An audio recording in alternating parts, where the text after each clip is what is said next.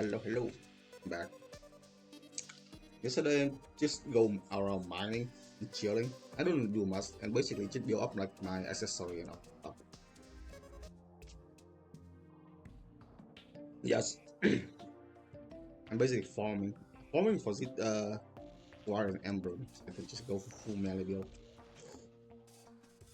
Honestly, I tried to kill the twin crocs, which is quite annoying because they quite strong.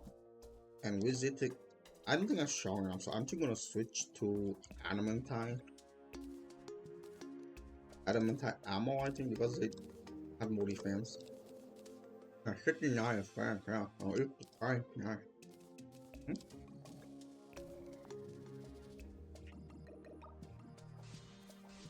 Because of the set to like 20% melee and movement speed, so you can swing faster. But I kind of need to like ups the thing ups.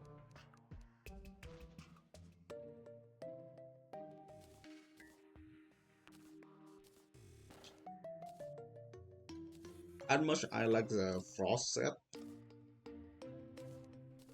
I feel like the frost set is just good for damage, but when it comes to defense, I'm just gonna do iron time. Unfortunately, yeah.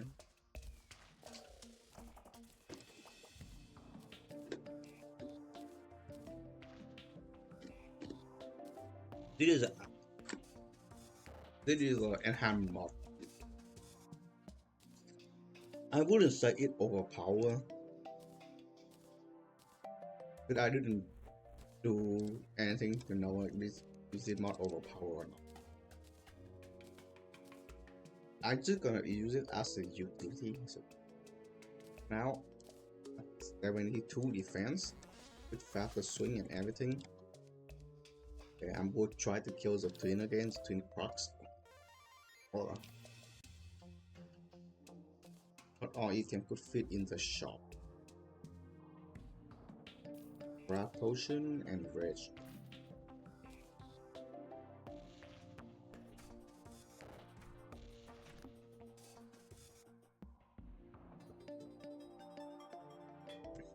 About my weapon. Yeah, a lot. All potion and got it.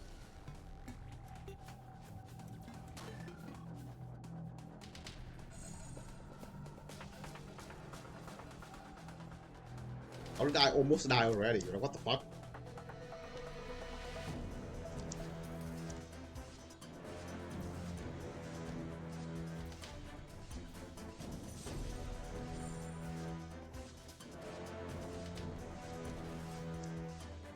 I just started and I almost died. What the hell is this thing?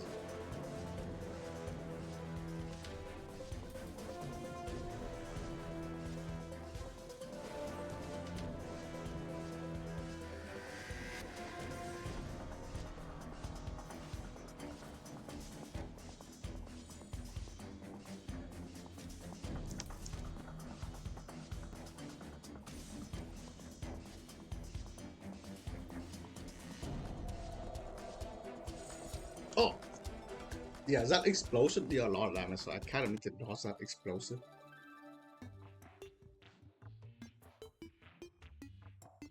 But I think I could kill them.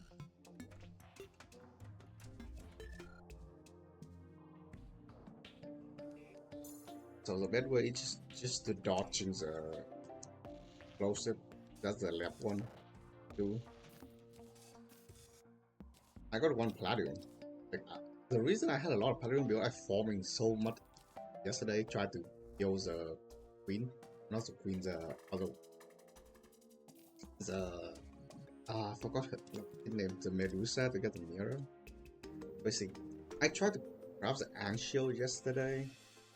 It failed. I failed.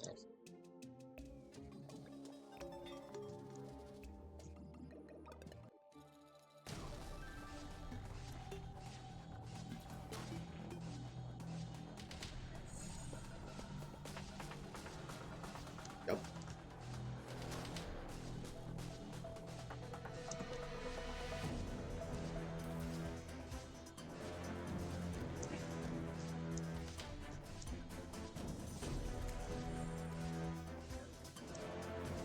Ah, but then it's so bad.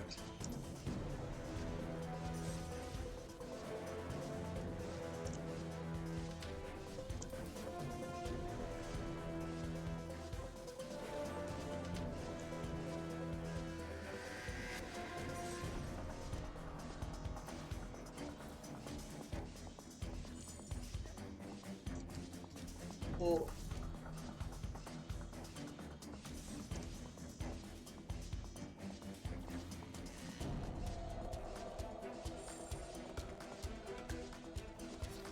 Oh my god, he still hit me?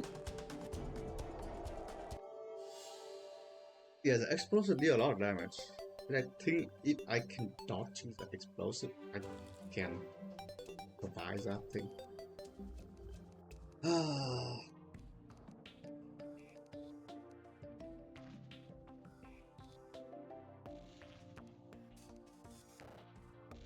50% damage taken is restore over the time, which is really nice, but I don't know. This thing only good for like you no hit on like hitting. After not taking damage for 12 seconds, you increase your damage, defense, and knockback regions. Buff lost on hit. So basically, if you get hit, you basically.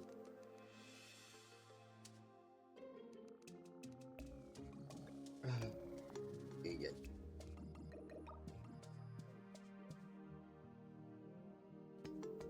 If the thing is too hot, I would have to wait until I kill the, you know, the the the three bosses from the mechanical boss. So.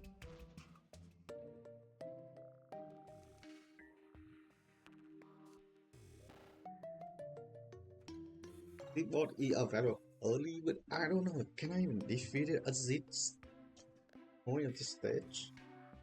I mean, I'm strong enough to do a lot of things, but I don't know.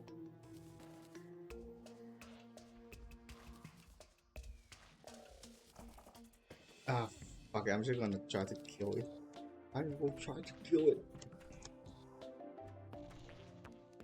Oh, get combination potion and battle potion.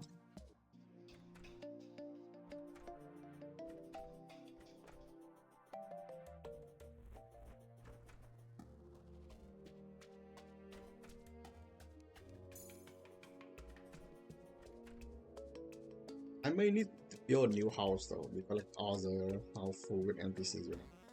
Yeah, like I think, yeah, maybe a more though.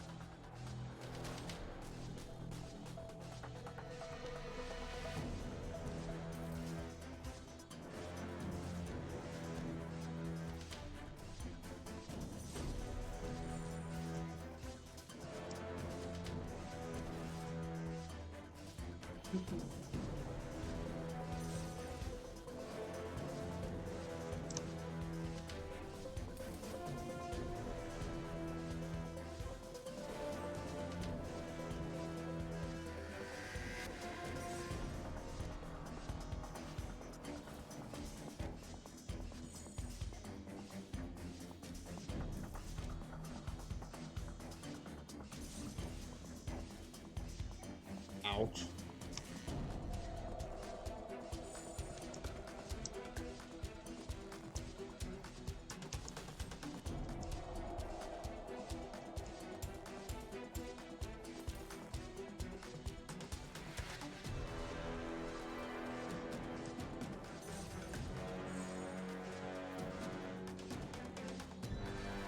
Yeah, I think I could kill them. How long I dodge the explosive thingy.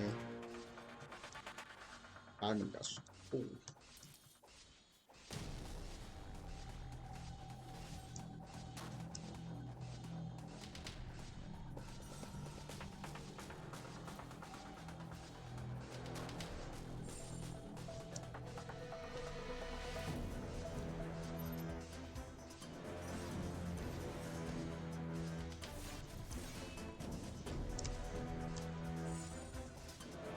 Yup, just fly above and I'm dodging everything. And now they have equalized because there's a twin.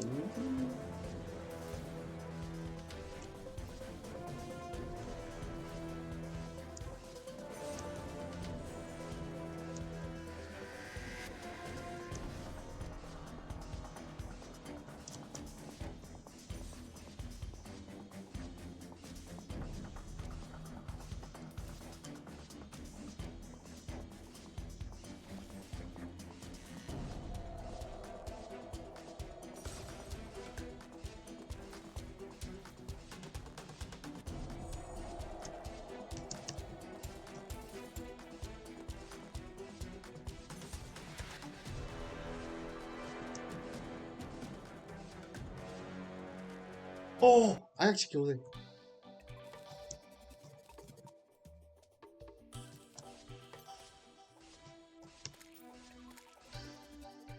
God damn, that actually like one of the hot mod, yeah.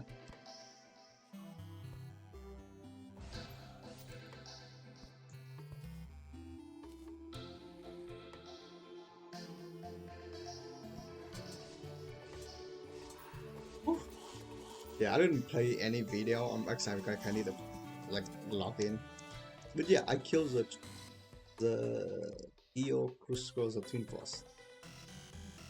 And they drop a Stellar Remnant. Yellow return to the base and equips it because I like this set more because it deals way more damage. That's the Adamantite. I don't hate the Adamantite step. It's cool for sure, but oh my god, get the hell out of my house.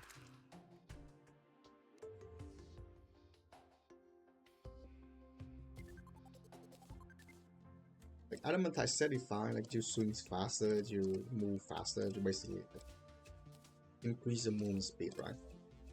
But I still prefer the Frost set more because of the melee damage and Frostburn.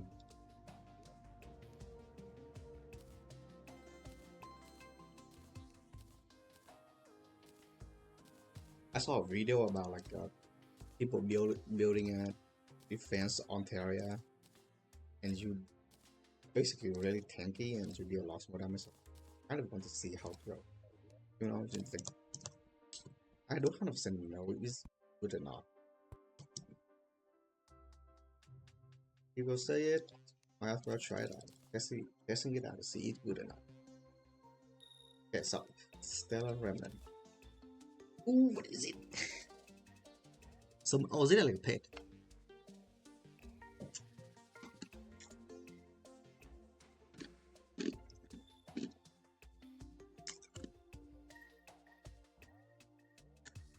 Oh, you just turn the ram down. Okay, you know what? I'm gonna be shy now because I'm getting bored.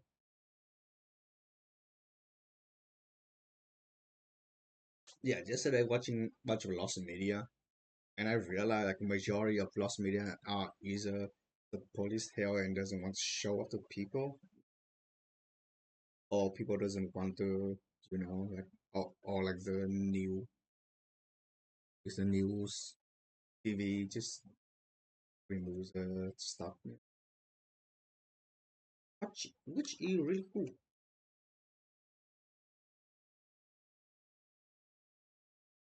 The darkest lost media. It's from Nexpo. I like Nexpo. It's also still On April 25th, at this bus stop, one boy, 15 years old, shot and killed a 17-year-old boy with a revolver.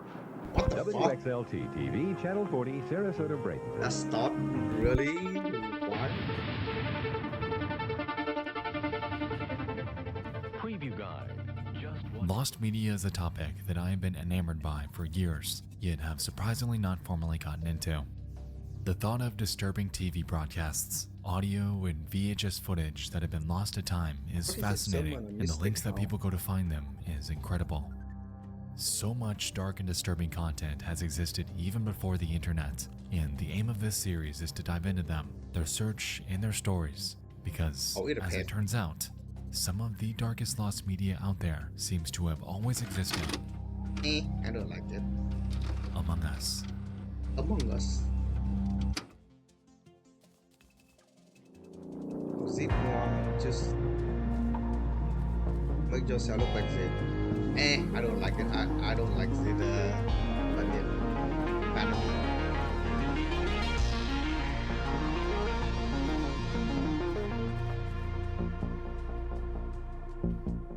Okay, I think I'm gonna go back to farming for Anxiel now. Anxiel is way better. At this point, anyway, because I want to stack out a little bit before fighting the first boss. I am the type of kind of overgear when I'm fighting bosses. I don't know why. I am, but I like it. The following is a presentation of the Christian Television what? Network. I'm missing. Okay, I'm missing it. So wait, is this like a TV? That umbrella. Is it could be Espion or?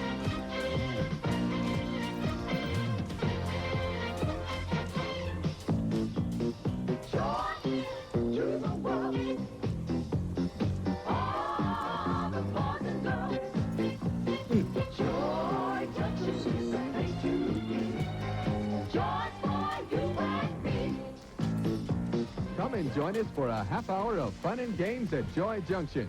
Now here's Sheriff Don.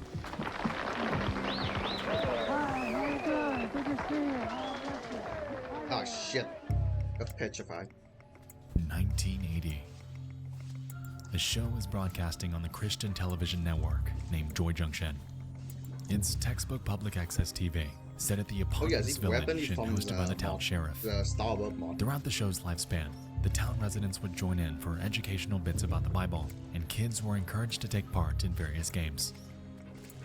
It seemed to have been pretty Is there like an successful during its accident time, on it? as it was Set on or the air for a something? few years. Probably because I lost me. Bizarrely, nearly every record and archive of this show ever existing have been wiped though, merely leaving us with a handful of surviving re-uploads on YouTube. This has, admittedly, made it difficult to find any further information about Joy Junction aside from what we can distill from the existing footage. But that's okay, because that's not the main reason we're here anyway. Hi, everybody. What's happening? Hey, Ron. Good to see you. Ron, I've been waiting on you. Oh, I'm sorry I got tied up, Marty, but traffic was heavy and the stores were busy. You know how it is. One of the show's cast members was a ventriloquist by the name of Ron, and he was present in nearly every episode, joined by his dog Marty. Going to come back. Well, I did come back, didn't I? Yeah. I told you I would come back, didn't I? Yeah. And I'm... Typically, they'd have a quick conversation about whatever the topic of the day was, and it, at least in the surviving archives, appeared to serve as a bridge between two segments of the show. What? What? Oh, Ron's full name was Ronald Brown, and in the years following the show's eventual end, he'd launched his own puppeteering company out of Florida called Puppets Plus. On his website at puppetsplus.com, he instantly could kill observe a the myriad of their Waffles. clients, along with the age groups that he was primarily hired for. Ages 2 to 5 and 6 to 11. Wait, what? What the hell? Now, at first glance, this seems par for the course in his profession. Children's entertainment was his forte. However, it's when we back up and take a look at Ronald as a person when things begin to sour. Oh, I You think I see, was enhanced. throughout the years, Ronald like had every time I a quit, I got a strange chance to watch dynamic with children. instant kill something. For instance, in But I thought it doesn't work 1998, with he boss. was pulled over for a traffic violation and was found to be in possession of boys' underwear. His excuse was that he used them for his puppets, and Okay, he was what? eventually let off. Other complaints came throughout the 2000s about him giving rides to kids in his church van. Unfortunately, police could never do much because there wasn't any explicit crime being committed. It was incredibly strange, but unfortunately not enough to warrant any sort of arrest. Where things really get nutty though, is when we The jump guy, to the yeah, early Predator. 2010s, Predator. in which Brown would find himself caught in a web of controversy.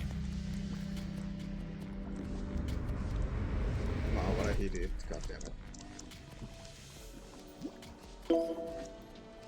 Oh no, the internet. The introduction of internet is losing a lot. Why shit? Especially in the early days, where there are like very few law about it.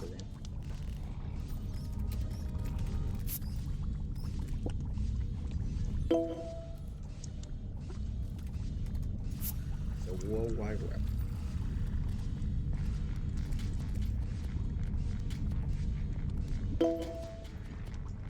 Is it weird? It's kind of weird. Me, I've got like the sound. In May of 2012, a man named Michael Arnett was arrested after a sting operation. He was charged with the production of, and upon searching his home and computer, they would find chat logs on Yahoo Messenger between he and a person going by the name U.E. Lime. As it turned out, Arnett would produce these images and distribute them to various others online from the username CK3666, Sweet Talker Linda, and Calfkeeper2. You'll notice that U.E. Lime was outward about their desires. They expressed interest in cannibalism, torture, sexual assault, and all of it was directed towards children, even as young as 2. No. The catch here, though, is that U.E. Lime wasn't just a random person. It was Ronald Brown, his secret online alias in which he'd express his fantasy about the kids he surrounded himself with daily. No. Let me remind you that this was a man whose entire career, entire life, was centered around associating with kids. Yeah. Someone who was, at one point, on television in front of thousands.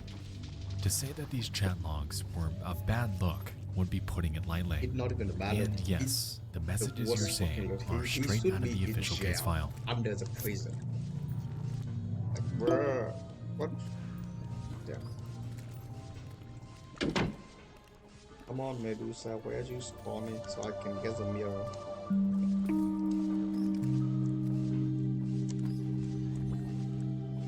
After corresponding with Yahoo.com, authorities were able to track down Ronald still no Brown mirror- and tie his username to a profile on a necrophilia website named cutedeadguys.net. No. Ronald's profile has been lost to time. However, got the through rose. his own case report, we're able Yeah, to now find get- details describing shit. it. Come on, give me a mirror, please. On this site, Medusa. his bio read, No, still no I love them mirror. young and dead. I enjoy them fresh, but like to see them displayed in their casket too. Bruh. And a few I got a snippets Medusa from his hat, though. post history. Gucci, by the way. I like the blonde boy. Would love to snuff him. Very hot pics. That boy looks dead. I like that one. Oh my I'd god. love to kill them. It's safe to say that at this point, there was more than enough to warrant an arrest. Yup. And on July 19th of 2012, that notion would finally become a reality. Federal marshals arrested a Largo man for possessing and conspiring to kidnap a child. They say he was a puppeteer who performed for children in the Bay Area. News Channel 8's Yolanda Fernandez has been following this story for us. She is joining us live tonight from Pinellas County. Well, Keith, 57-year-old Ron Brown is here in the Pinellas County 57? Jail tonight. Federal investigators say it was his gruesome and very graphic online chats with the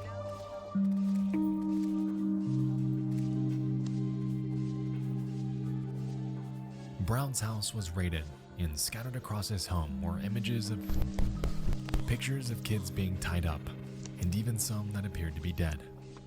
Furthermore, agents found CDs with much of the same material, a blow-up sex doll dressed in boys' clothes, a journal he kept about his fantasies dating back to 1978, and even books about serial killers and cannibalism.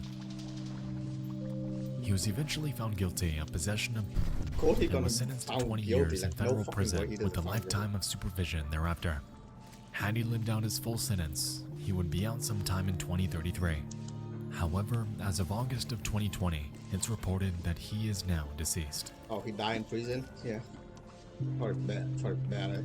My heart goes out to the children who had to suffer for the pleasure of this monster God, I keep and all getting of those who associated with him. For his entire life, he was calculated and knew what he was doing. His career, his church fan favors, his company parties, all a front for some of the darkest desires imaginable. Yep.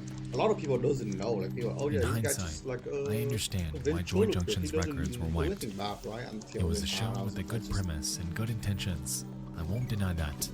However, now bears a reputation forever stained by the devil, hidden within them.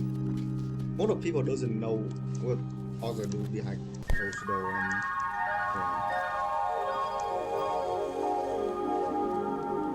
oh my god, I keep getting petrified.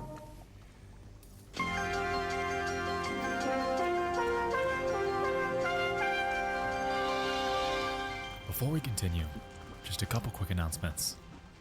First off, I'd like to formally announce my second channel, called Nexpo After Hours.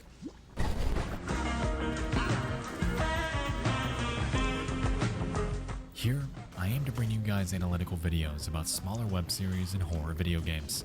Currently, I have an upload about a smaller creepy web series, and I'll be dropping the next one in about 5 minutes from now. So if you're into that sort of thing, I welcome you with open arms. It's a big creative outlet for me, and we're gonna have some Come fun. on! If you're not, however, Why is it so hard no to get a sweat. mirror? We still got the big projects on main. I just want the angle. Second, I new got merch so is now much of available soap light at now, crowdmade.com/collection/nexpo. We've got some super cool new designs if you're interested. Well, but Link at in the least description. thank to the curses. That Lastly, enemy spawn if you're way interested more. in gaining early access to videos, script it actually files, play better and work for in me to progress fall. cuts of upcoming projects, your support would mean the world to me Well, it's not- over at it's not bad. It's better patreon.com/nexpo. for me. It's easier Of to course, it's never expected, but always appreciated as I try to keep these videos sponsor free.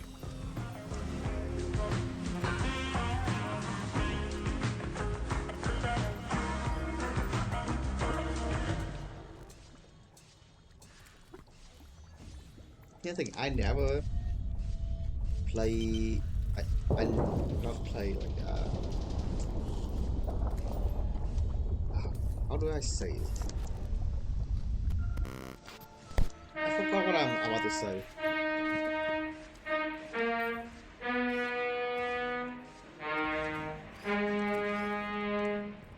What the hell is this? Like some 80 movie? Some 70, 80 something. In black and The white, it year should be is 60. 1928, and a romantic disaster Yeah, film oh, about way Noah's more. Ark hits theaters. Directed by a man named Michael Curtis, it premieres during a transitional period between silent movies and talkies, or films with actual spoken dialogue. Because of this, it's mostly regarded as a hybrid film with long scenes being played over music, and with it comes a healthy dose of extensive criticism. Most of the backlash is due to its runtime, clocking in at a whopping 2 hours and 15 minutes long, with considerable portions containing awkward dialogue and drawn-out scenes. Sitting Is it through a this whole movie movie? is, to put it lightly, a considerable undertaking. Yeah, it's an old Because of movie, this, of course the it's gonna film be is like- pulled like for that. revision, and the cut content Yeah, look at it. I got two is never shown again. Gladiator already. I just standing here trying to form for like the mirror. A good from portion of the cut footage came from what the movie is mostly known From for the- today, and that's the flood scene. from the.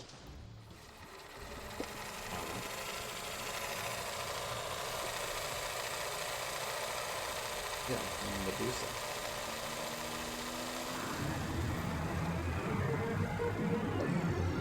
Some people died when making this movie. I mean, this is an early day of the movie, so I'm In not it, surprised. we can observe a slew of actors fighting their way out of a crumbling temple and towards the Ark to stay alive.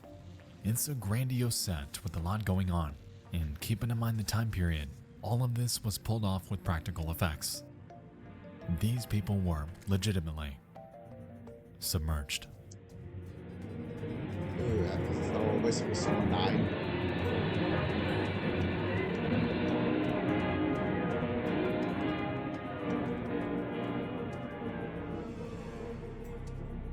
Some might consider the acting here to be pretty well done. Like I said, this scene is grand, and due to the time period, was all pulled off practically. The thing is, some of these actors weren't actually acting, as during this scene, 3 actors drowned and 1 Yup. reportedly lost their leg. This was the result of over 600,000 gallons of water being dumped across the set, something that the film's extras were Critical reportedly strike. unaware of.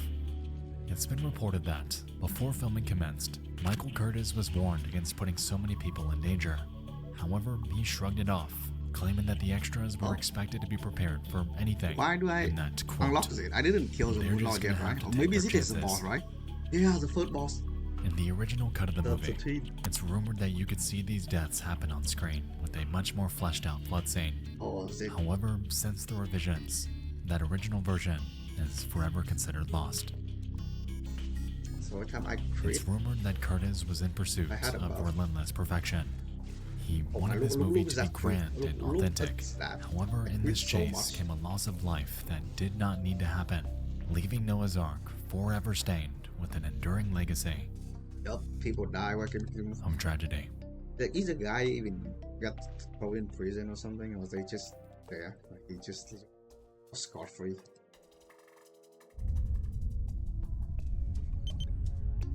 Searching for a website, a window to the world, got to get online. Take a spin, now you're in with the techno set. You're going surfing on the internet. What do you want into Master Ninja Gear? Because it had dodging, so it's insanely good. On the 2nd of July 2014, an ad was made on Craigslist. Oh no, Craigslist. It came goddamn. from an 18-year-old girl named Brooke Slocum and was but a simple request for cash. No. Oh. I need $50 by 3:30 p.m. today. I can pay you back later tonight, but I need gas and some mess quick. Everyone has bronchitis at my house and I do not want to get sick. I'm 8 months pregnant and my lungs are all squished as is. If you could help, me and my daughter will greatly appreciate it. No. I hate the type of This post remained untouched for 10 days.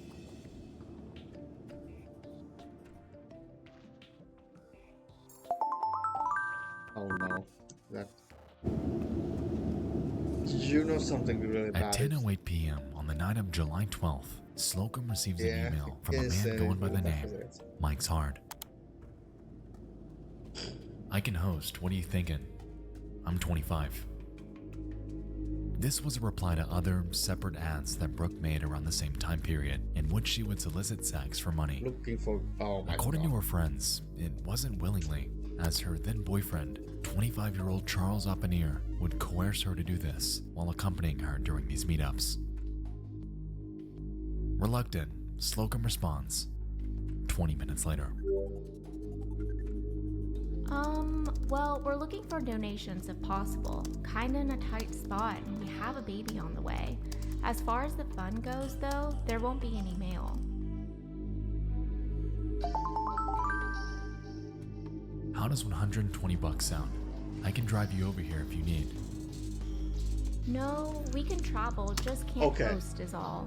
When and where would you like to meet up? It actually cheating. I need I to like to reroll. walk outside in the park around 11:30. That okay? Because this is it actually cheating. I don't know. I don't want to get in trouble for indecent exposure or anything. I can't go to jail being 8 months pregnant. It's cop-free. It's a park, but behind it there are lots of woods. No cops at all.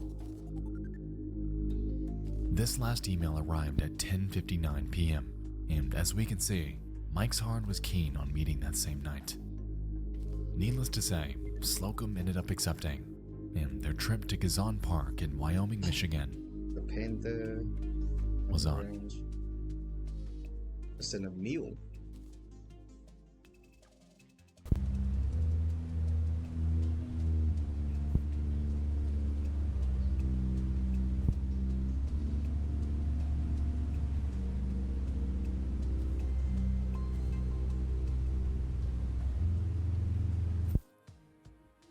I think I cheated. It's midnight. I thought the thing doesn't work on bosses. The couple arrives, with Mike pulling up shortly after. Yeah, I need to reroll. Initially believing this to be another sex meetup, the two approach Mike without much concern. Sometime during the next few minutes, Brooke is grabbed, bound and shoved into the trunk of Mike's car. In haste, Charles tries to help, however is unsuccessful, resulting in a violent altercation between the two. It's unclear how long this fight lasted. However, Invincible? what is certain is that during this, Charles was violently killed. Okay, never mind. I'm sorry, Mike but drags his body near the woods, saws his head off, and covers the remains with sticks. And without so much of a single witness, he jumps in his car and, alongside Charles' head and Brooke Slocum stowed behind him, drives off into the night.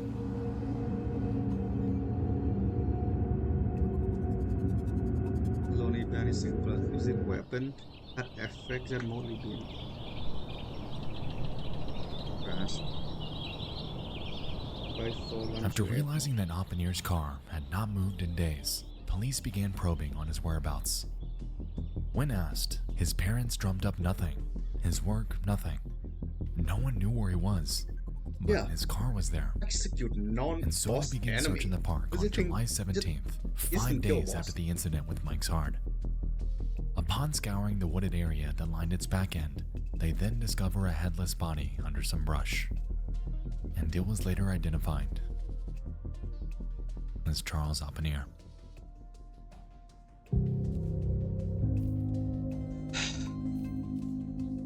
Sorry. In the coming hours, it was realized that Oppenheimer wasn't single, and his girlfriend, too, was missing.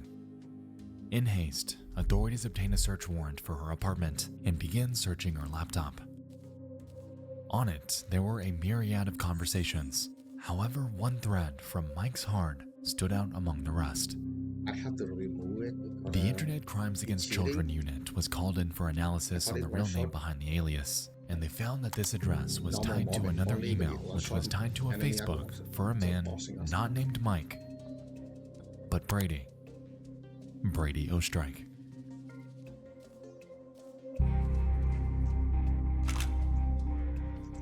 They stake out near his home while they await a search warrant. There wasn't enough evidence for an arrest warrant by this point, so that was a frustrating roadblock. The hours ticked by without much happening. However, around 9 p.m. on the night of July 17th, Brady would be spotted jumping into his car and leaving his home. A few moments later, he's stopped by a nearby officer. Before they could get to him, though, he takes off, leading to a grueling pursuit.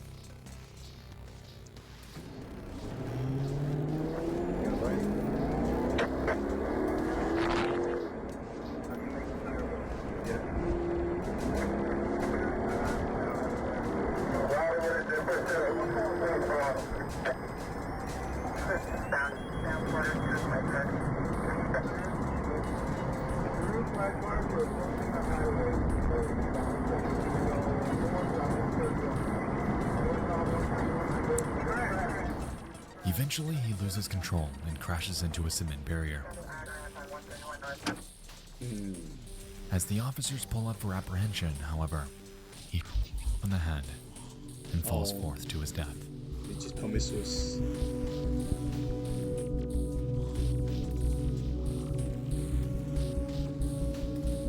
A few seconds later, police approach and search his vehicle. In it was 31-year-old Brady Ostrike, dead in the front seat. And in the trunk, stuffed within a suitcase, was 18-year-old Brooke Slocum and her unborn daughter, both of whom were deceased. Upon searching Ostrike's home shortly after, they discovered a plethora of ropes, knives, swords, cages, straps, and bizarre writings that make little to no sense at all. His toilet was inoperable, and the entire place was nothing short of rancid.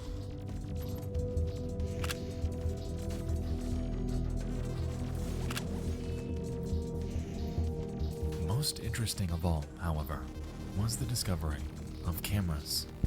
Oh no, he's taking a picture of it. As it turned out, he had them all over his home so he could document his actions. And what you're seeing here is Ostrike as he prepares the basement he kept Slocum in for those agonizing 5 days. Now, there exists footage showing Brady Ostrike's grueling torture of Brooke Slocum.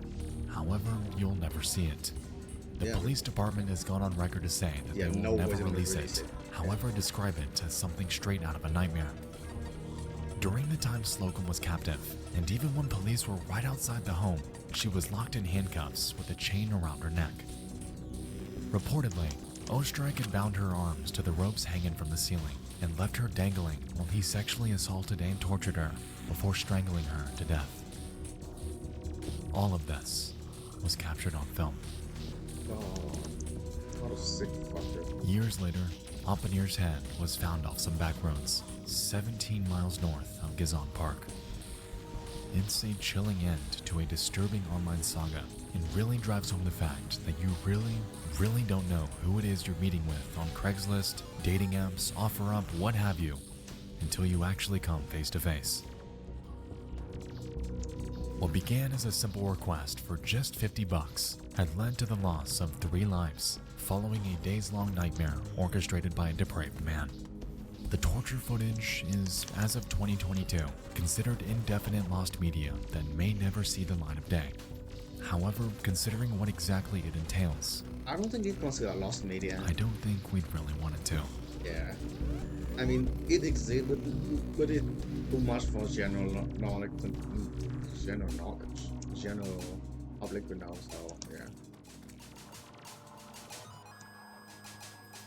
Oh, it's morning, so yeah. I cannot kill it fast enough. I think I can kill it. All I need is just to upgrade the knife. WXLT TV, Channel 40, Sarasota, Bradenton.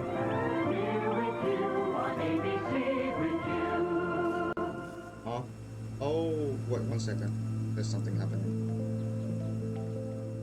The year is 1972, and a reporter named Christine Chabuk eagerly lands a job at WXLT Channel 40.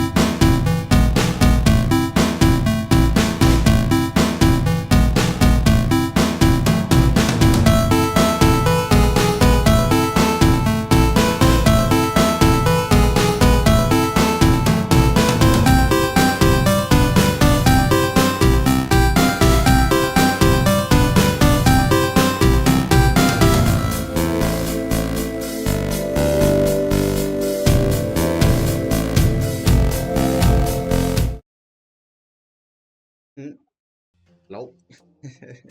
Getting back. I'm just...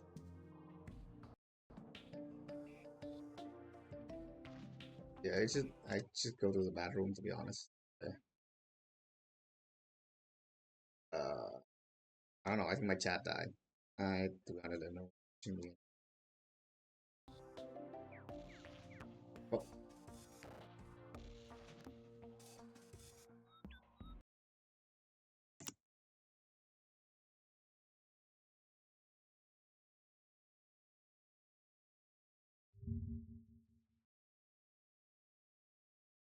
Huh? Well, I don't know, like, I think my internet died a little bit or something. Maybe, I don't know. How stuff it doesn't even work. I don't know, man. I think I Digest, a local affairs segment that ran at 9 a.m. every Saturday. During her time there, she'd become attracted to a fellow reporter named George Ryan and would seek his attention by baking him cakes and expressing a desire to hang out. When she realized that he was already romantically involved with another coworker, however, it was detrimental to her self-image, as Christine historically had difficulty finding love. According to her family, she'd go on dates with various men throughout the years, however had trouble connecting socially with them. On top of this, by 1973, Chubbuck underwent surgery to have one of her ovaries removed, and as a result, her doctors began to pressure her, claiming that if she wasn't able to conceive within 2 to 3 years thereafter, she may never be able to.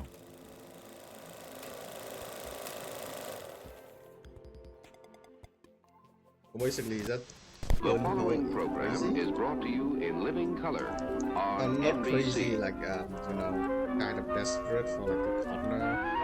And because he's Super spy Fred Flintstone is off on the trail of the mysterious green goose, a master of Tonight we begin with the death of a man armed with scissors. He was shot by police 24 times. Do something. Get him to do something about the problem. Meantime, they say they're going to back the leafleting up with a meeting this Friday with city and state officials. Good evening. More than 100 people were reported dead in a plane crash near New York's Kennedy Airport this afternoon.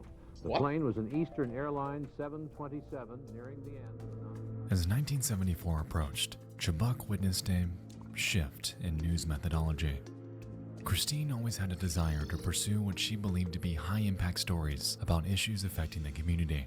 However, WXLT executives were leaning more towards stories that were juicier, per se, utilizing fear and sensationalism to drive viewership, in turn generating revenue. The news she was tasked with reporting began to shift further and further towards spectacle and shock, and she frequently rallied against this to no avail. Resultingly, she became stuck in a mindset, in a world that she was growing to hate. Her professional life, her personal life, everything around her.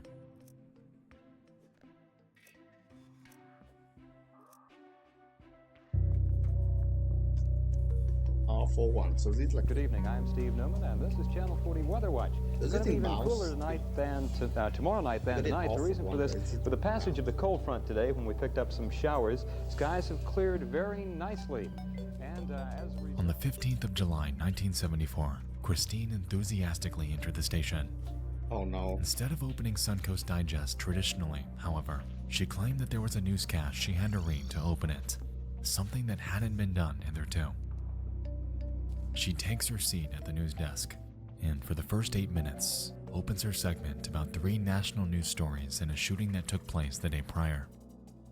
Following this, a film reel of the shooting was supposed to play, but had jammed, leaving a few moments of dead air.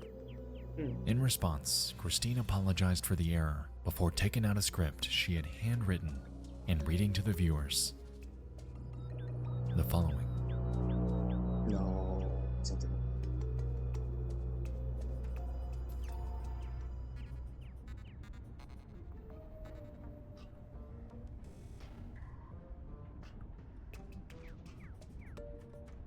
Hello?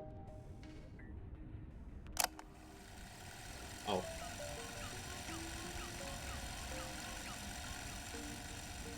Adding substantially to those statistics. This weekend, being typical of the recent rash of violence, saw one man stabbed, another assaulted, and a third shot and wounded.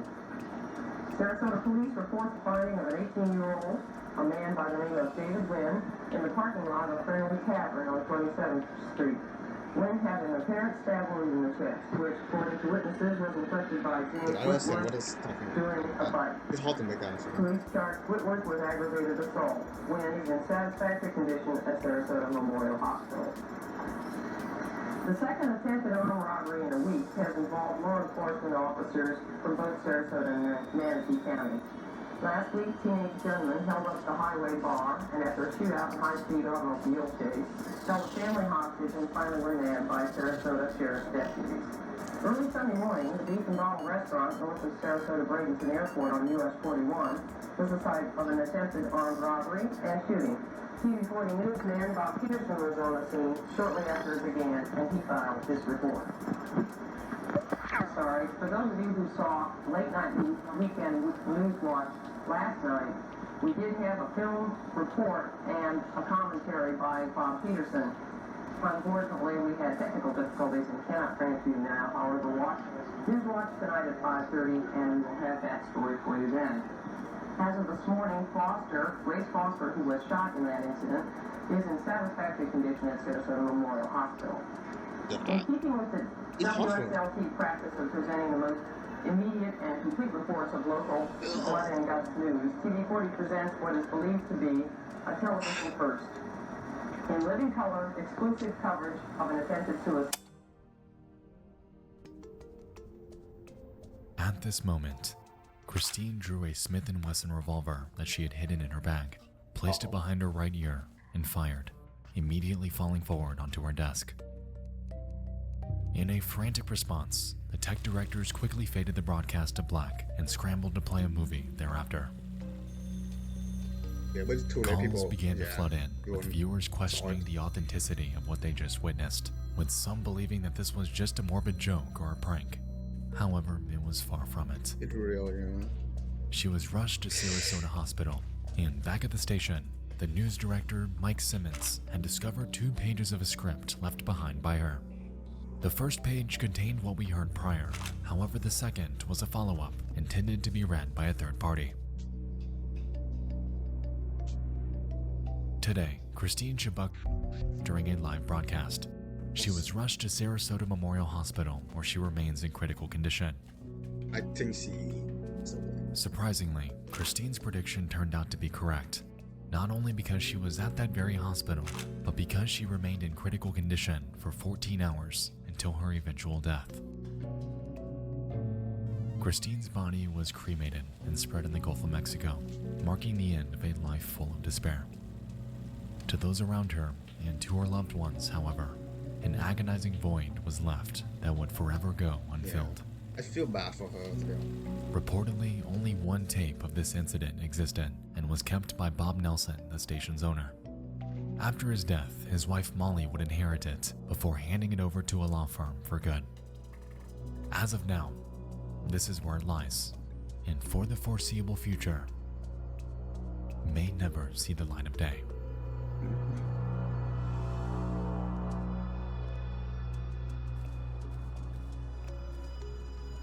Well, they're not going to show it.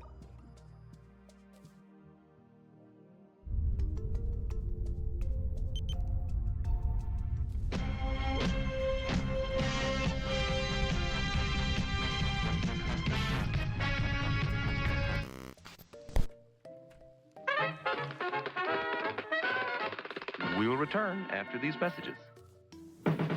Good morning. To preface this last entry, I'd like to state from the outset that the following could be absolutely nothing. The answer could be completely mundane. However, the footage in this section has personally stood out to me because of how bizarrely out of place it is and how little info there is about it. I was gonna put it in the next disturbing things. However, I think it fits better here. Let us begin. It's the 1980s.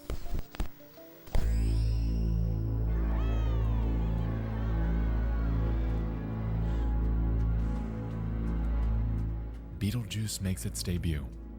Journey, Survivor, Guns N' Roses, and our favorite Rick Astley are on the airwaves. And over on a stand-up comedy show named An Evening at the Improv, a child actor turned musician named Corey Feldman is world premiering his latest track, Oh, I think I Something in Your remember Eyes. this story. Okay, ladies and gentlemen, I'm going to start the show off tonight a bit differently than usual. What I'm going to do is I'm going to world premiere my song that I just finished writing and producing with Michael Damian from my new movie, Dream a Little Dream, with Jason Robards. It's called Something in Your Eyes. I'm going to do it right now.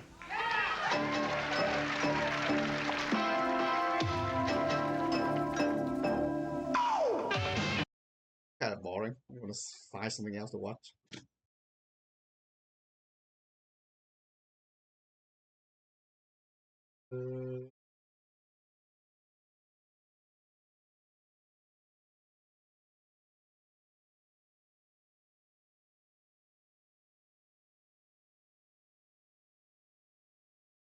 was a live server disaster. Dude, live server game is pretty much close to dying.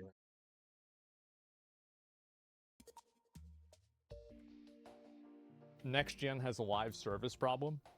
I feel like this problem is becoming bigger every single year. Welcome back to Next Gen Console Watch, our show following everything happening with the latest gaming hardware. I'm Damon Hatfield, and this week I'm joined by Max Scoville, host of IGN's PlayStation podcast, Podcast Beyond. Thanks for having me. And Destin Legare from IGN's Xbox podcast, Podcast Unlocked. Bam. Thanks for having me, Damon. And do we have a doozy of a lead topic for you this week? You've probably heard by now, Sony has pulled Concord from sale and is shutting down the servers today, the day this episode goes live on September 6th. That's just What's really surprising to me is they haven't shut down Suicide Squad. Oh, that's true. Because, like, if I look at Suicide Squad... Suicide Squad's still going for some reason. Oh, it's actually gone up a lot. I guess they must have done an update or something. But it was like, it's floundering around. Yeah, maybe they did an update. It's been floundering around at under 100 players. How are you maintaining a live service game with updates? And it increases your player base by 200. I mean, think about that. Like, you still have an you still have an entire development studio and everything about that, and it's like millions of dollars. Like, I don't know why you would do this, by the way. It's such a weird thing. If somebody if you spam in chat, you get permaban. It's literally so easy to understand. Some people just don't get it. Yeah, you just instantly I don't even care what you're asking or anything. Anyway, so yes, it's like shadow development. Weeks after the game was launched, it is one of Sony's big first-party game releases of the year. Not even given a 2-week chance to find its footing. Of course, it did have a very disastrous launch. Steam all-time peak concurrent users sits at 697 players, and I think the day after it was released, so couldn't even crack 700 concurrents on Steam. Wow. Analyst tells us it sold at probably 25,000 units. At $40 a pop, that comes out to exactly $1 million. Director Ryan Ellis said... So they only lost 99% of their money. Many qualities of the experience resonate with players. We also recognize that other aspects of the game and our initial launch didn't land the way we intended. Yeah, sure did. That studio starts I don't getting think there's shut much down. point debating why this game failed. I think the reasons are obvious. Hero shooters were exciting in 2016. Concord arrives very late to the party with no popular IP attached to it like Marvel Rivals. Concord's a very generic name. Doesn't tell anything about the game, anyone about the game. People didn't like the characters in this game, and that's kind of important in a hero shooter. The heroes are supposed to be really cool and likable. The curious might have tried it out. By the way, none of those reasons, other than the heroes being bad, are valid. And the immediate thing that disproves that is Deadlock. Deadlock follows every single other one of those things that he said was a reason why the game failed. Deadlock has all of those things. Only it's 99%, a random name. Yeah. It's a hero shooter. They still own 1% It wasn't left. marketed. It's just not true. But the character's looking stupid, yeah, definitely. We were free to play, but they slapped a price on it. And finally, I think Sony did very little marketing for this game. It was fully revealed in May. Valve did anti-marketing for Deadlock. Nope, it had nothing to do with it. This year, but then just sort of was quietly released during Gamescom. Literally closed alpha. The biggest game show of the year, where Sony didn't even have a booth. I'm not in marketing. I think the obvious choice would be maybe Sony might want to have had this game there, get lots of people playing it, get lots of people excited the week that was going to be out. But who am I? I'm not a marketer for Sony. So I think it's more interesting to discuss why Sony is abandoning this game so soon, not even really giving it a chance to find its footing. Max. Because it Because makes they're sense. losing money. It totally makes sense because this is what they should do. They're losing so much Like that you you should, to like, cut I mean, it. at a certain point, it's better to just cut your losses. And that's what I said about Suicide Squad. I'm shocked that they haven't already canceled the game.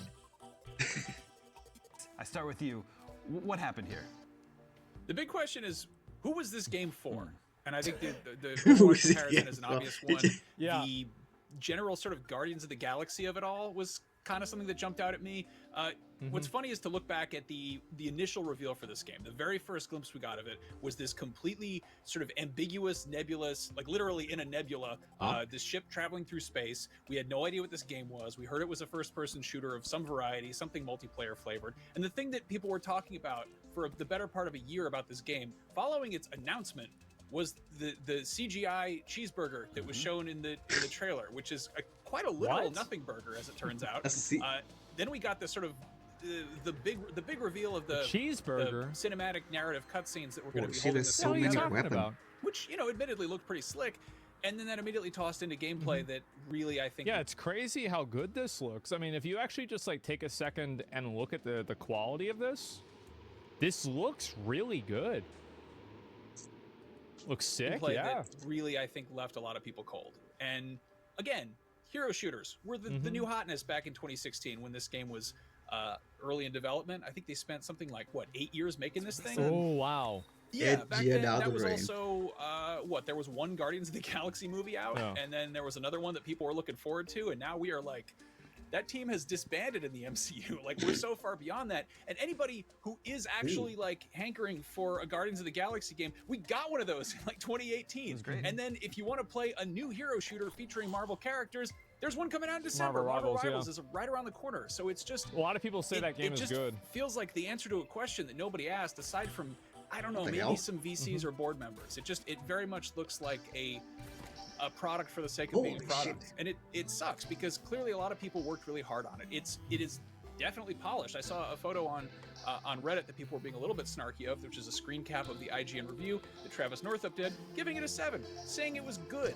That was never the issue. It's not the fact that it's a broken game or an inherently bad game. It's just that a game that nobody really wants to play. And when it is then how is it, if it's a game that nobody really wants to play, then how is it good? What do you think people need reviews for? The hell? People look for reviews in order to inform purchase decisions. Ooh. Like, what? Strictly multiplayer game, not having people to play it is kind of a big issue. But that wasn't the reason why. It's a bigger problem outside of the game itself. That's sort of societal infrastructure type of problem. And it's funny because Sony's clearly been betting really big on live service games. We heard at one point that they had, I think, 12 of them in development. We've since heard that they've halved that. They had a huge win earlier this year with Helldivers, which up until... they've turned that into a huge L. Apparently now they're adding stratagems into the game, which are like kind of like special effect, like weapons, like calling in like an airstrike and shit. What? They're adding things into the game that you have to pay money for. So like Helldivers has already entered the of course they are. Pay to win. Yeah, Helldivers, that's not true. You think it's not true? It's bullshit? I don't know. That's not what people were saying. Either way, it's death spiraling. Yep, it is spiraling. Gameplay is too repetitive. Last I checked, was the best-selling game of the year, period. So clearly, live service isn't inherently the issue here. It's more just making games that people actually want to play. And imagine you can look at this game for 3 seconds and you see how expensive it is. It is clearly a very polished, even if you hate the character designs, like a lot of work went into this game. It looks like it's been cooking. I mean, you can't... even if you hate the character designs, like a lot of work. You can't show me that fire and tell me a lot of work went into the game. Like the CGI trailers look really good, but the gameplay itself was just trash. Like it was average, right? I mean, there's nothing that's like really shocking or, like noteworthy about this at all. Into this game, it looks like it's been cooking for the better part of a decade.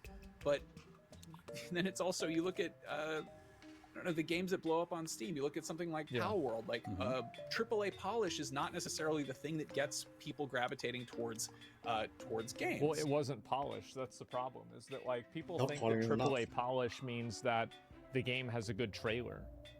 No, it's that the effects and the gameplay is extremely polished, not that it has good graphics.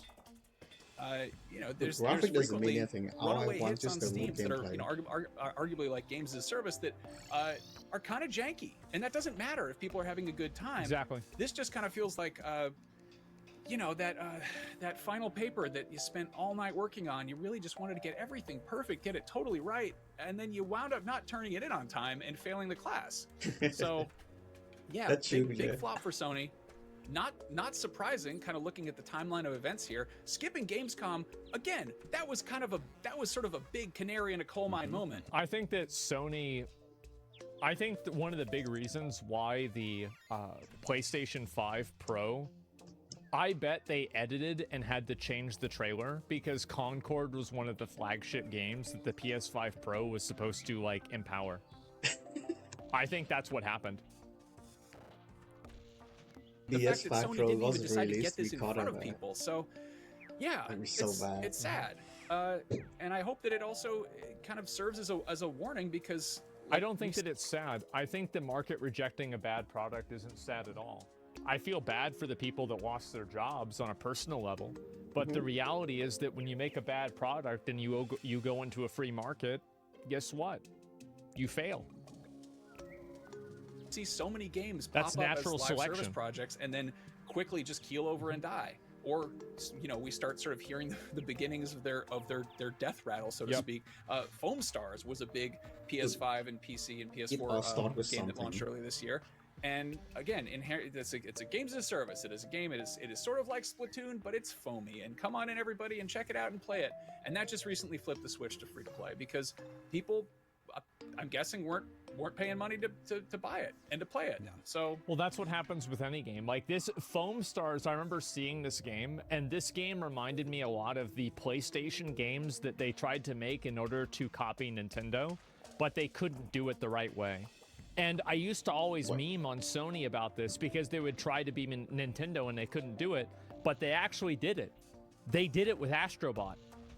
The game seems to be incredibly good. Everybody seems to like the game. So they finally did make a Nintendo game. But this just wasn't it. It doesn't hit. Yeah, as you say, in this case, it doesn't seem to be an issue of quality because we did give it a 7 out of 10, and I should point out that is right in line. Well, so you guys gave it a 7. Why? How do you make that decision? Because like you said you gave it a 7, and like I can say that for me personally, Space Marine 2 was like an 8. Okay, I'm switching videos. So this has been a big problem. I'm gonna be honest. Like this is a big issue with kids. Like I feel like nowadays, especially young guys are down bad. Like it is not good at all. Culturally, yeah. So ever since 2022, there has been a rise in like these self-improvement alpha finance gurus that all spew the same message. Wake up at 4 a.m., start a business, start working out, stop playing video games, and escape the matrix. All that jazz, right? And these videos have become extremely popular because of people like Andrew Tate. I mean, we all saw the method that he pulled in 2022, how literally everybody was posting that man's clips and he was just saying some of the craziest things. I am extremely versed in CPR. I do know how to administer CPR. However, I will not administer CPR unless you're a hot female. And since so many people saw him get success from doing that method... Well, the reason why that happened is because he's funny. Right? Like, Andrew Tate says a lot of funny, stupid stuff. That's really the truth. It's like, yeah, he can be funny and charismatic. That's the reason why, yeah. A lot of people are trying to pull that same method nowadays. So now you got all these like fake like Andrew Tates going around. And it's pretty cringe. Stop breathing like a bunny rabbit. A bunny rabbit is a victim and it breathes in and out so quickly you can see its stomach going in and out. But what's cringy? But like, here's the thing. Is that what he just said? So funny. I'm pretty sure Buddhist monks have techniques for that. So, and this is the problem. It's retardation that is inside of a 2,000-year-old hidden truth. So it's like you have this idiot that's saying this, but like there's an element of it that's actually true. It's bro science? Bro science. Well, I don't know. I think it kind of makes sense. It's retardation, weird mix of truth. Yeah. He's a fucking psychopath and a woman exploiter, and people are madder with Dr. Disrespect. Look, what he said was funny. Like, I don't want to argue. Like, just what do you have to take your what time is it? It's 3:35. What are you late for your meds? 3:35. Oh, wait, what? Come on. It's actually 3:35 for me. What the fuck? Bigger than that is that these hustle culture, self-improvement, like finance guru videos have leaked into the youth, and now you got these kids spewing that exact same message. You remember that thing about Sneeko? Is he gonna show the Sneeko thing? Oh, he's not. I don't think. Where like these like 12-year-old kids are like, we hate women. And Sneeko's like, no, we don't hate women. They're like, yeah, but women suck. They're like, oh, no. Okay, all right, women don't suck, but we hate gay people. Oh, no. That shit was so fucking funny, man. That they're spewing in these videos when they're like 13 years old, and it's one of the saddest but also cringiest things I've ever seen. It's sad. When you're playing video games, you are literally doing absolutely nothing. What the fuck? How old is this kid? Going into a fake world. Yeah. And you're 30 not years doing old, keep anything saying this productive. shit. You're What not the? making money. You're not starting a business. You're not doing anything. That's so true. Get off the video game. Follow me for more tips like this. Bro, you are wow, good job. Yep, there we go. I mean, hey, listen, like if the thing is that, dude, I'm gonna play video game until I like grow I did my a best, gray beard, but it is such a good thing that I wasn't born 10 years later. Because if I was, I would have been uploading content onto YouTube at 6 and 7 years old. And it would have been the worst and most retarded shit.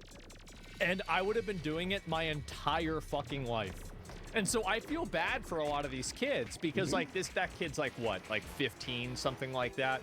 Like, what are we talking about, right? I mean, he's just, he's 13, probably 15. I don't know, 13, yeah, something like that. Like every cringy thing that I ever did at 13. Oh man.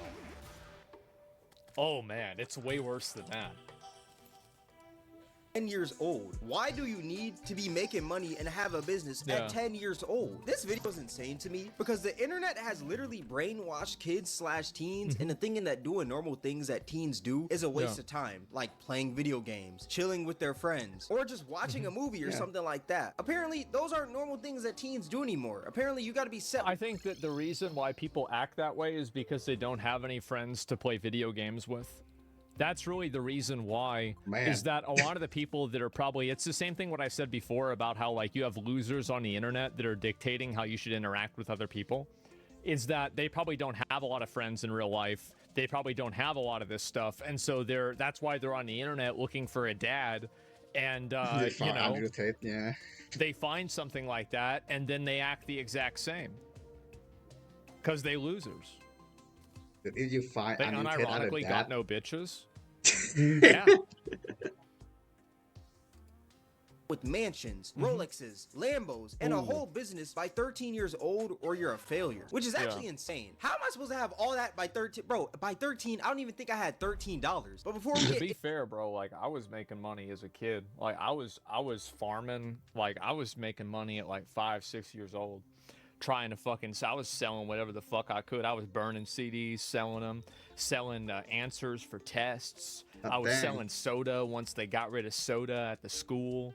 Like I was, bro, like we were going in no matter what. Alpha hustler, yeah, something like that. Any further, number one, YouTube, I am not trying to bully / harass any of these teens in this video. If you're watching this video, do not go out and bully / harass any of them. And number two, thank you guys for 100K subscribers. I've never just sat down and said thank you to you. I just wanted to say I appreciate every single one of you that legit sit down, watch my videos, or maybe stand up. Maybe you might be standing up watching this video right here. But I appreciate anybody who pretty much just shows support on this channel. Illegal soda dealer. They actually did shut me down. The school told me because like we were just doing it outspoken. Like I would just go to the store and then I would buy a 12-pack and then I would sell sodas for like $1. So like I'm making $8. Like what the fuck? I make $8 in a day as a kid? That's insane. What the fuck? That's in like a week I can buy a video game. I buy a video game every week. Yeah, and so the teachers, the administration told me I couldn't do it, and then so I have to keep it in my backpack because I would carry it around and I would sell it to people, but then that wouldn't. But yeah, I mean bro. We were doing this a lot. How long did it take? Nothing. Until they got me. Well, until we started getting greedy, like we just sit there at the cafeteria and sell it to people. Yeah, because like at that point, like people could just see it, right? And like. It was just like, yeah, we were just pushing. Like, we were pushing the limit. And, like, you gotta remember, I was like 15 at that point. And so, like, I had already been doing it, like, for, like, 10 years. Watches the videos, shares them with their friends, whatever. Thank you. Now, that being said, let's get back to the video. This may be controversial, but I think teens should spend at least 5 of their teenage years just trying to become successful. How old is this kid? They're like, in the comments, let me see. It's called 13 to 19. Or, sorry, 13 to 18. It's called public school.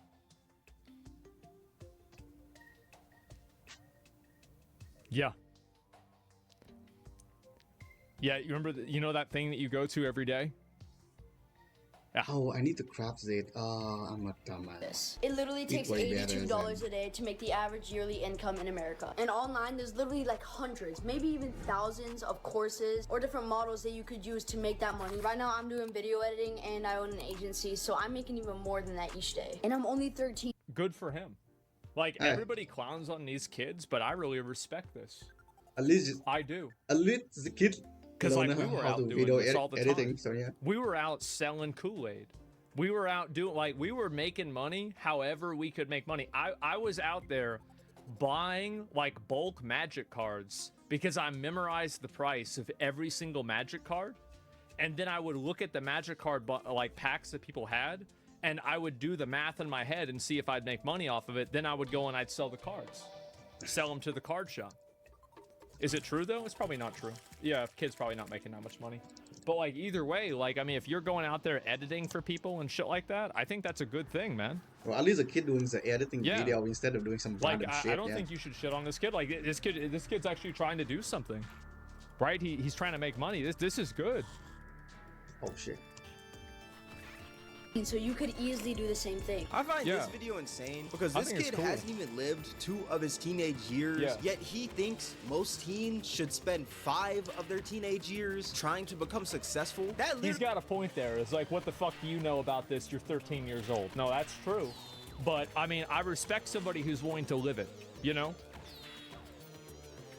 Really just doesn't make sense because this man hasn't experienced what he's talking about. He's just talking out of his booty cheeks, you know? That's literally social media hustle culture brainwash right there. Like, I feel like the saddest part is that this kid is 13. Like, if I was a kid, you know what I'd be doing? I'd be setting up those waiting room channels for Twitch streamers, and I'd be trying to funnel money with ad revenue. I'd be doing that.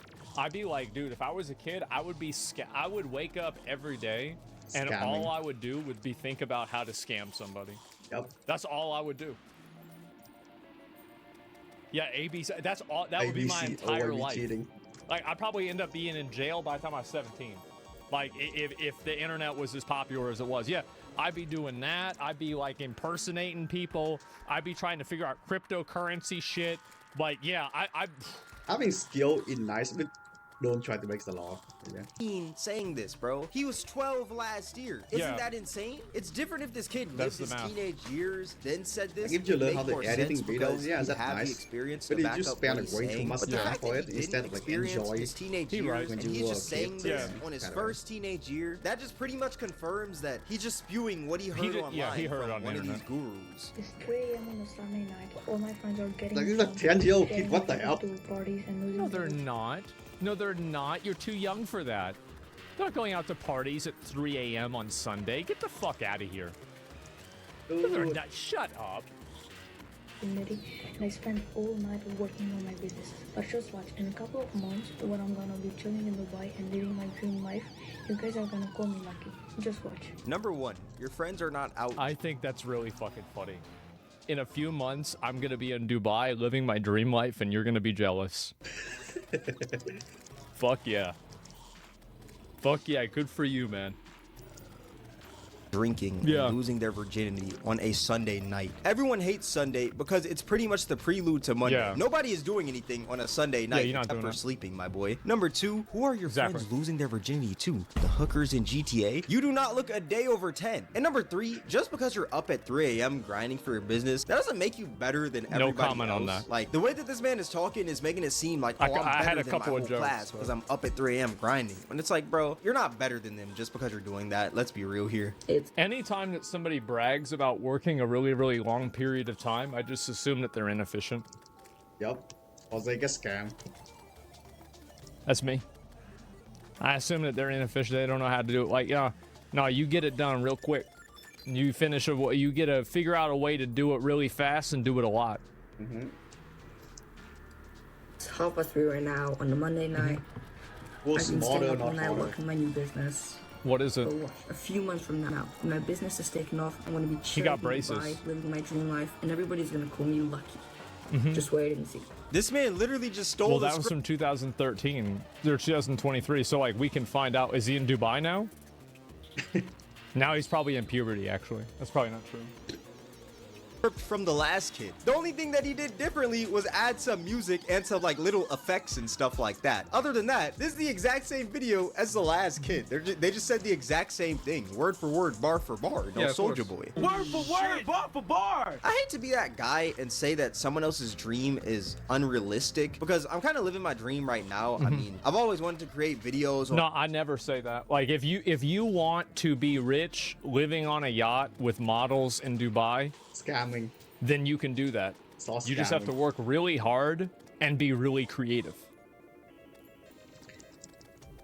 Like, that's it. Like, my dream whenever I was a kid is that I wouldn't have a job, like, and I would just fuck around with my friends all day making videos and playing video games. That was what I never wanted a job. And so how'd that go? Pretty well, I'd say. Pretty fucking well. Oh, shit. And so how do you do it? The way that you do it is you look at your goal and you look at how to get there. You look at other people that have got there. You see what those people that have been there before have in common, and you try to emulate that for yourself in a unique way. That's the first place you start. And then the second thing you do is you do it.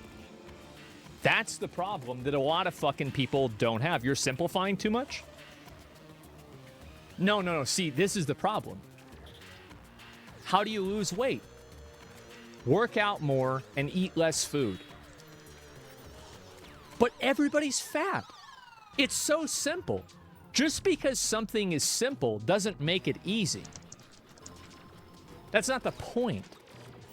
But no, if you want something, like if you are very ambitious and you want to have something that's like massively like successful and you want to be really successful, then go out there and get it. Like, I remember back whenever I was like first starting out making YouTube videos. Do you know why I made YouTube videos? One of the reasons is because I thought everybody else that made YouTube videos was just a trash player. They don't know anything about the game. They're garbage compared to me.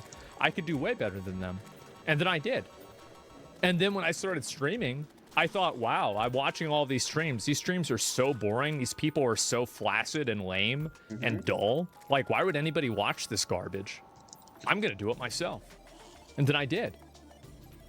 So no, don't let anybody ever tell you that, like, you know, your aspirations are unreasonable. You all start narcissist? No, it's not. It would have been a narcissist if I was wrong, but I wasn't. And the way that you do it is you do it by working at it every fucking day. It's confident. Having confidence in yourself is not having an ego or being a narcissist. That's it. Yeah. Anybody, Jim Carrey said the same thing. I can do that. Yeah, exactly. Then go do it. The only thing that I don't have respect for are people that say I can do that, but I won't. Why though? Like, I won't do that. Dude, if you can earn money by just playing games, then just do it. All right, well, good job. Don't just pretend to be. And I think that, to be fair, everybody has something like that in their life, right? There are a lot of things that we could do, but we just don't want to do them. That's fine. But, like, don't, like, if this is your life dream, and, oh, I'm just not going to try, no respect. Sorry. People romanticize the success, but shy away from the work that it brings? Yeah. What's the quote? Everybody want to have these big muscles, but nobody wants to go to the gym and lift this heavy shit? Something like that? Yeah. That's true. That's right.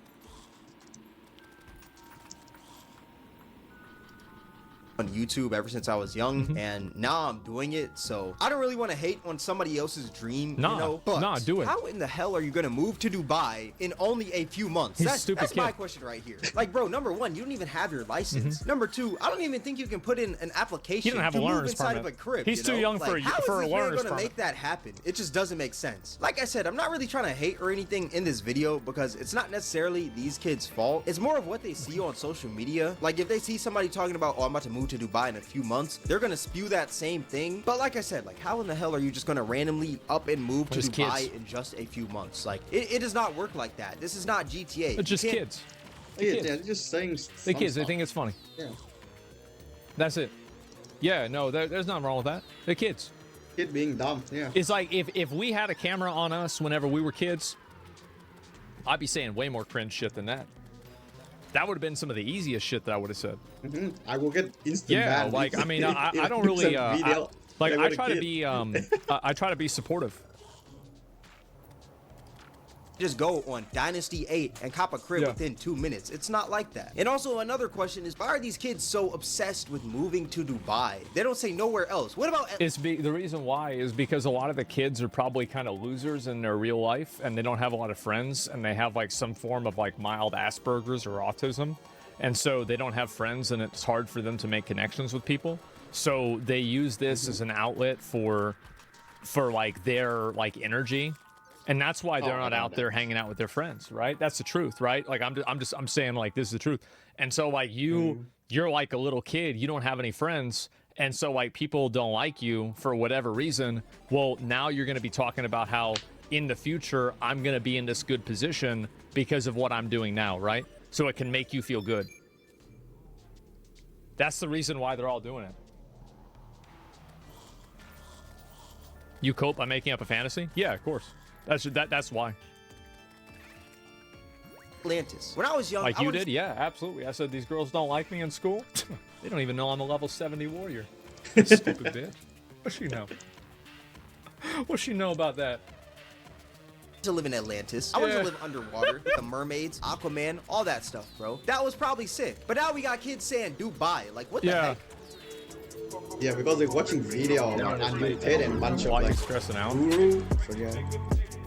Yeah. This video is crazy because this kid is stressing about his parents working at 13. Not about his parents being poor or homeless or not being able to put food on the table. He's stressing because his parents are working a stable job when he is 13. The funny thing is that the mom was probably recording the video. She's like, okay, Steven. Mom, so hold it right here and show the part where I'm looking at the graph. 13 years old. Okay. Something that is normal. Does that not sound crazy? Like, I understand that we all have the dream of retiring our parents, buying them a house, and buying them whatever car they desire. But I don't think that's something that you should be worried about when you're like 13 years old and you haven't even finished puberty. I feel like it's just unnecessary stress that this kid is adding to his life at a young age, all because of a finance guru he saw on social media. It is. I think that a lot of the kids that get fixated on this are kids that don't have problems, like they don't have like friendships in real life. Like, and this is me speaking kind of from personal experience, but I wouldn't be surprised if like this behavior is actually an outlet and a cope from the fact that they're not really able to form meaningful relationships inside of like their own personal social lives. And because of that, they kind of are reduced to this. It's compensation. Yeah, I think so. And that's what would make sense to me, right? Not that they don't have any problems, but that, like, for example, like they don't have like a lot of friends in real life and like people that they really connect with. And so they're doing this instead as a way to like, you know, expend that emotional energy.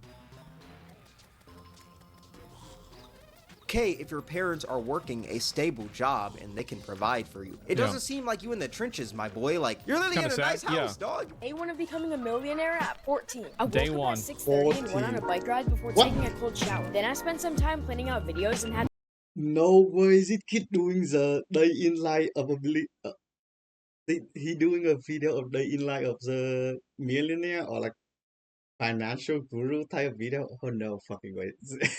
A 14 years old kid doing this video. Bro. At breakfast. After this, I had some calls. He talking to Goku. Oh man. Oh god. Am I crazy for saying that, like, what, like, don't y'all think this is a bit of coincidence that, like, every single one of these kids is, like, a, like, skinny white kid that looks like, I mean, because you're 13, you got a 2-monitor setup, a Yeti, a blue Yeti, and a light-up keyboard, and, like, a Stream Deck. Like, your parents have money, right? And so, like, a lot of these kids probably have, like, you know, decent lives, etc., but they might not have really a lot of friends. And they're kind of dorky. You know, all of them are kind of dorky. I'm just saying, right? I'm looking for common denominators.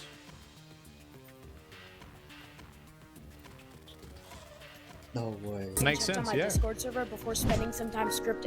Yeah, I think the best financial advice I got is from my manager back when I used to work at retail. And he told me one thing that I never forget. Never get a credit card. If you never ever get a credit card, unless you want to go full on debt. Yeah, that's like the best advice like I ever heard someone ever give me. Today I made around $500, so pretty good. Finally, I edited some reels and went to bed at 10:30. Yeah. Why do you need to become a millionaire at 14 years old? I think that's great. Honestly, I'm Right now, super supportive of it. Basically, I never. I'd be editing videos as a kid too. I was teaching myself animation for free at 12. Hot cash. If I could have edited YouTube videos back then, bro, I'd have downloaded a cracked version of Sony Vegas and I'd have gone to fucking town. Absolutely. Yeah, bro, like absolutely. That's good. Nothing wrong with that? Yeah. $500? Damn. Well, yeah. I mean, of course. You got to fish where the fish are. You got some guy that does YouTube. Like, you say, I'll edit your videos for you. Fuck. Why not? Like, I had one guy that was making videos about me. This was in 2018. He showed me a paycheck he got. He made 32 grand in a month. Oh, and that's back then, right? Cat Danny? No, it's somebody else. It's somebody. He's not one of my editors now. It's a totally different person. Yeah, it's a totally different person. Yeah, $32,000 in a month. He said he didn't want me to tell people who he was because he didn't want to get hate for it. You know? Getting hate for but yeah, what? some Like people know who it was. asking gold and getting hate? What the hell? People were farming you back then? Yeah. And so, like, was that kid stupid? No. That's like trying to fight Millennia during the tutorial in Elden Ring. Like, bro, why are you worried about that? And why is this man taking cold showers at 14? Like, what is the purpose? You don't now, need we'll to do say that. the good thing out of this video is that it seems like this man has a little schedule going on, you know? He's going to sleep at 10:30. He's waking up pretty early. Like, I do think that is good, but at the same time, becoming a millionaire at 14? Jesus Christ, bro. Realize school Yeah, wasn't- I really, bro, same. Oh, bro, same. Yeah, that school wasn't for Realize me. school wasn't for me, Eddie, dude. You and me both. Paste. Yeah, cold showers help with acne, apparently. Yeah, I don't know. But, like, I just, like, as somebody who, like, I've always been a grinder, right? I've always been somebody who, even when I didn't give a fuck about stuff, I was grinding something that I cared about, even whether it was a video game or whatever. I've always been doing something. Like, if I worked at the IRS, I worked my fucking ass off. If I was doing YouTube, I would make the best videos I could. If I'm streaming, I'm live every fucking day. And so, anytime that I see a kid that's, like, got that type of mentality, then Good for them, I yeah. respect it, man. I do. I do. Like, I'm going to be the last one to rain on their parade. I've been making YouTube videos since I was 13, so I can't hate on these kids. Yeah. I was making videos I was putting videos on the internet at 14. That was like 2004. That was the earliest I could do it. I would have done it earlier if I could. So basically, you're a perfectionist? No, I'm not a perfectionist at all. You should have yeah. For me at a young age, became addicted to video no. games. Tried to becoming a YouTuber, didn't really work out, didn't know what to do in my life. I was depressed, tried making TikToks, went viral. Nothing changed though. Realized I had to change. Still didn't change though. Finally decided it was time. Started hitting the gym, tried drop shipping. It failed. Started to make some progress in the gym. Started my personal brand, found Allah, decided it was time to lock in. Started my SMMA, making progress towards my dream life. Good for him. What do you mean I didn't know what to do in life? You're literally a teenager. Am I the only person that like felt the same way as a kid? I was like, I don't know what the fuck. Like, I was thinking like, bro, should I just kill myself after high school? Like, I don't want to get a job. Like, I don't want to live a normal adult life. This is, bro, like, I'm gonna just clock the fuck out. Like, this sucks. Like, I had my fun, yeah. Bruh. Like, that's it, Sam, I'm 30. Exactly. Of course I thought that. I'm like, what the fuck am I going to be doing when I'm 27? I'm 25. That's deranged? No, for me, I thought about that a lot whenever I was a kid. I said, what am I going to do whenever I'm an adult? Teenagers don't know what they want to do in their life. That is normal. You can do that fentanyl? Is not something that is only happening to you. That's like playing a video game and being like, oh, I don't know what to do in the game when you haven't even passed the tutorial yet. Obviously, you're not going to know what to do until you play the game more, and that game being life. The more you live life, the more you're going to know what you want to do. Like, it's not just something that you just spawn in this world knowing what you want to do. Social media is I knew I didn't want to do nothing.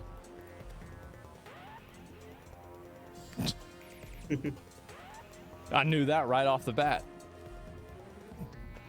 Yeah, immediately I knew that. Like, you didn't need to, bro. Because why do we have this teen out here having an existential crisis at 13 years old? The only thing you should be stressing I was having existential crises when I was like 5 and 6 about like dying and shit. Yeah, like, am I crazy? Am I? Yeah, maybe this is why, like, so because like maybe I was like, I mean, in high school and middle school, like I actually had a lot of friends. Like I was never like one of those like loner type people. But I feel like I can relate to a lot of these kids with like the way that I felt as a kid too. So that's not normal. Maybe it is. Yeah, you worry about a lot, dude. Oh, that's a fact. Yeah, of course I was thinking about that. Maybe you're on the spectrum? Maybe, I don't know. I never like, the thing is like, it's just, I never think like that because I thought it was silly, you know? I feel like it's normal as fuck. Yeah, I think it's normal. Over at that age is the homework due on Monday. There is no need to stress about your life when you're that young. Another thing that this dude said in this video is became addicted to video games. I'm gonna make the wild assumption that this kid probably wasn't addicted to video games, and maybe he was just a child being a child and decided to play video games to occupy his time, because what else can children do? Obviously some kids play video games for a long time, but I'm gonna be completely honest, I don't think this dude was probably one of them. I think the problem is a lot of these hustle culture videos are meant for like an older crowd, but when kids see them, they definitely are. But like we even had the same shit. Like I remember we would build out like plans for like making forts out in the woods, and like I'd have like a whole plan and like idea how we're gonna do this. It was a whole situation. Yeah, and we were like 11 and 12 and 13. Yeah, and I'd try to get like 5-6 people go down there and we do it, and we did it. Or like teens see them, they try to apply that to their lives. For example, let's say like some 30-year-old says, I was addicted to video games at 26, but now I'm 30 years old. I start taking cold showers and I'm a Sigma. They're gonna say that, put that out online. Then a teenager is gonna see that and be like, oh shoot, maybe I should apply that to my life. Now they're trying to live like this 30-year-old rather than just trying to live their youth like any other kid. I think it's because they feel like they can't live their youth because they're isolated and alienated from people their age because they don't get along with them, because they probably have some sort of like spectrum disorder. I think that's the real talk that we're missing here. That's the facts. That's unsaid. It's my opinion. How could I know that? How could I possibly know that? It's a mystery. Issue here. Stressing at 14 so I can chill at 20. 14 show at 20. Yeah, no way. They're all on Discord, There was another too. kid that actually reacted They're to... all on Discord with each other, man. How to Win Friends and Influence People. My mom bought me this book. Never read it. She said, you need this. You said, you need to read this. Because she saw the way that I talk to people in WoW. Oh. And she's like, you need to, this is going to be a problem. Like, you can't.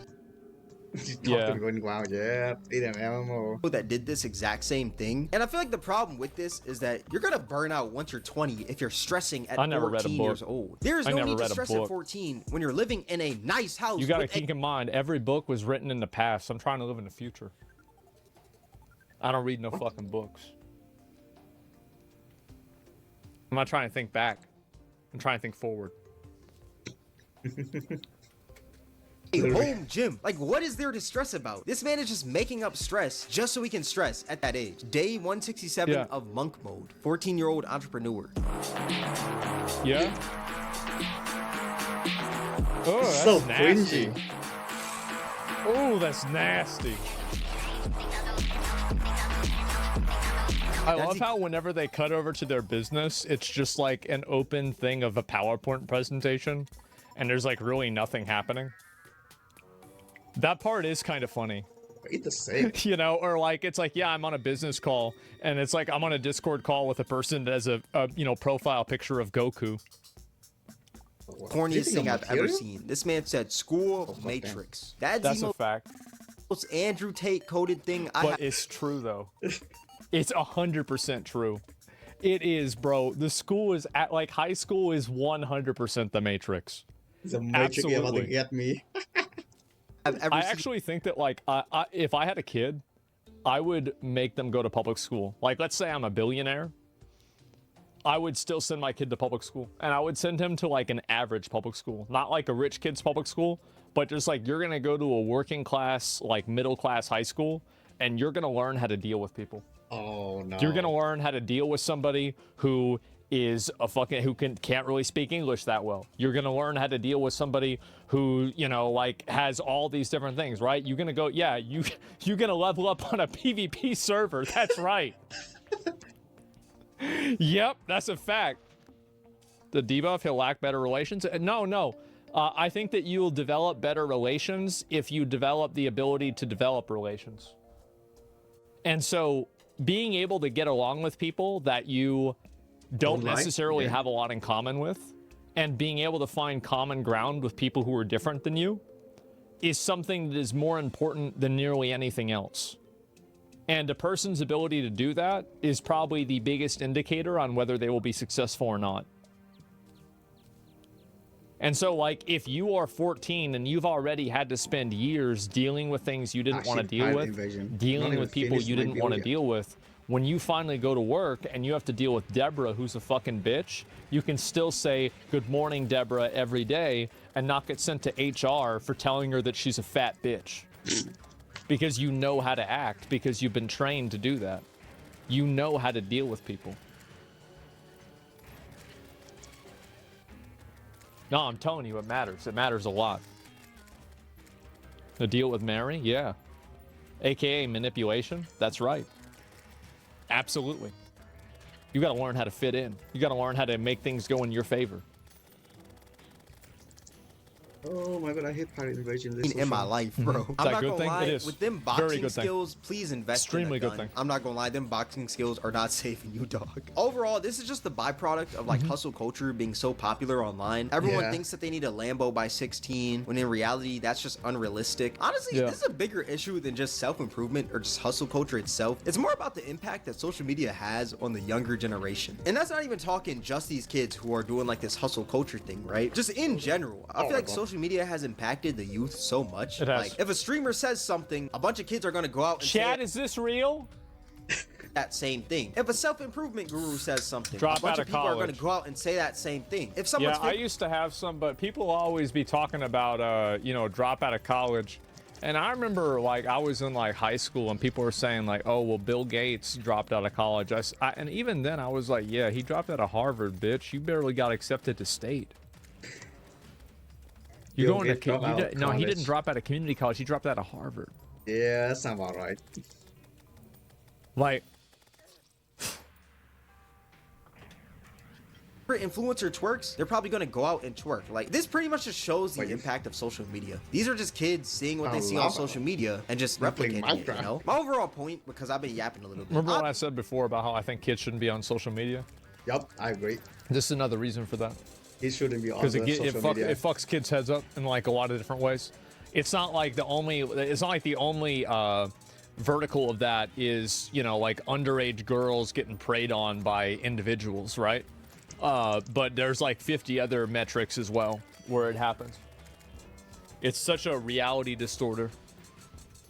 Obviously, there are some good habits that can be taught from these self-improvement / hustle culture videos, but that really isn't something that you should be worrying about when you're that young. That being said, this is going to wrap up the video. If you guys made it this far, I appreciate you. Once again, I appreciate you guys so much for 100K subscribers. This has been one of the craziest years of my life, and I appreciate every single one of y'all for making it crazier and crazier each and every day. I started this year off with like 20K subs, and now we're standing at, I think, like 120K or something like that. That's crazy. That's actually nuts, because I remember for me, whenever I started YouTube, my first year was 20,000, my second year was 102.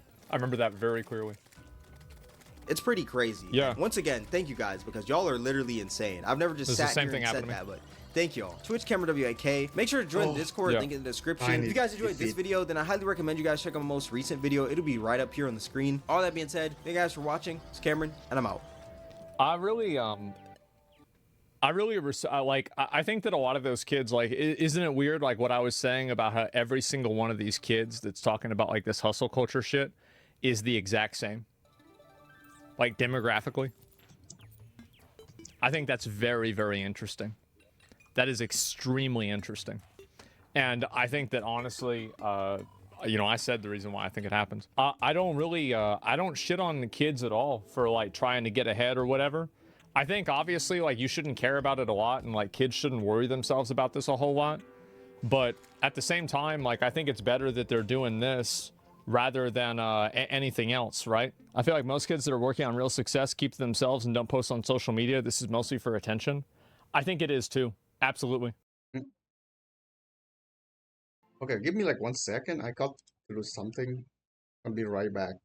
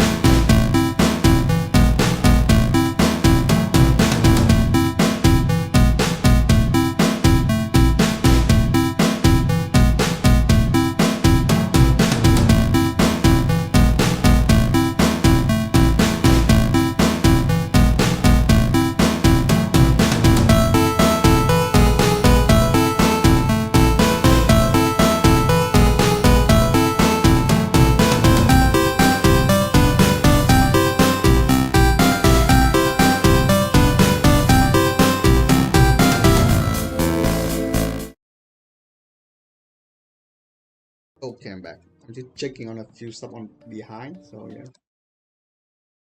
Oh, there was something else. Oh, Dragon Quest 3 remake is a sensor match. Yes.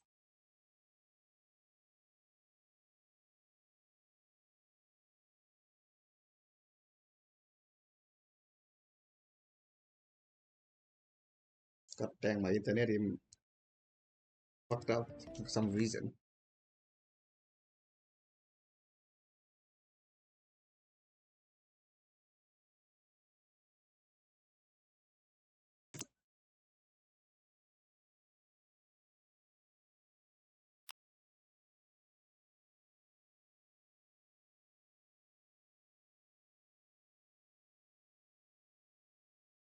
It's weird because somehow like it still look fine to me, like 60% FPS on my OBS.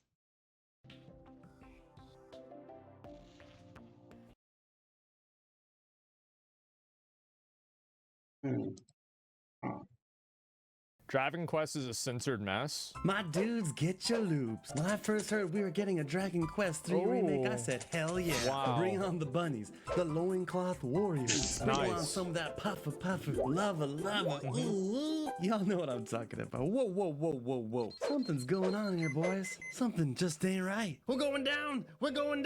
Looks like they got us again. Censorship in a Squaresoft Enix game. It's been happening all too often these days. Japanese companies bending the knee to Western activists. Quick history lesson. You see, all this started in the 80s with the rock music. Stay-at-home moms protesting the devil's music. Then it was That's right. Okay, I think I'm back. That's right. This is the new thing for them to complain about.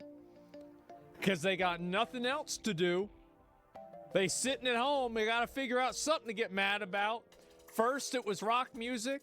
Then it was video games. Then it was rap. And now it's video games again. The Karens in the 90s, attacking games like Mortal Kombat. That's pretty bad. And that's just plain gross. But we fucking won those wars, boys. That's For right. many years we held our ground. Our numbers grew strong. You never take our games from us. It didn't matter what color your skin was, what side of the fence you were on. We all just want to play good games. Imagine that. All just want to play But then we games. got a new type of enemy: basement-dwelling Twitter weirdos. They've infected all forms of entertainment, from movies. They sure have. They sure have. They are a fucking cancer. Fucking parasite. They are an absolute fucking cancer. I actually have a very good example for this afterwards.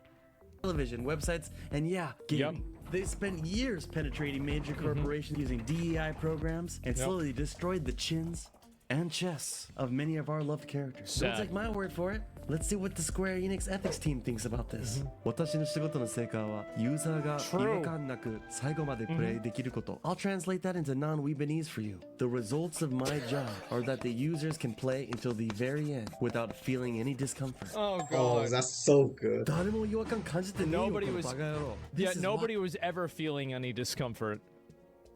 If a video game has got you feeling discomfort, talk to your therapist. My games feel so soft these days. There are teams with checklists making sure that our games do not contain anything that could even be remotely offensive to anybody. And the reason it's getting worse and worse is because all departments in major corporations are micromanaged to hell and back. This team has to find more and more and more content to censor in order to justify its own existence. Why did you censor a video game? Like, I don't understand. Like Concord. Same with Nothing anime. is safe anymore. All that shit. And now they've somehow convinced Japan that they should change their media and culture for people who don't even play games. Over the years, Square Enix has slowly What do they do? Oh, that's bad. The black. Oh, yeah. That's real bad. To their games, and it's getting worse and worse. This is unacceptable. Yeah, unacceptable. Worse. It's heresy. The first thing I noticed was in my favorite game, Final Fantasy VII. Not the original. I'm talking about the remake, where they changed blood to be the color purple. They also ruined the story. I could accept that because it probably could just be because of China. Buddy dying here, who offed himself in the original, but is now gunned down instead because taking your own life is controversial. I think suicide is also not able to be shown in Chinese media. I don't think I cannot.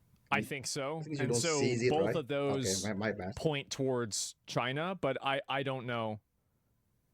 Japan doesn't like blood. Yeah, so that could have been the reason. Doesn't make it any better, right? But like, just to make sure that we have the correct culprit here. Can you see the video now? They've taken the designs from the fan-loved Akira Toriyama, one of the most important and legendary artists in modern history, and then just said, fuck this shit. It's not appropriate for modern audiences. And went ahead and covered up the women in the game. Removed religious symbols and even lips. Wait, what? Audiences. And went ahead and covered up the women in the game. Removed. Oh my god. Remove religious symbol. Bruh. Not really. Like religious. It's just so symbols weird. and even lips. I'll get back to the lips in a little bit. Priorities, people. Akira Toriyama, the maker of Dragon Ball Z and many other works, passed away recently, and we fans are no longer able to experience any new material from him moving forward, as Square Enix has decided to water down his material from its own player base. Let's read the description of the class with crosses on their armor. Clerics. Clerics, yeah. Disciples of the gods. Hello, Square Enix. They are Clerics, one of the most well-known and respected classes in all of RPG games. Let's continue. As evil-hating followers of the gods, clerics cast healing and reviving spells that are imbued with holy power. Okay, so you don't want any possible religious symbols in the game. What are you gonna change it to? Boring, boring, boring, boring. People trying to make the video game reflect their real-world personality. Sorry, real world what's the word? Persuasions, proclivities, I don't know what it is. But it's just like perversions, persona, perception. It's so exhausting, bro. It's so annoying. To be fair here, they've been doing this to Dragon Quest since the literal 90s. I know, and you guys need to understand that, like, anybody, like a lot of us, I think the big reason why I have a lot of audience of people that watch me talk about this kind of stuff is that for a lot of us, this isn't our first rodeo. Like, we remember what it was like in the 2000s when the same shit was happening, but for a different reason.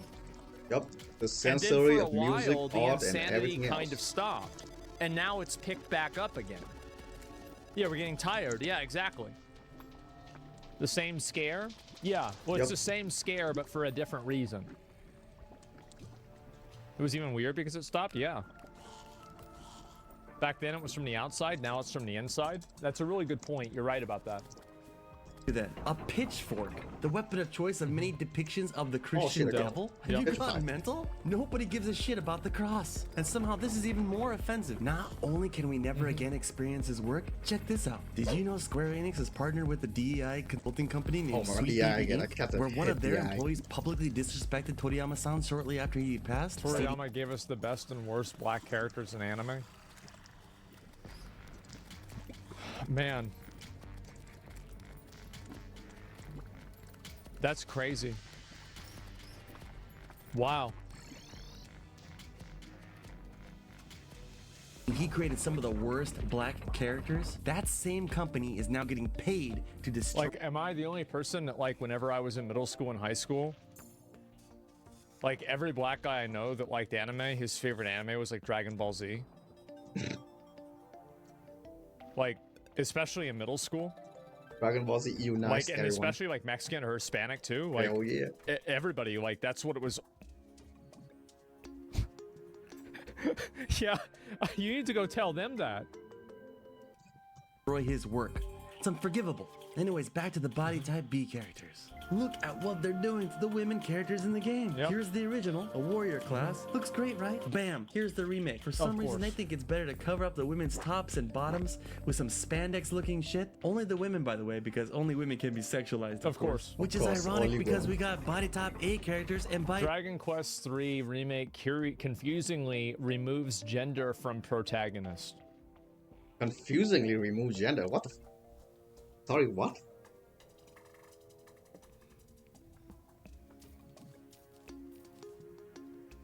Oh. I'm tired, boss. I'm tired. How is it that we have conceded this much ground to these mentally deranged freaks that we're allowing them to completely change video games to appeal to nobody other than themselves and their other weirdo friends. Dude. How and is they this wondering happen? they're losing money. Because they're doing the We bullshit didn't, tires companies thing. did. I just hope that people stop buying and supporting games that do this. Yup. Just stop buying Just games. totally stop supporting them. Inch by inch, yeah, you do. People need to stop doing this because the moment that they start losing money is the moment that this stuff goes away.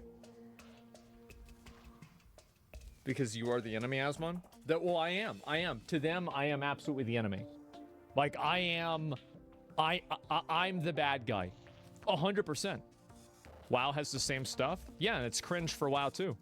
I said it then. Yeah, WoW got rid of gender as well. It's embarrassing. The reason why it's so embarrassing and annoying is because of how, like, just on the nose disingenuous it is. Why is it? Why? Yeah, they did. Not I'll go ahead and I can pull it up right now. They just pretend to be. So yeah, like they don't. I'll just look at I'll look at classic WoW.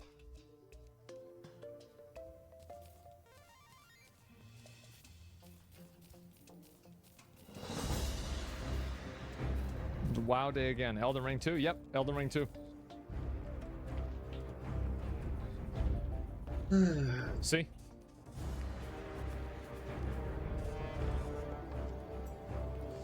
Yep. And that's even in classic WoW. That's not in the new game. That's in classic WoW. Why is it hard to admit gender is a thing for these people? Because it's about an agenda and it's not about reality. Like, I'm gonna be honest, there are games like, for example, Elden Ring also has this and nobody really cares, so it's not like every game that has this is bad. But if I see a game that uses body type 1 and 2 instead of male and female, I'm going to assume, like, that is another, like, very minor mining canary to me. Oh, if I see that, it's like, uh-oh, this game could be problematic. It's weird. It is weird. And the reason why it's weird is that it's so transparently and obviously male and female, because body type 1 is always male, body type 2 is always female. And if there are multiple genders, then why are there always only 2 body types? And also, why is it always that the more feminine looking body type is always having their chest covered? Why is that? It's just so patently obvious and so blatantly stupid that I can't believe that more people aren't annoyed by this. We're pandering to people that are fundamentally delusional about even the most basic concept of reality. Yeah. Like what? Should never capitulate to people like that. It's so it's weird. Insane. Like, yeah, these people don't even like they're I'm super annoyed. I am too. I think that there needs to be a huge pushback against this. Because I'm sick of having reality dictated to me by people that can't even understand reality. Mentally deranged people are ruining the world. You're right. Well, they're not ruining the world, they're ruining games. These people are awful. Does it really come from a Square Enix game? Yep. Something I ignore laundry, I don't waste my time on. Oh yeah, I mean, I get it. Like, if you don't care about this, here's the thing. I don't want anybody to get it twisted. If you don't care about this and you just want to play the game, I don't care. You do whatever you want. Like, you don't have to care about this. Like, if you don't care, like, I totally respect that. Yeah, definitely. But, like, I care. I find it annoying. And I think that if you don't care, it will just keep getting worse until it's unignorable.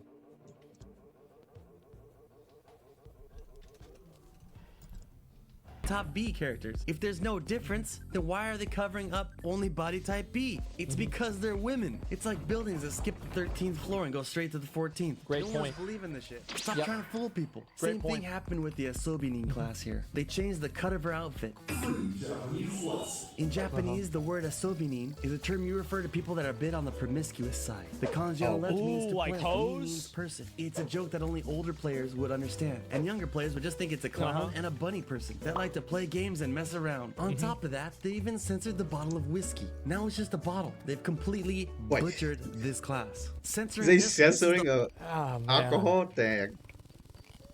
How does this happen?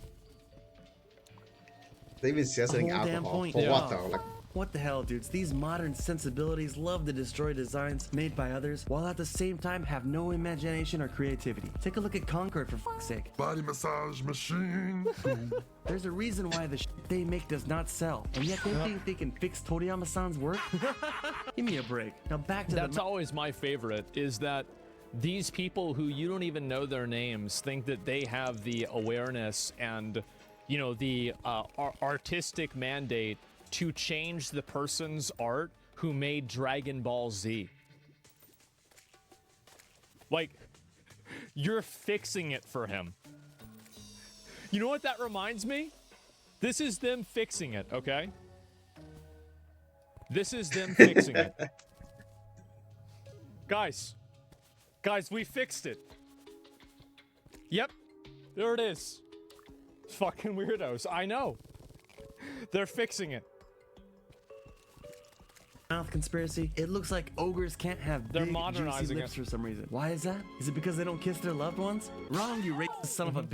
It's because lips equals black people, according to the That's Square right. Enix ethics team. They've been going Yes. after lips for decades. Started with Mr. Popo. Then they got our girl Jinx from Pokemon. And now it's ogres. Nobody is seeing big lips and thinking black people. But apparently Bruh. Square Enix does. If anything, it's making the situation worse. Not to mention they gave him an extra finger. Well, the problem Actual with this fingers? is What the? that It's ogre. It's not even a real disingenuous person.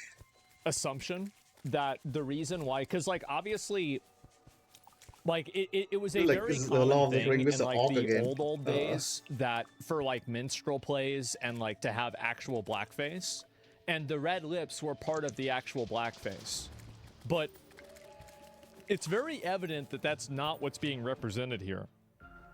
So at that point that it's evident that this is not being represented, this is in North America, right? Yeah. That it's not being represented. Actually getting annoyed. That was not the intention.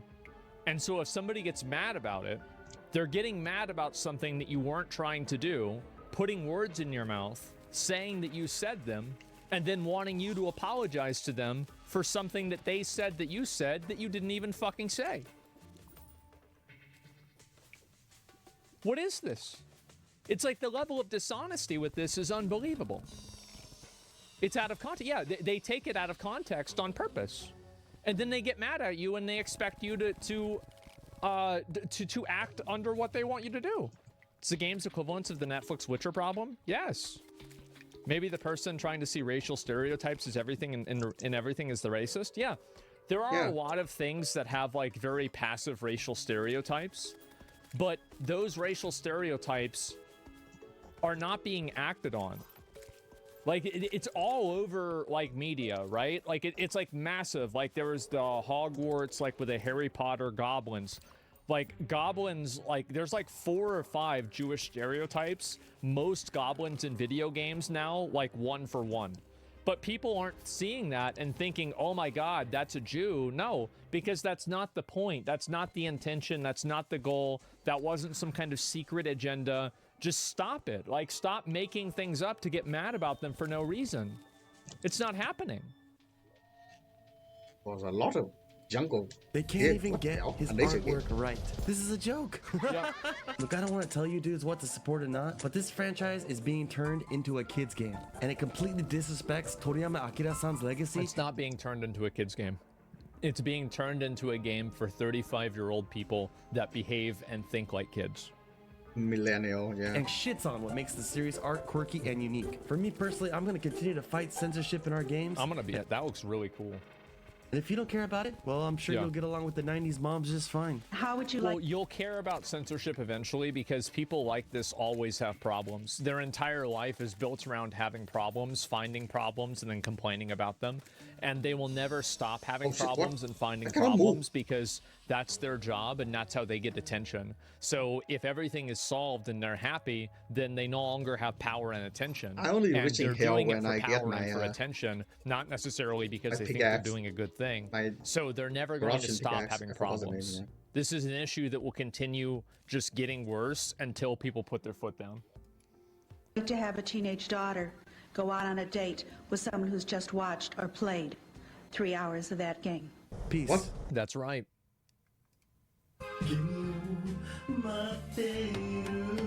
Sad, bro. Yeah. What a good video. What a great video. I've never seen this guy's content before. Wait, what the hell? I actually pressing skip. Appeal to nobody other than themselves and their other weirdo friends. How has this happened? Yeah, that what happened when you companies when you did. create a large version. I can't even understand. The problem with this is evident that that's not what's being represented here. Got cut video. Got cut. So at that point, that it's evident that this is not being represented. This is in North America, right? Yeah, that it's not being represented. That was not the intention. And so if somebody gets mad about it, they're getting mad about something that you weren't trying to do, putting words in your mouth, saying that you said them. Or not, but this franchise is being turned into a kid's game, and it completely disrespects Toriyama Akira-san's legacy. It's not being turned into a kid's game. It's being turned into a game for 35-year-old people that behave and think like kids. And shits on what makes the series art quirky and unique. For me personally, I'm going to continue to fight censorship in our games. I'm going to be it. That looks really cool. And if you don't care about it, well, I'm sure you'll get along with the 90s moms just fine. How would you like... Oh, was there a new video about that one lady that one squatting lady? Hell yeah! Oh, that'd be so nice. So yesterday I watched 2 of these. People really, really liked it a lot. I didn't expect it to be as entertaining as it was. But for anybody who missed out on it, the saga continue. This guy, the guy on the right, his sister owns a house and was renting it out to an Airbnb person who then will not leave and is claiming squatters' rights. Now, it turns out that this person has been doing this ever since the 90s and is so well known with the police department that she and the police officers on both sides are on first name bases with each other. First name basis. So, they know her name. Her name's Mary. And they probably have to deal with her. Apparently, the cops get called out there 4 times a day. Wait, 4 times calling? So it's like 4 daily quests every single day, having to deal with this woman.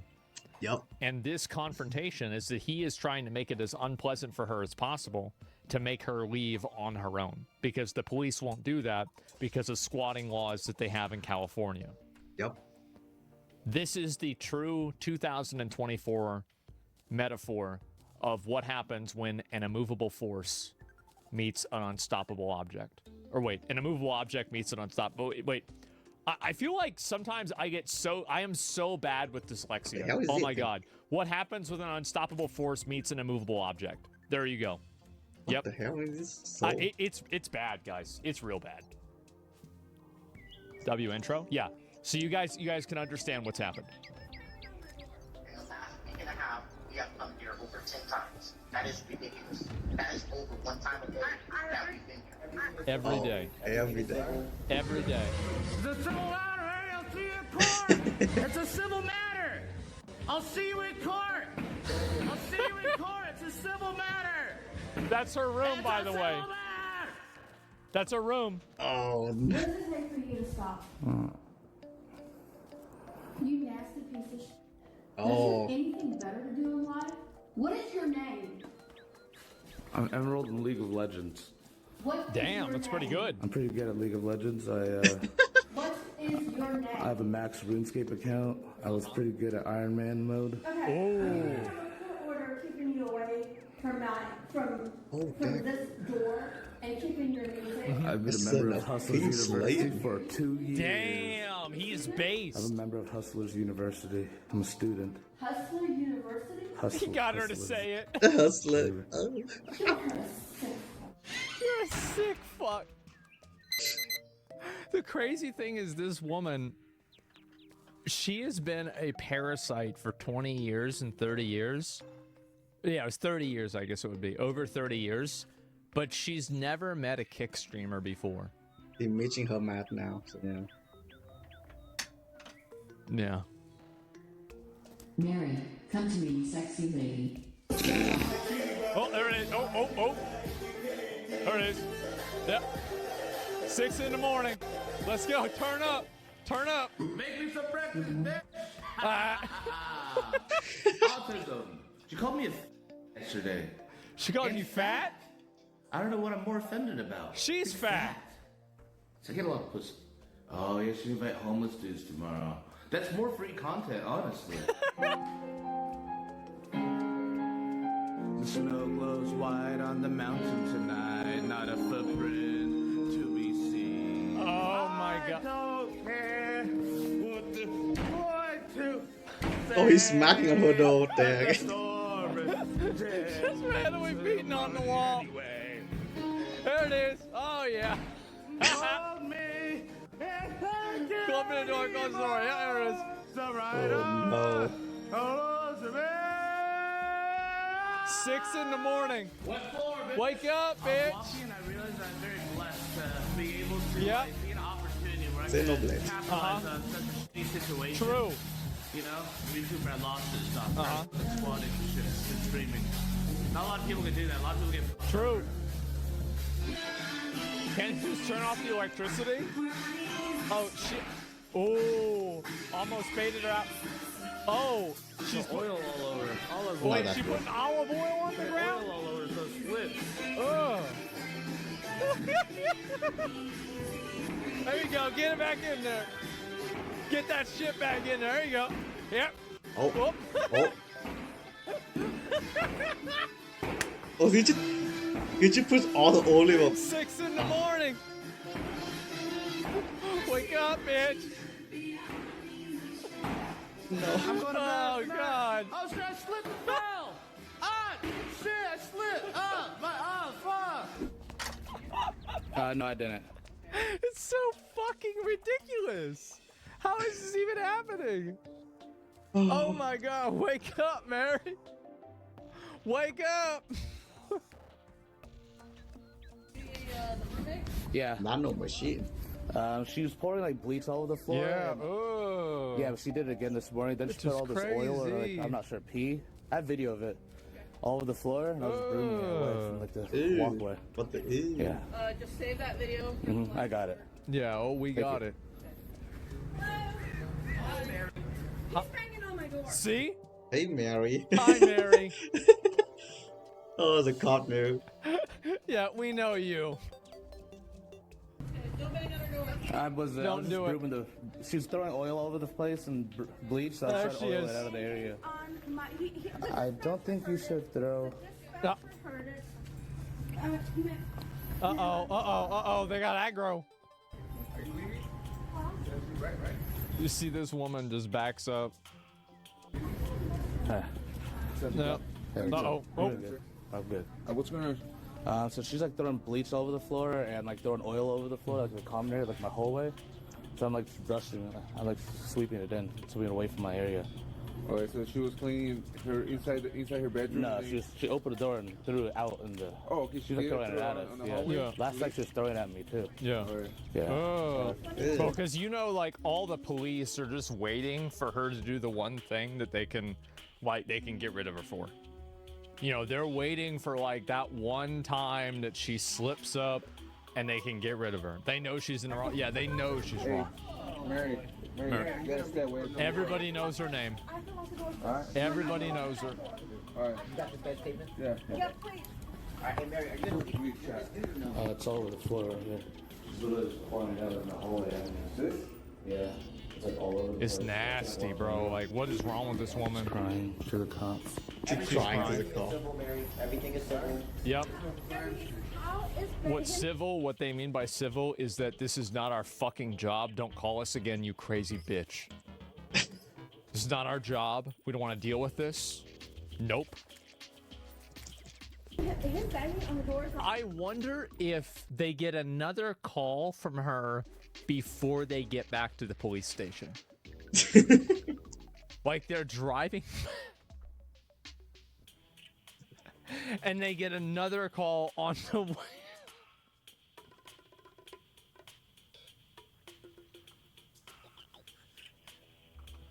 You think about like how much taxpayer money is wasted? Like we're talking about collectively over 30 years, probably tens of millions of dollars. Probably more. You realize Because that, she's right? calling so Like we're much probably too. talking tens of millions of dollars collectively has been spent on dealing with this woman. They could have just bought her a fucking house. Everything. If banging and kicking on my door is not harassment. Okay, stop banging on the door, please. Just Stop banging on the door. Stop with the music. Okay, there you go. Stop harassing me. Oh. Alright, stay away from each other, and then, Stay the fuck away Hey, from don't me. call me the F word, please. Don't say that. That's not nice. I'm just sleeping. I need some pest control and some roach spray or something. I think it's because I keep leaving the windows open, the doors open. There's bugs. Wait, they got them roaches in there? Oh, there it is. Yeah, I'll play music again. This is just so fucking good, man. This is part 3? Yep, this is part 3. It's probably 8 in the morning by now. There she, yeah, you know. Oh, see y'all going again? There she is. He's about to aggro her. Who you on the phone with? Hey, buddy. Oh, they Okay, put this is the another trap. camera She's on gonna see there. him outside. She's gonna try to lock that door. I'm gonna run to it. I'm on ground. I'm not gonna slip. Maybe a little bit. I have Crocs, but she is. He put a trap down. Bro. He got a trap down. Oh, shit. Gonna try to rush onto her own oil that she forgot about because she's. Listen to this. Thank you, Slow Fade. Thank you, Slow Fade. Chatter gives sub. There she is. There's her head. My dose, please, so close. Ooh, she got him. Oh, she actually closed the door. She got him. Damn. Oh, He got distracted by the subs. Giving me subs. God, Sub. she walks so casually. God, Fuck. the plan. Her fucking grip strength is insane. She has insane balance. She's a demon. Of course she has good. So I'm just a human. It's true, yeah, bro. He thought she's a fucking psycho. Yeah, bro. Hey, take these tickets. We got more grips. We got a Croc upgrade, guys. With the Bulbasaur attached from extra defense. This Croc guy. This Croc guy. You can't stop me! You can't look at me! We have technology! Technology, Barry! Your father just came over and spit on me. I'm removing the outside door and I don't give a Wait, she's texting him? You can't do this. So any member of your family who comes here will be attacked in self-defense, just FYI. That includes you. You can't do this. Any member of your family who comes here will be attacked in To be honest with you guys, I'm surprised that it's this coherent.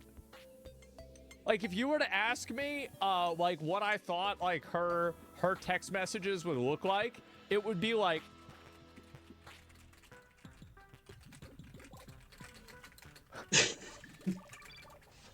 Like, that's what I was thinking, right? Is that it would be some crazy-ass fucking bullshit.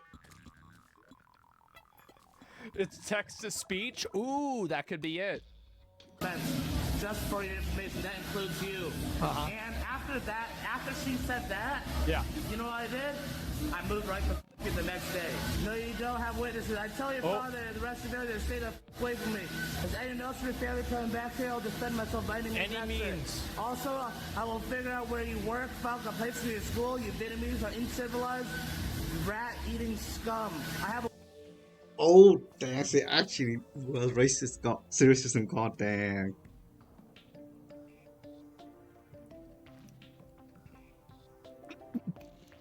Wow. Oh, I'm That's a afraid. hate crime. Can you believe that? I would have never guessed that she was racist. She called them she called them in the first video a pot-bellied Vietnamese pig or something like that. Like, she nasty, bro. This woman is nasty. witness too. Why is your father back to interfering? Why did he kind of tell the neighbors not to change the law? All this is coming out the court. Your father's filthy DNA is still on my face, so good luck saying it. Didn't happen. What? And how do you know I don't have a recording? You don't, so son of a go eat your dogs or whatever. Go eat your dog. It's a cultural thing if I eat dogs, bitch. You fat bitch. Dogs are like diet beef, bitch. Technically, your dogs or whatever your race eats, cats or whatever. But whatever your dirty race eat. Dude, You are filth who should have never have been allowed into this country. She racist as shit. She actually called him like, bro, she's breaking. She's cracking, bro. She's cracking. Oh, God. You're filthy who should never have been allowed in this country. Your father threatened the neighbor who was helping me. And there's doors. I just know she broke the door, right? So the fire boss came Monday. Stay away from me, but they say we have more problems because my door open. But the incidents, so I'm hostage. I'm hostage. I'm a hostage. And it's countryside social workers witness. Listen to her say. Wait.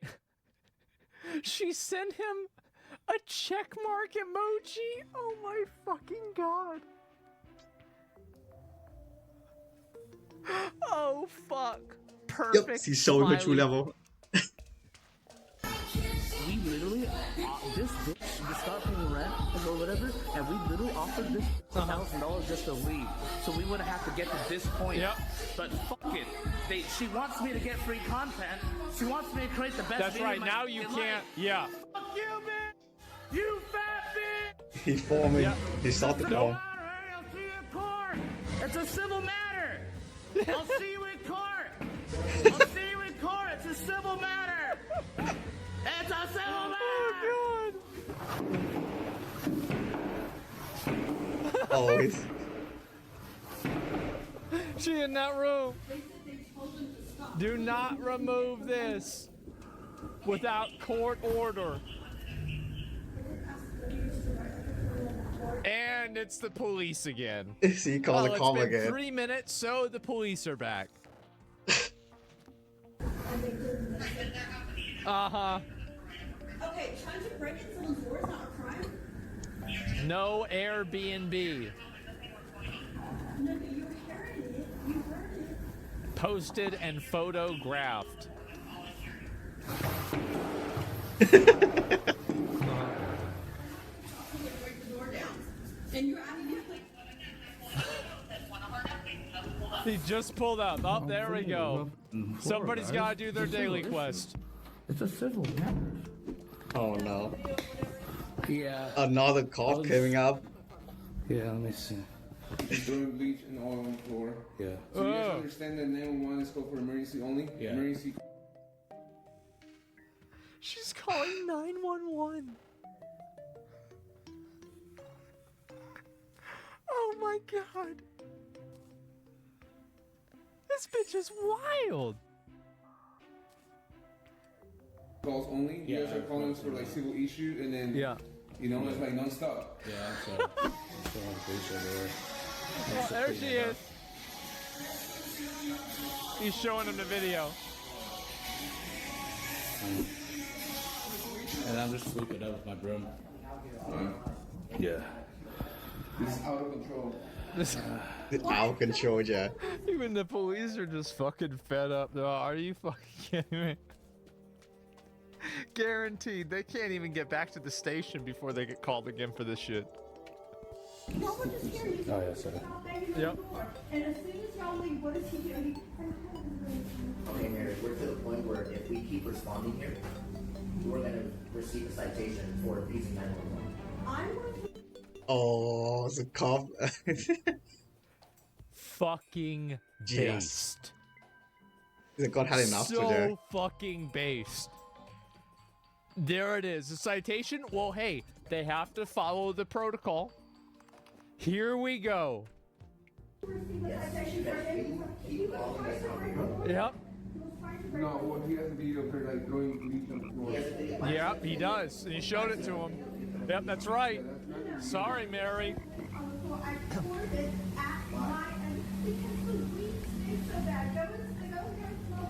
She... Probably no. Tens of millions of dollars over the last 30 years the state of California has spent micromanaging this one individual.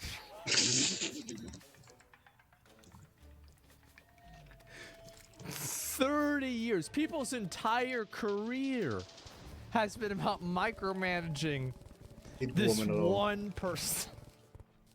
At this point, just buy a house. You think This probably about this cheaper in the fucking long shit. run. No way, tens of millions? No, I really think it could be that much. Because, like, there's court proceedings, court hearings, you know, there's police officers. Like, you think about it, like, really do the math. Do the math.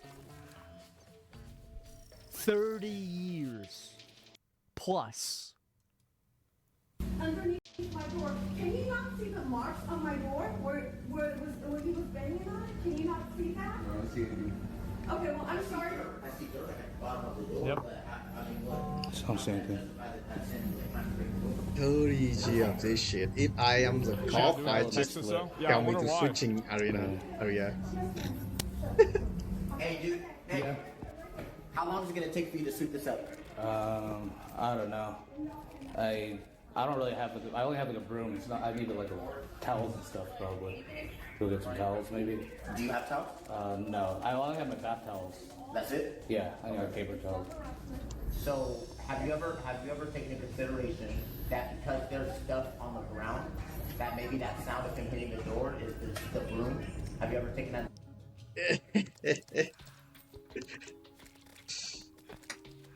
The cop view. Oh my god.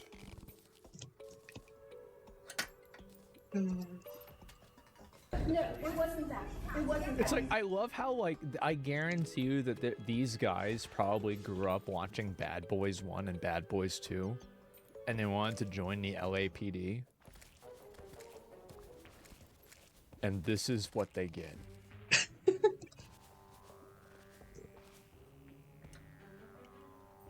This is what you get. Because he was banging on my door repeatedly, banging and kicking on my door.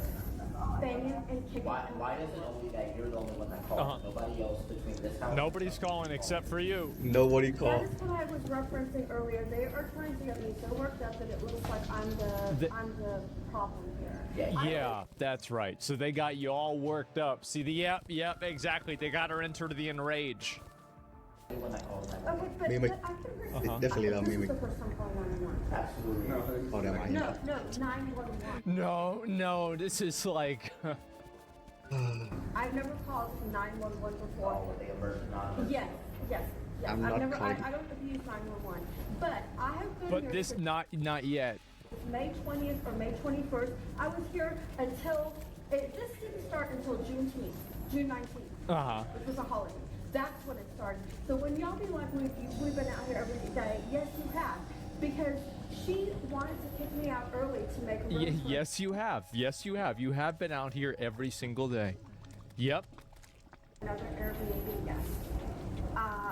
And I have the text messages. You know what? After I can smell the stench from out here. I don't know how y'all cannot smell it or go closer to it. And you were asking me why the bleach is coming from out of my door, because the stench is. So once again, Harry, we have no problem, and we're gonna leave.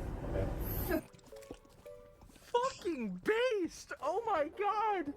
These cops are just like, okay, got it. Listen again. From out of my door, because the stench is. So once again, Harry, we have no problem, and we're gonna leave. Okay. You don't have a problem. That's We're it. gonna Okay, leave. we're leaving. Yeah, we're leaving. We had enough. So once again, Mary, we have no problem. We're gonna leave. So breaking down my door is not. You didn't break down. She definitely doesn't return her shopping cart. Yes, she does. She returns it back to her house. Or sorry, someone else's house that she's living in. Breaking down my door is not a crime. No, Mary, don't leave. No, my content. Oh god, she's No, Mary, chasing don't the leave my officers off content. the- Oh no! Don't look at her. You're gonna pull aggro. Don't turn around. Don't look at her. Please, Don't look at her. It's dangerous out there. I miss her. I miss her. I miss her. You fat bitch. Oh my god. I win this round, bitch. I win this round. That's a W. Hello, Maryland. Hello, Maryland. Hope you're having a good day. Oh, you're back again. Hope you're having a good day. Leave me. Why are you in my entrance? You're in my entrance. Get out of my entrance, please! How do they have phones that are able to record all of this stuff? God I feel like they would have run out of time recording. Like data and like yeah, right? That's what I'm thinking. Like this woman, she probably stole it. Ooh, you're right. She could have like 4 different stolen phones. Get out! Leave my entrance! I'm trying to go to my room. Leave me alone. Stop touching me. You're disgusting. Do not touch me. You're gross. Fatty. Shame. Shame. Oh no. Oh, shame. Shame.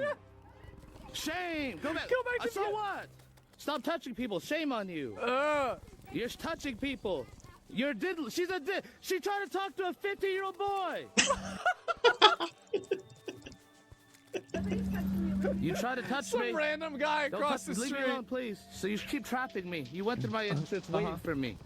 Don't touch me. She's trapping him. Oh shit. Do not touch me, please. Please don't touch me. I'm a victim of abuse. Please do not touch me. Don't. You're a victim of mental illness. I'm autistic. That's it. You're not autistic. So am I. You're too smart. You're actually talking to people. I don't even know how to talk to people. You white people. You're white. You act white. You act white. Oh my god. You act so good like that. I'm not white. Oh my god. Here we go. I'm Asian. No, you're Asian. not. You Asian, you have honor. You're white. What you're doing is honor? Yes. To me, that's honor. I'm not chasing you. I'm trying to go to Oh, my that got her mad. Oh, that got her big mad. I go room, up. but you're following me. Go to your room. I forgot. Don't touch me, please. Don't touch me. That's a weapon. Don't touch me with that. She's not gonna move. Yo. Oh, she got it. Oh. I'm just saying white to trigger her because I knew she would respond to me calling her white because she hates white people. If I know her. She hates white people. She hates Vietnamese people. Damn. They need to bring a black person on here. I wonder what she's gonna say. Oh shit. Is that like, you know, like you bring like a special artifact into like a boss fight and it activates like a secret hard mode? I guess in this case it'd be a secret hard R mode. Oh no. Look at this. She's one of those SJWs that hate white people. Landlords and shit. Oh god. Guys, I'm not saying to be white, okay guys? I'm not Jesus, who the fuck is that? White people. I'm magnificent. She's right here. Oh fuck. There she is. What are you doing? Why is she outside looking in? What the hell is she doing? Don't film me. It's creep. We got a creeper. Creep. She's filming my penis. She's filming my penis. Don't touch my pickle.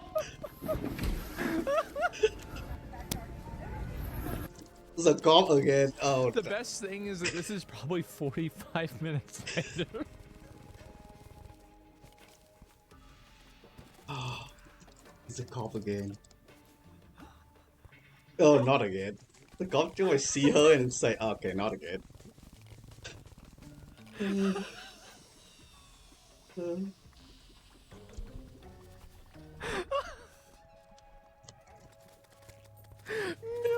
of dollars are being put into this. This is all the same day as far as I know.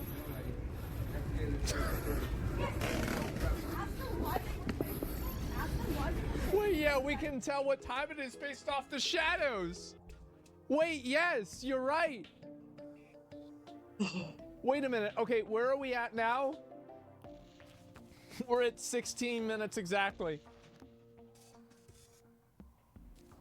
So this is the first cop encounter. And where's the second cop encounter? Or to calculate the sun for the time. 2 hours max. It's been 2 hours max. It's barely even moved. The shadows have barely even moved. Yes, the sun has not even moved. Oh my god. No. Barely 2 hours. 3 cop calls within 2 hours. Oh god. My sergeant said that this is the last time that we're going to... It is the last time they call. He said this is the last time. Listen again. Said that this is the last time that we're going Yeah.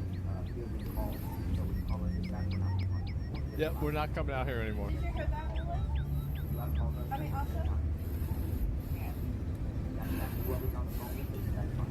Like, you have called us over 10 times. And then the last She maxed out. that's what we have right. Do you understand that they are chasing?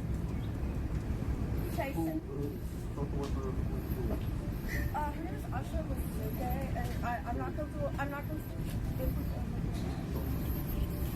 He's just gonna follow her. She's asking me to tell you guys, oh, can you ask him to do this? I mean, at the end of the day, it's a civil issue. Yeah. I'm not allowed to tell you guys what to do. Yeah. They just keep saying that. They're like, this is not our job. Please fucking stop this. You solve her daily summons. Door wide open at nighttime, and she's the one to ruin her own door, right? I get what you're saying. Like, I had to take my dog out of here because it's dangerous. Look, my dog is bleach and everything. Yeah. You can go back. Yeah. Cool. Sorry, man. Where you live, and you go and get your medication. And on top of that, you would not. This is awesome. This is good next level decisions. And I was in the front yard waiting for the Oh, owner. the camera. The This- owner. Excuse me, the owner's phone. Where do you need to go? This is live, guys. Yeah, it's a ring cam. Civic Center UCI. Dental clinic. So I was in the front yard What a fat waiting on the bitch. lift to go to my Why is it that if all this is going on, why is it What a fat bitch.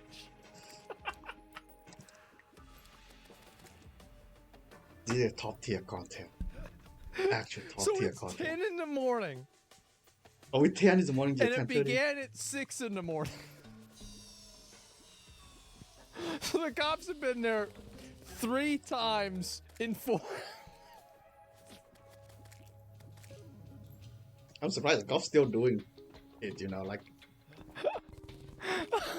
This happened for like 2 days or 3 days now, so they just. As they still. I don't know. Millions of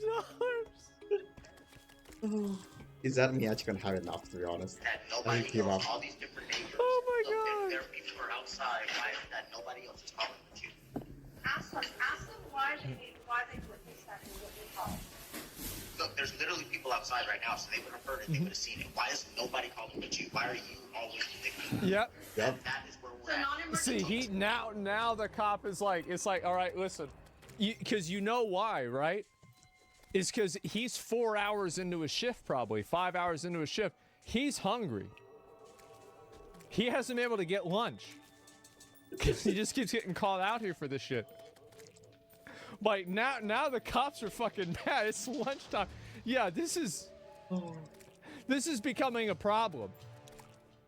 Totality, and yes, it includes everything. The totality of how many times we have come here in the span of the last 2 weeks. I've explained that to your case manager. Your case manager understands. Her case manager. Again, tens of millions of dollars. She understands that. She can explain that further to you. That is the course that we're going to take at this point. On camera, what he did, you all would take action. Okay, the neighbor's right here. He's outside. He said he didn't see that. See what I'm saying? You're always the How did victim. he see under the wall? How did he see that wall? It's not even tall. He gets my partner get the tool. They're your partners. Like, come on, it's always something. It's always like. There's always something. Yep. See, now he's starting to understand. He getting tired of this shit. Oh, you're tired of her. What I'm saying is, this is what I'm saying. I believe that you antagonize them, and then when they harass you back, then all of a sudden you want to call. What they consider antagonism is that I was in the front yard waiting on my second lift of the day. Okay, Mary, so Waiting on her second what? I was in the front yard waiting on my second lift of the day. Okay, Mary. What was she saying? Second. Waiting on her second what today? Delivery? What's she ordering? Is that I was in the front yard waiting on my second lift of the day. What's the Delivery? What's she ordering? Where the fuck did she get money? She's ordering DoorDash? So the government's paying for this fucking shit? Oh.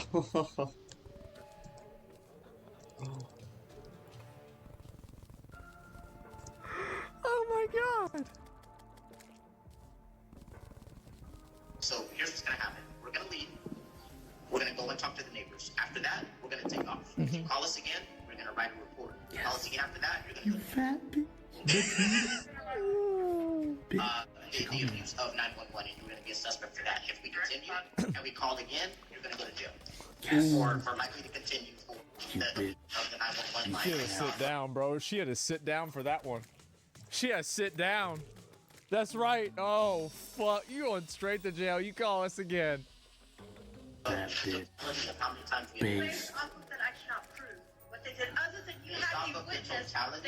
In the totality. So why is it a stretch for you to believe? Because we have been here 10 times. I have the record of it. My dispatcher's record of it. In the last week and a half, we have come here over 10 times. That is.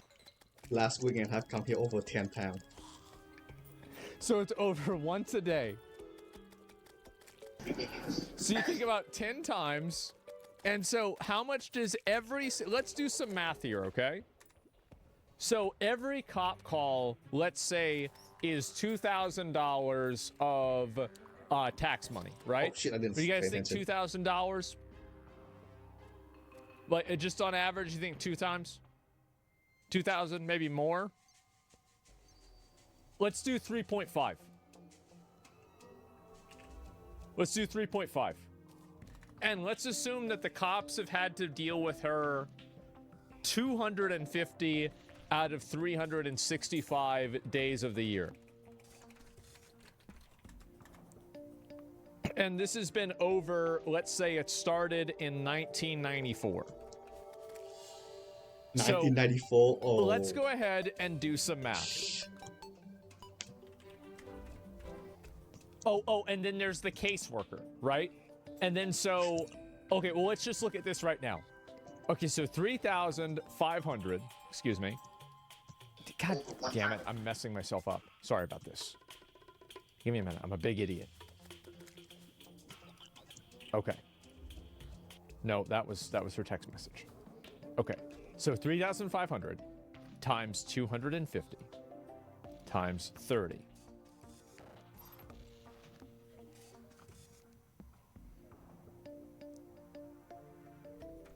$25 million for 30 years waiting. She wasting 35 million. 36 million.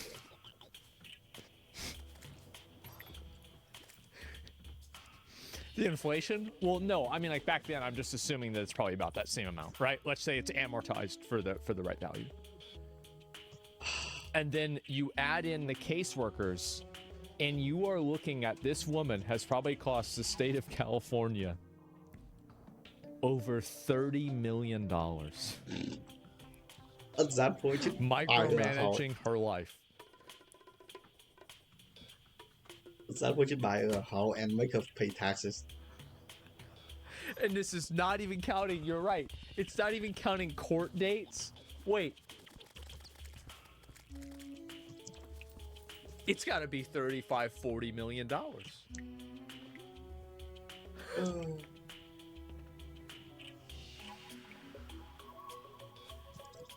Oh my God. I agree. If they break down my bedroom floor or reach it to where the bedroom floor will work. Well, please stop doing that, because what I'm worried about is that you'll just do that and say that he's a suspect. You're actually saying I really do at this point, yes. So Welfare too? Oh yeah. Yeah, no, we're looking at $30 million. And also keep in mind, it's not like this is her last rodeo. It's $30 million so far. She could have another 10, 20 years left in her. Yes, ma'am. You do whatever Oh, yeah. right here until you move out. Or maybe at least do it from the window, from the inside the window, looking out. I mean, that's not to say that one of them won't take it down. I can't promise, you know what I mean? Because it seems like you guys are all like tit for tat with each other. So who's to say you won't take it down? I don't know. Yeah, I don't know. Probably, but I recommend, truthfully, if you put it in that window right there and have it facing the It's really hot in here. This is the best way to do it. But is he naked? Oh no. Can you help me clean, please? Oh no. Don't tell me he actually naked doing it. Oh no. Bettina, why are you knocking in there? Why are you banging the door? Can you stop banging the door, please? Oh. Please stop banging the door. Why are you making a banging sound in the house? That's so weird. What are you doing? Stop banging the door, weirdo. What are you doing, Bettina? Bettina donated $5. Why are you banging the door? Why are you banging the door? What are you doing? Are you having phone sex? Here we go. Oh yeah, there it is. Why are you banging the door? Why are you banging That the door? shit on the door? Why are you banging the door? This can be a marathon, guys. Uh-oh. We are gonna keep pestering her. Yo, things are getting kind of bad with the squatter situation. I need your help. Uh-oh. He's bringing the big gun. Do it, hit me. Hit me so I can see you. Do it so I can see you. Do it so I can see you. I want to see you. Come on, Mary. Come outside. Part 4? Oh. Up.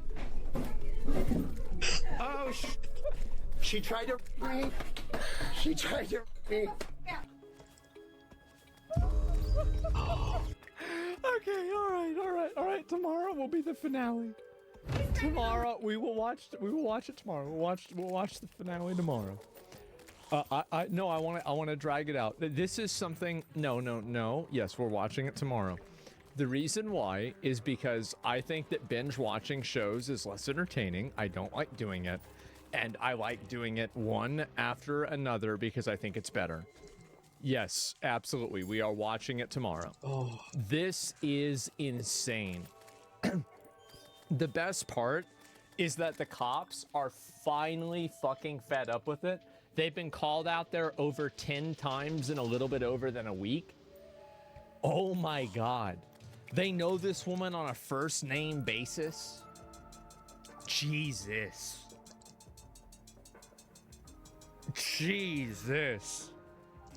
Oh. This is amazing. She's a squatter? Yes, she is. So basically there's these squatter laws. This is the video. Give it a like. This video went crazy. This has 1.2 million views. I wish for two things. Number one, she becomes so famous that she can no longer squat anywhere else and ruin any more lives. She's been doing this since the 1990s. These videos show how crazy squatters' rights are and what a burden it is to everybody, and there is real changes made everywhere. That's fucking right. Yes, this woman, tens of millions of dollars. Absolutely fucking amazing.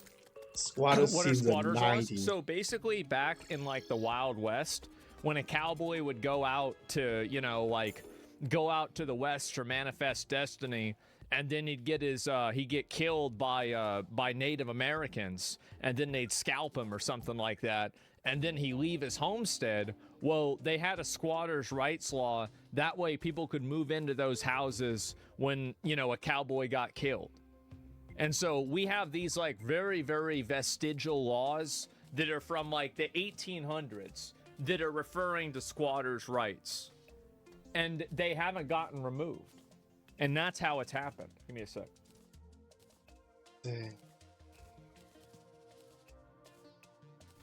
That's how it's happened, right? It's so dumb. Yeah, there it is. And yeah, it was way before 1800. You're right. It probably could be even before then. And so can't they just ask the county of no trespasser to sign this place of the house and they just throw her out? Sorry for posting this a few times. I don't know what the rules are. I really don't. But people like Mary know what the rules are. And that's why she's been doing it for 30 years. So the cops just have to deal with her. Yep, there it is. And it shouldn't apply to a place of business like a B&B. Look,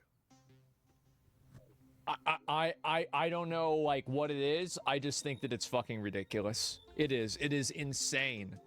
It's a big free real estate W. It's from the law is from 1670. 1670? Okay. Well, there you go. That's It's the from the problem right 60s? there. Yep. Is there a dumbass cart? Yeah, I guess so. And Yep, no one. there it is. The old days. The fact that she's doing this for 30 plus years and hasn't copped a bullet or a knife in the chest amazes me. Most people don't have that happen. This isn't Texas, okay? It's California. I love the cop gaslighting her into thinking that the banging is actually Andy's broom trying to clean up the mess.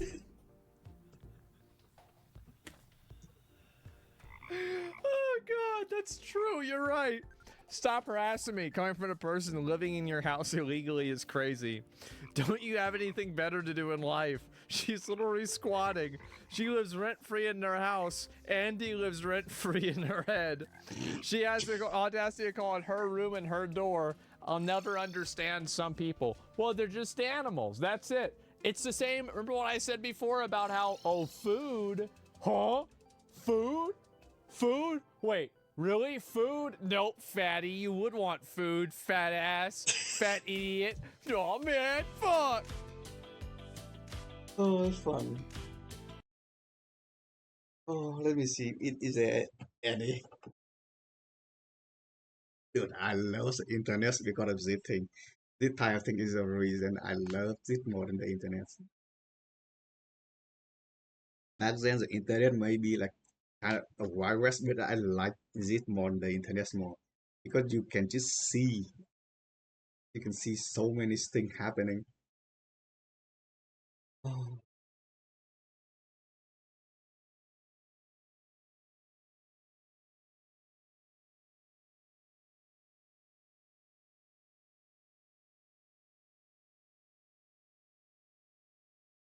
Oof.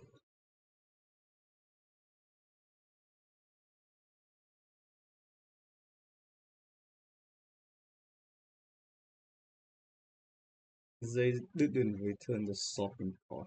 Yeah.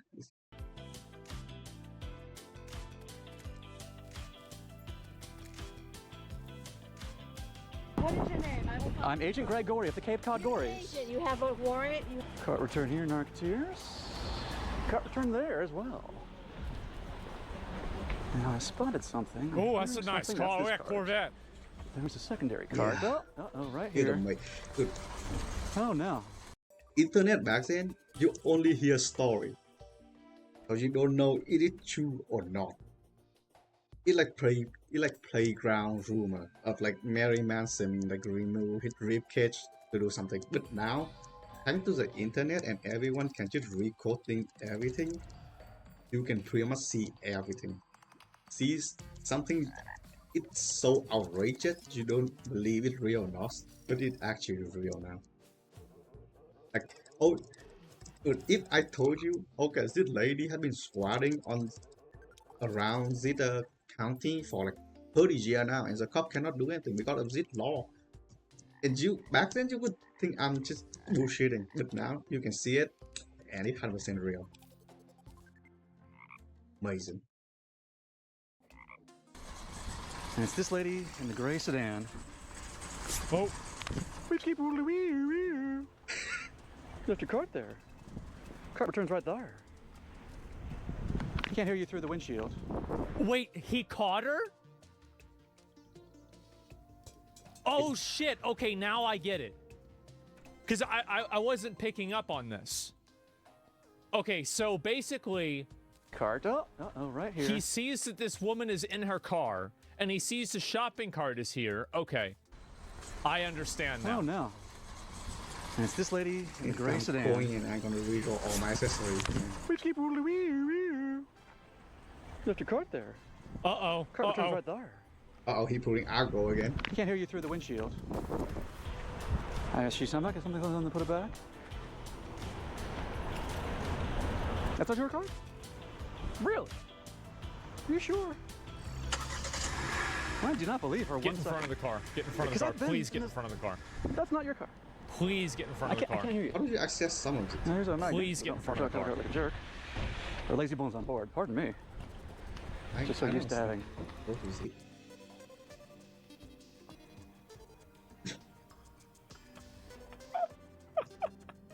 Oh my god, he puts this shit on her fucking car. Lazy bones on board. Ma'am, is this not your card over here? Okay, that's not. Okay, that's rude. I cannot fly. That is rude. I'm not putting it back. Why not? I'm not walking over it. I'm putting it back too. But now, why would you leave your card out where it could hit this? I have a car load of stuff and I have to go somewhere. Wait, what do you? Is there some sort of? Is there some sort of? You want to give me a ticket? Give me a ticket. I'm not. This is a ticket, essentially. It's a citizen's ticket. Glad you enjoy your job. Well, I wish my job didn't exist, quite frankly, because now you left your car where it could hit other people's cars. My favorite part.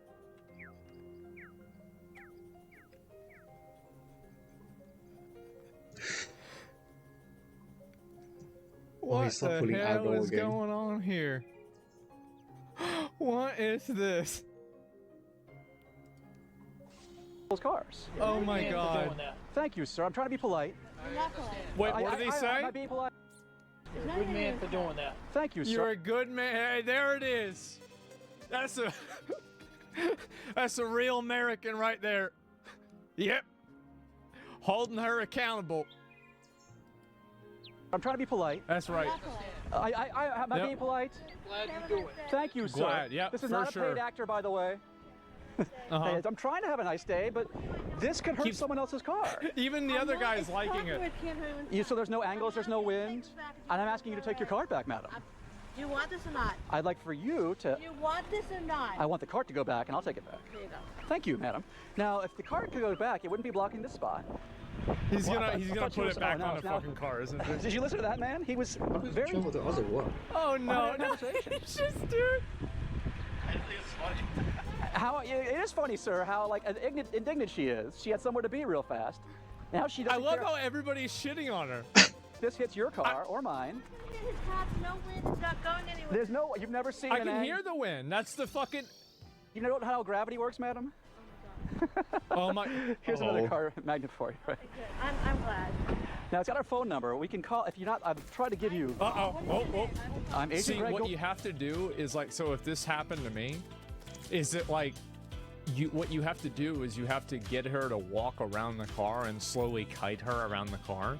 And then after you do it 1 or 2 times, you tell her that if you had spent all that energy on just taking the cart back, you would have never had to do this in the first place. That's what I would have tried to do. Of the Cape Cod Gories. You have a warrant? You have any? Well, no, there's different types of agents. Like there's real estate agents, there's sports agents, there's talent agents. An agency doesn't mean you're a part of law enforcement. Do you want to waste it? Well, it's not. I'm asking you, do you want it? Do you want me to waste it? Ideally, I'd love for you to take your card back. Well, you're not going to win because you're an arrogant little... I've been so nice. He's gonna have he's got another one, doesn't he? Who's the little arrogant person? The person who doesn't think they need to take their card back? Or I, the person who asked you politely to do it? Who's arrogant in that situation? Okay. I think you're arrogant. Uh-oh. Okay, you know what? Or he's putting aggro. Let me take a picture of you. You may. I'm very handsome. Now, you're the arrogant person who's the one who thinks that I don't need to take my card back. I'm better than everyone else. This is amazing. Well, why don't you then? Why don't you? You don't have a good... Well, no, you didn't because you have emergency... Because she's fat and lazy. That's the reason why she didn't take the cart back. Everybody knows it. What do we need we need an investigation? Just look at her. I tell you that's the reason why. I guess toilet paper. You said it was an emergency. You said you had to get it back quickly. Fine. Goodbye. It seems I've defeated each and every one of your arguments in succession. I don't have any arguments to defeat. It's my choice to put it back or not. I choose not to put it And back. you said because you have emergency, you have food. I want to put it back. There's a sign that says please put your carts back here for safety. It's in every cart return. Yeah, there's one. It's right there and right there. It's a 10 step. Well, Have a 10 good step. day. I'm exaggerating. 40 step. Please, we have our phone number on there. You can call. You will? You'll think about it. Repeating "have a good day" doesn't absolve you of responsibility, madam. Agent Greg Gorey, and I didn't get my photo opportunity. Agent Greg Gorey out. Wow. Well, Marketeers, we are here at the cart return, and our man in the truck has just split the spots. He put another aggro. Let's keep wee. Is that where the car goes? We have to get him quickly here. You left your car right there, splitting the spots, sir. Oh boy. Oh boy. Well, you see your cart right there? And now it's blocking part of the spots. It's hard for people to load their groceries. What the F is the problem? You're the F at the problem, sir. Now, if someone wants to do exactly what he did, there's a cart sitting in the way of them loading their truck. Yeah, there it is. They're loading their truck. Use the proper possessive on the gerundive. And off he goes. Oh, man. Oh, wait. I was expecting a driving toss. Well, sir. He has driven. He has stopped. Now we'll see if we get the toss. What's he doing? I'm not sure if I see it. Yeah, I'm sure something happened there. Oh no, sir, you've littered. You know that? No, the weirdo's one Elise's card. I got another one for you. I'll put it on the rear here. Just gonna wait for. Okay, it's got our phone number on it. Okay, that way you can call us. We can put it right there in the trunk. Oh, it also the way he talked to, and I think make people laugh. This is fucking amazing. Tailgate appeared to be aluminum. Oh, thanks for stopping, sir. Can I get you a sticker real quick before you leave? Thanks for stopping, and of course you returned your card, I'm sure. Maybe not. We shall see. Where'd my truck guy go? Oh my god. Trunk anyway. Oh, look at that. You know what? I wouldn't necessarily call that littering. Wow. People. What a. We've heard that many times. They call us the weirdo for wanting a clean and safe parking lot. This crack. Projection. Check his top videos. They go absolutely mental. I will. Because I love this. I did notice the gentleman parked way out toward the edge. Narcs is a weirdo. I mean, I think that like he's definitely playing it up by being obnoxious and sanctimonious about it to make it better content. But I unironically think that the people that don't return their carts are basically animals. So this is what they get. You made an animal. They also deserve it. Yeah. Folks aren't familiar with cart narc terminology. That would be an outer rim area.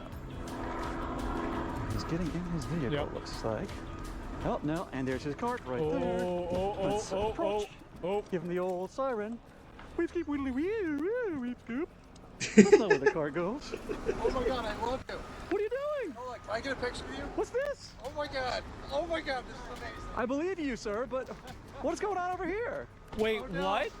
What are you? Your thing is so good. Then what are you doing? Wait, hold on, can I get a picture of you? Hold on, wait, hold on.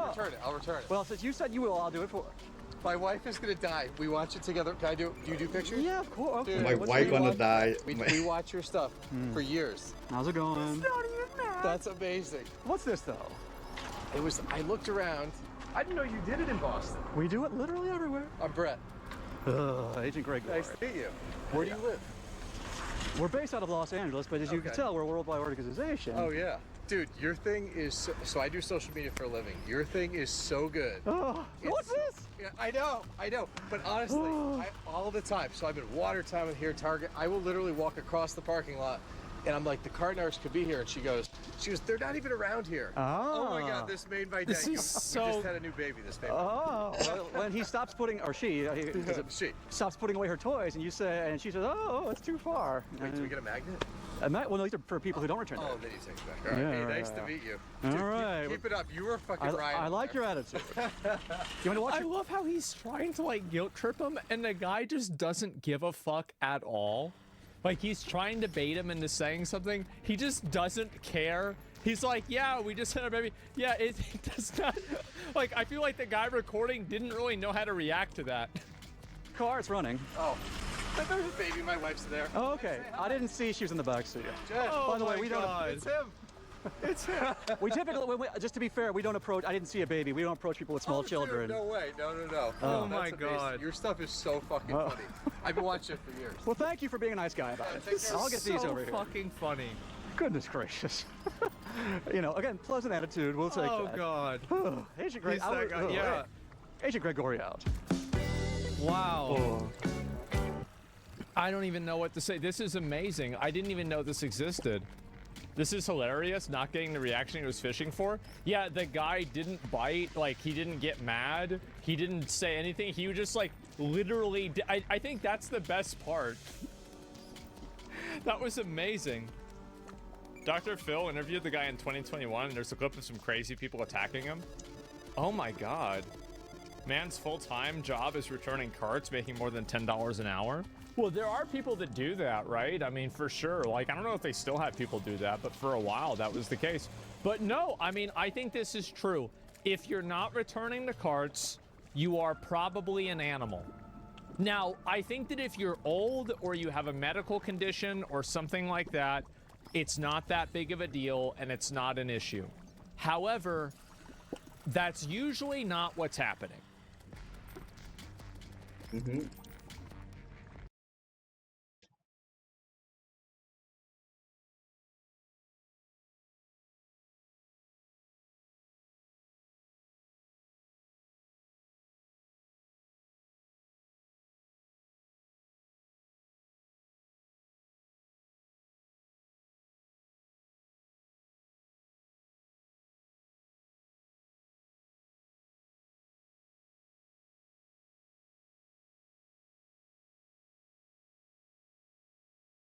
I'm talking now.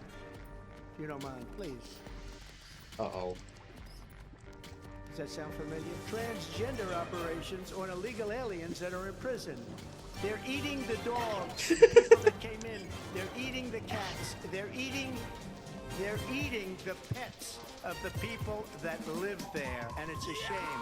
As far Kamala Harris and Donald Trump finally had their big debate. Now, this was a huge presidential debate. This debate would basically see who would become the next president, because if someone said something really silly during this debate, their approval numbers would probably tank through the floor. I'm the president who shouldn't have been the president. Let's face it.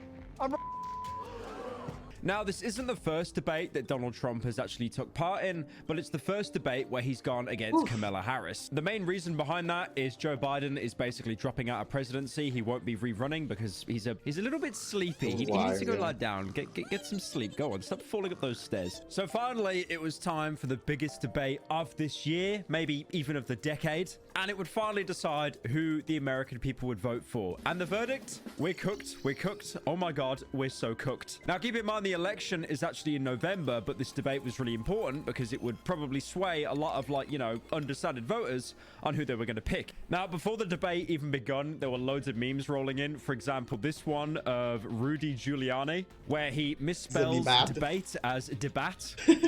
You know what? I'm not going to mock anyone for saying things wrong because I have had a trend of doing that recently on Future and Metro's Booming track. Now, that tweet was in reference to 2020's debate. You shut up, man. But obviously, there's another debate. It's time to have a debate. Now, although a lot of people seem to believe that Kamala did win the debate, there are still some insane, wild statements thrown out there. Now, instead of sitting here not really saying anything like a Hassan stream until someone with 2 followers on Twitch calls me out and then I have to stop the stream for 30 minutes to talk about it. No hate to Hassan, by the way. I just think it's funny how someone can get stun locked by chatters every single time. But instead of going through the whole debate, I wanted to go over the most talked about sections. Now, I'm sure you've seen this one all over your For You page. It is the statement of Trump saying that there are Haitian migrants coming into America and they're just eating people's pets. In Springfield, they're eating the dogs, the people that came in. They're eating the cats. They're eating the pets of the people that live there. He was saying that they were eating the dogs, the cats, the people's pets that were living in Springfield. Now, this is one of the most comedic statements of all time. It really doesn't help the fact that he said Springfield as well, which is a real place. Honestly, I'm that uneducated.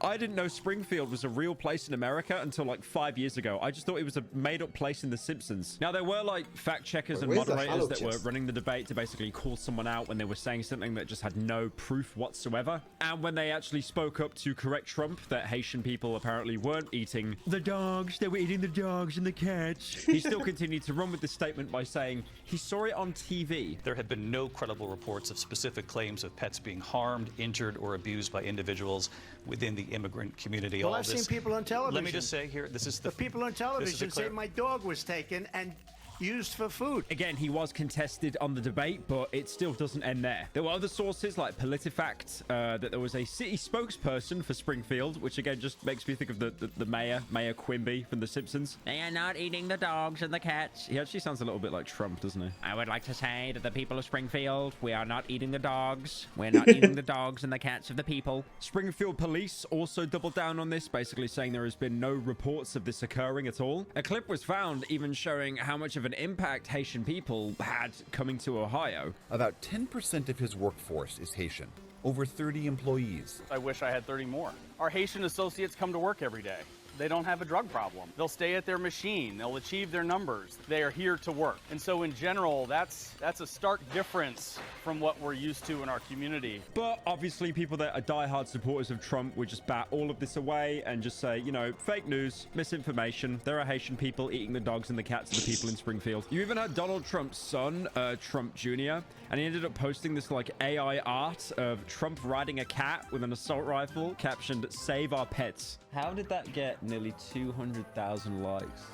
There was also another claim Trump made that I need to read this one. They're secretly sending children for gender-affirming surgeries. Not only saying that, but accusing Carmela of wanting to do transgender operations on illegal aliens that are in prison. Now, that could be one of the most statements of all time. Now, what Trump was actually referring to here was a questionnaire that Carmela responded to back in 2019, saying that anyone that needed, you know, gender-affirming care should have the right to have it, even if they're incarcerated. But it was actually found out that Carmela wasn't even running her platform on this, and that was confirmed by her communications director. It is a very odd thing to throw out there, but I'll be honest, eating the dogs and the cats, that is still absolutely rent-free in my head. The pets, they're eating the people. Also, I do want to say, because I'm a coward, I don't really have any dogs in this fight. It's not like a politically charged video. I just wanted to cover it because, you know, British person talking about politics overseas, I think it was kind of funny. But one thing I do have to address, even though, you know, a lot of this video is going over bizarre things Trump said, I do have to acknowledge that this debate was hosted by ABC News, and they are left-leaning. And a lot of people have pointed that out, basically saying how, oh, well, because they're left-leaning, it was basically a 3v1. You know, it's like all the hosters and the debaters and the moderators all against Trump. And that's something Trump has said himself. He thought it was a 3v1. Now, do I think there was huge bias? Do I think the moderators were basically letting Carmela off the hook and only going after Trump? There might have been some bias there, but I really do feel like during this entire debate, Trump was he was basically feeding more than like a league player. Ohio? Now, there was another false statement thrown out there by Carmela herself when she said that Donald Trump left us, as in America, with the worst unemployment rate since the Great Depression. Let's talk about what Donald Trump left us.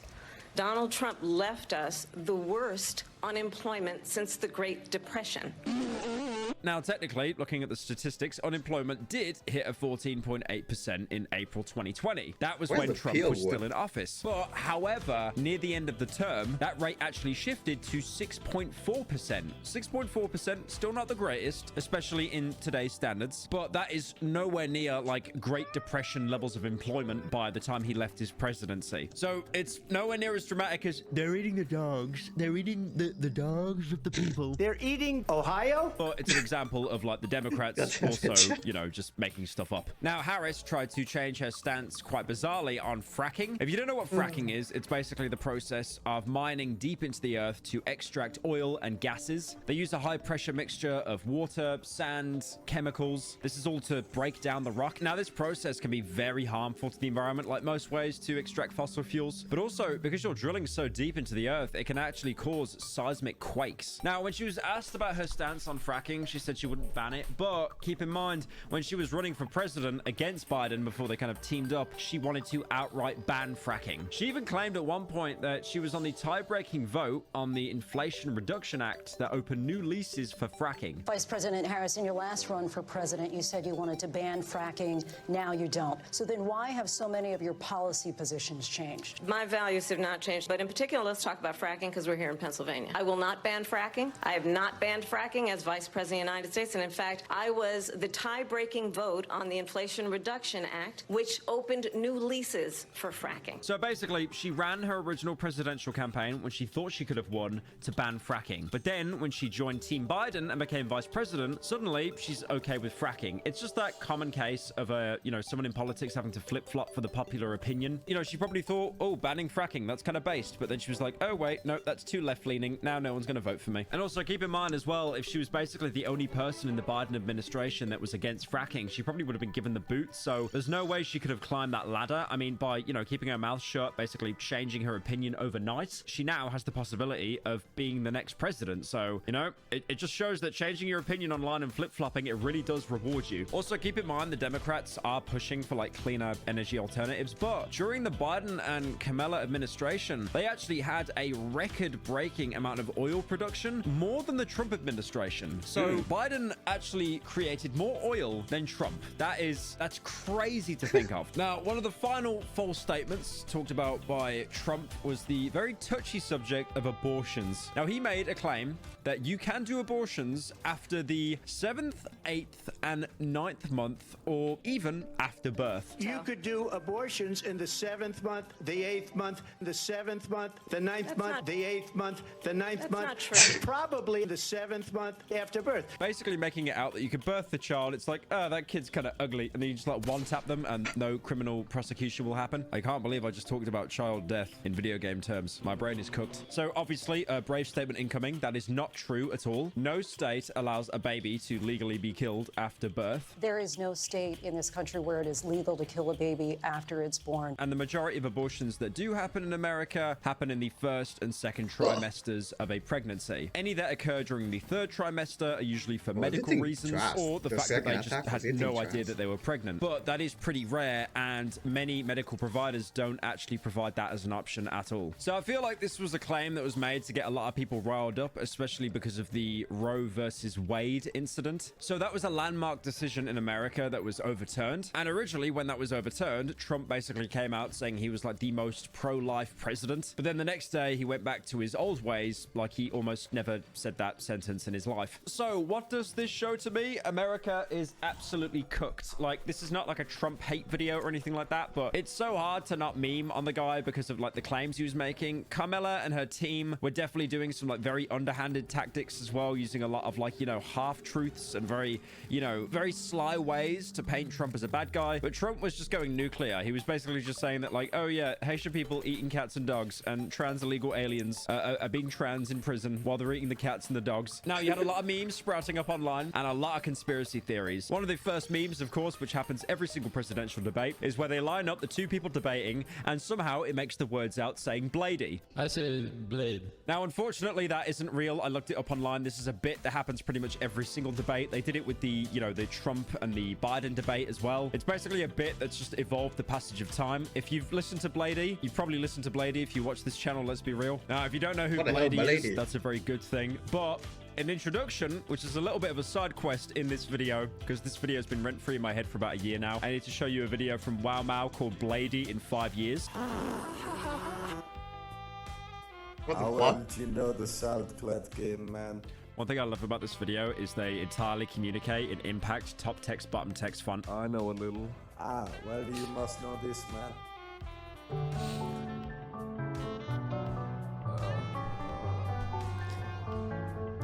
Be Nice to Me is such a banger. Yeah, I never heard of that, man. What is it? It used to be a banger, man. I wrote it. Yeah, how about this?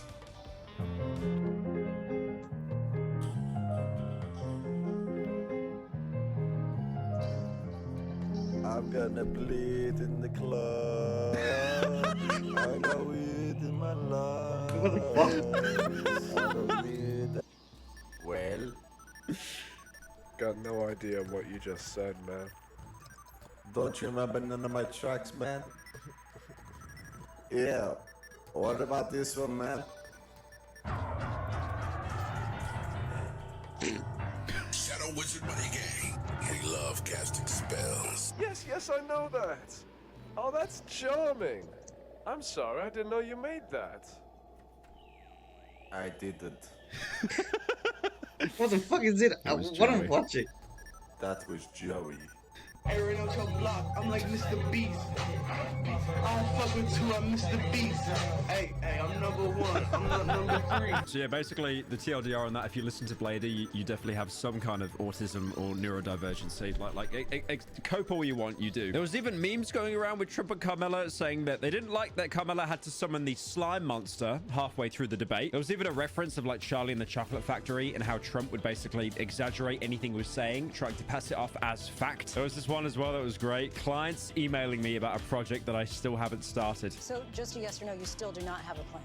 I have concepts of a plan. And there was also one going around like watching the debate while at a concert. And of course, one of my personal favorites, which is a really old meme, but I'm happy it's doing the rounds again, is Donald Trump doxing Walter Jr. So there was this tweet of President Trump sent Taliban leader picture of his house. I got involved. And Abdul is the head of the Taliban. He is still the head of the Taliban. And I told Abdul, don't do it anymore. You do it anymore, you're going to have problems. And he said, why do you... Jesus. You said... Whoever is recording this, like, fix your PC. Are you running on, like, an... are you recording this off an iPod Touch 2nd gen? Oh, my God. Give me a picture of my house. I said, you're going to have to figure that out, Abdul.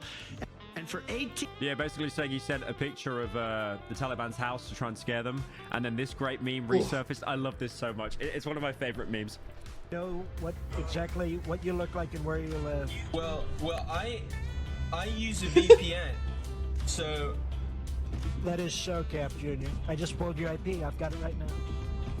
No, you don't. Huh. Say Albuquerque, New Mexico. Albuquerque, New Mexico. That's where you're from. That's not... Hey! Oh, I just pulled your IP. 308 Negra Aurora Lane, Albuquerque, New Mexico. That's you, isn't it? No. Yeah, I'm on Google Earth right now. I see a pizza on your roof. That's my grandma's house. Nice try. No, what? So you're playing it at your grandmother's house? You're a loser.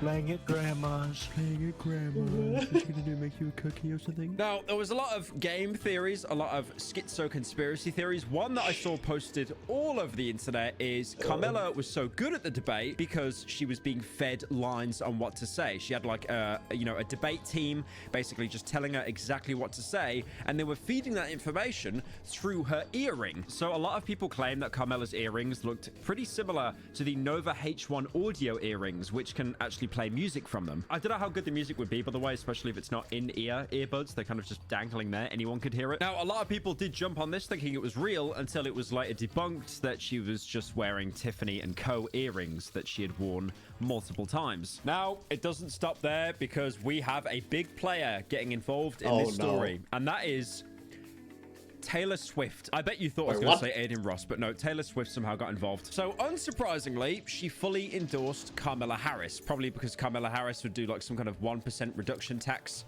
on her getting private jets to go pick up a Five Guys every day. And the funny thing is, earlier on in the year, Trump was actually spreading a fake AI image of Taylor Swift endorsing Trump earlier this year. So she made a post on Instagram, turned off the comments, clever girl. Like many of you, I watched the debate tonight. If you haven't already, now is a great time to do your research on the issues at hand and the stances these candidates take on topics that matter to you the most. As a voter, I make sure to watch and read everything I can about their proposed policies and plans for this country. Recently, I was made aware that AI of me falsely endorsing Donald Trump's presidential run was posted to this site. It really conjured up my fears around AI and the dangers of spreading misinformation. It brought to me the conclusion that I need to be very transparent about my actual plans for this election as a voter. The simplest way to combat misinformation is with the truth. And then this statement then led Elon Musk to get involved, because of course he had to, saying, "Fine, Taylor, you win. I will give you a child and guard your cats with my life." Now, Taylor's statement is leaning into like the childless cat lady trope.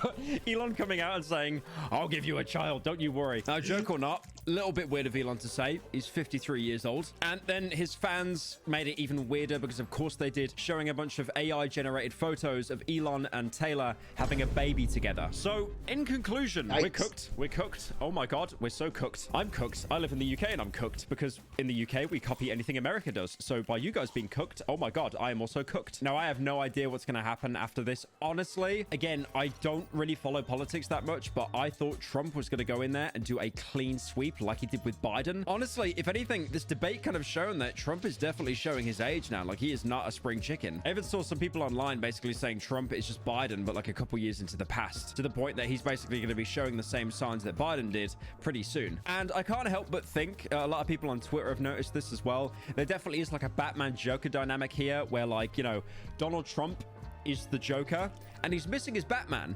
because Joe Biden is gone. Like he's out of the picture. He's basically in like the dementia ward now. And you can't help but feel that this is the Joker without his Batman. And that kills him, because like, why else does the Joker exist if not for Batman? I even remember in The Dark Knight Rises, there's a bit with Heath Ledger as the Joker, and he's literally saying to Batman, like, why would I ever get rid of you? You complete me. And I feel like that's exactly how Trump feels right now. Then why do you want to kill me? Bruh. I don't want to kill you. What would I do without you? Go back to ripping off mob dealers? No. You complete me. Yeah, the US kind of fuck.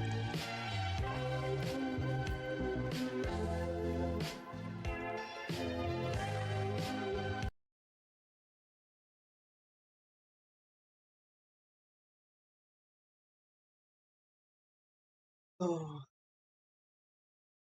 Oh, I don't know. I can watch this video. It kind of like talk about like the squatter lady in the Asian Andy house. Oh, it's gonna be. Oh, I'm gonna watch it. Come out to play! Oh no. I hope she comes back tomorrow. My streaming career might die if she goes home. If she gets put away forever, my streaming career is done. I'm telling you, the cops have been here 4 times a day for the past week, bro. The cops are based in Chad's my city. Hello, Marilyn. Hope you're having a good day. Why are you in my entrance? You're in my entrance. Get out of my entrance, please! Get out!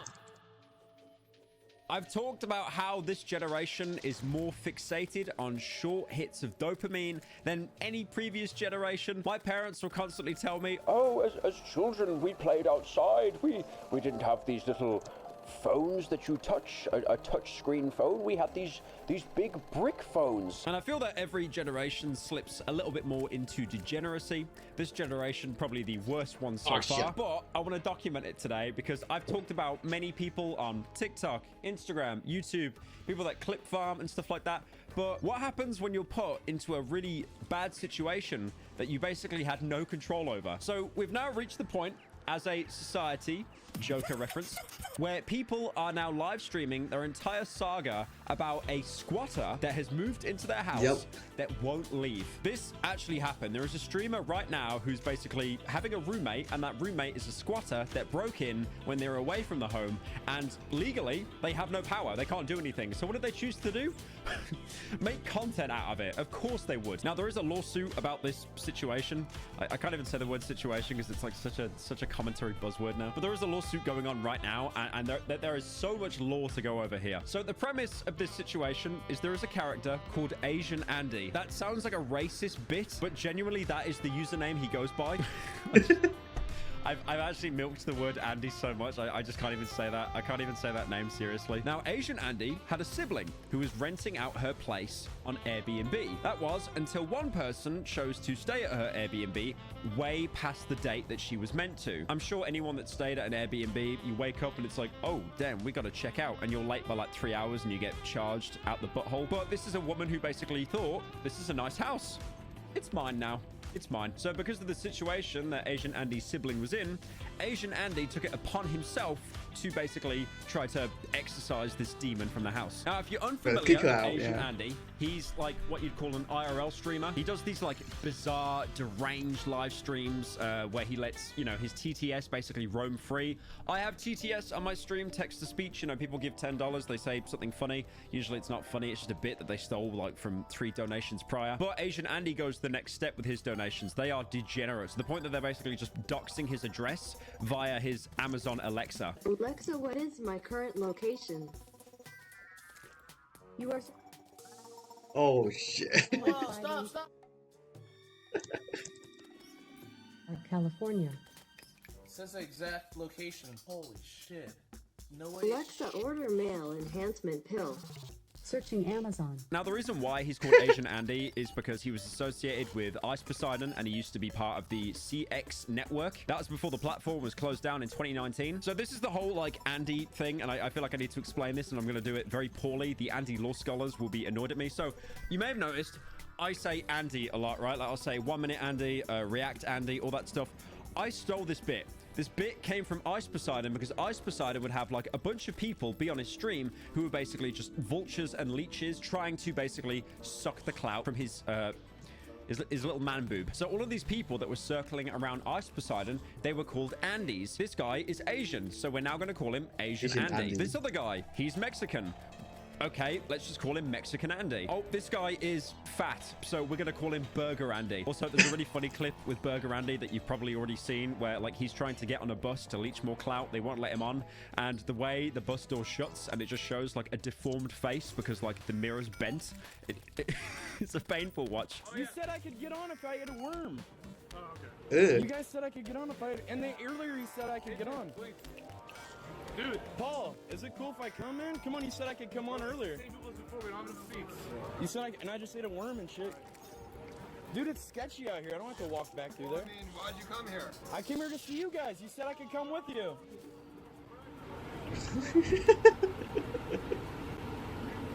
So that's where the term Andy originally came from, and then I kind of yoinked it and just tried to apply it to anything I don't like. So for context, I feel like we need to explain what a squatter is, because, you know, a lot of parasitical viewers, they don't get outside that much, so they'll never have the horrors of experiencing what a squatter is. So basically, this is someone who resides in a property that they have no legal title, right, or lease to. Now, you probably think, okay, if they just broke into someone's house, why aren't the police called and they just evicted straight away? Well, that's a trespasser, and a trespasser is different to a squatter. Now, it's different from a trespasser because a squatter usually has moved into the property, and depending on the situation, they might try to alter the locks, you know, set up utilities in their name or anything else to try and pass the property off as theirs. Now, I'm using like UK jargon here, but squatters' rights have been a thing in the UK for an incredibly long time, and I think it's totally fair for the most part because obviously, you know, like the homeless situation in the UK and most first world countries, it's horrendously bad. And why should you have hundreds, if not thousands of people that are homeless when you have like, you know, these Russian oligarchs that are sitting on like, you know, 15 mansions in Kensington and Mayfair in London, and they don't even live in there. They're just sitting on the property hoping to make a profit. Well, the way squatting works is if you see like an open window or something and the building is unoccupied, legally, you can actually go in and move in there as, you know, as a squatter. That's the right. Obviously, if you break down a window or something, that is trespassing, that's breaking and entering. You basically have to hope that one of these people leave their window unlocked. It was basically a rule that was made as a super last resort to people that were homeless. Now, in the UK, if you squat in a residential property, you could be fined up to £5,000 or face 6 months in jail. And this is where the law gets a little bit weird. So, however, it's not a criminal offense to squat in an area that is classified as either commercial land or unoccupied. So basically, if you squat somewhere that's like going to be redeveloped land or something, that's apparently okay. I feel it's one of those gray area things where like, as long as you don't get caught, nothing bad will happen. But in the UK, one thing that's really interesting, so squatters can actually gain possession of a property, and there's a couple of stipulations for this. They've been living in the property for a continuous period of time, usually 4 weeks. Wait, so can you claim, like for the squatter right, can you claim the furniture as your belonging? Because like you can squat in the house, like, I don't know. They make it their main residence. They've taken steps to repair and maintain the property, paid any bills associated with the property, or they've not been living there illegally. Like, for example, by gaining access, which I assume would be from like an unlocked window or something, not breaking and entering. And again, it's like, it's a rule made to protect people that have nothing left, right? They're homeless, they're on the street. But yet, one of the steps to make it your property is like paying the bills and repairing and maintaining the property. So if you do like a little bit of like Animal Crossing and touch up the house, apparently it's then yours. It's a very weird rule, and I see it being broken and changed all the time. Now, in other places in the world, like for example in California, squatting is just completely illegal. But despite that, there are actually a couple of laws in place to protect squatters. So long story short, it's a very long process. If you find a squatter in your house, it's not like a simple call the police, kick them out. It's a very long and lengthy legal process. But basically, the squatter can stay there for as long as they want until the eviction papers are served, and that could take months. And this is actually a growing concern for people that are using Airbnb, because what can happen is they legally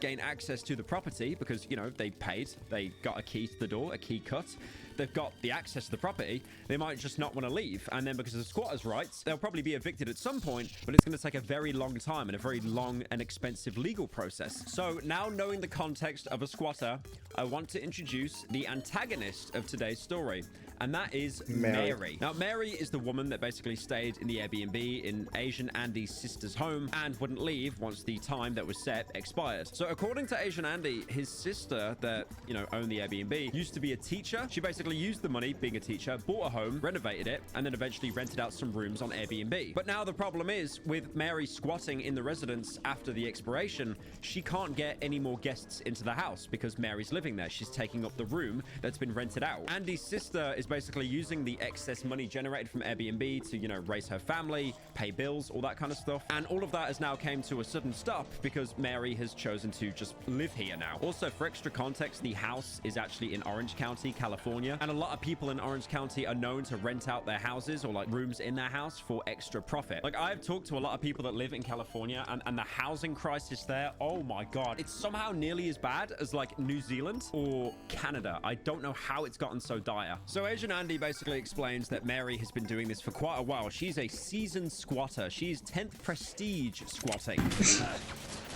To the point that basically all the cops in the area know her by name. So Mary's tactic was basically using prepaid Airbnb cards, and then she would purposely find a low activity Airbnb and then decide herself over the course of a month that basically she has the right to live in Asian Andy's sister's house. And also keep in mind as well, she's refusing to pay additional rent. This isn't a thing where it's like, oh, I want to stay here, but I'll cover the costs. Like, she's living there rent-free. I know the word rent-free is kind of been destroyed on the internet, but like, this is the first time where it actually makes sense. She's actually living there rent-free. And this is one of the reasons why evicting Mary is so difficult, because all that voice oh God, was that a voice break? Oh, you can tell how invested I'm getting into this video because of the voice breaking. This is the problem with Mary though, because she's a 10th prestige squatter. She knows all of her rights, so she can play the system in her favor. She probably knows eventually she'll be evicted, but it's going to take an incredibly long time to do that. Now, another important character in this tale is Vince. Vince is also someone who lives in the same home with Mary and is registered to do so since November 2023. Airbnb,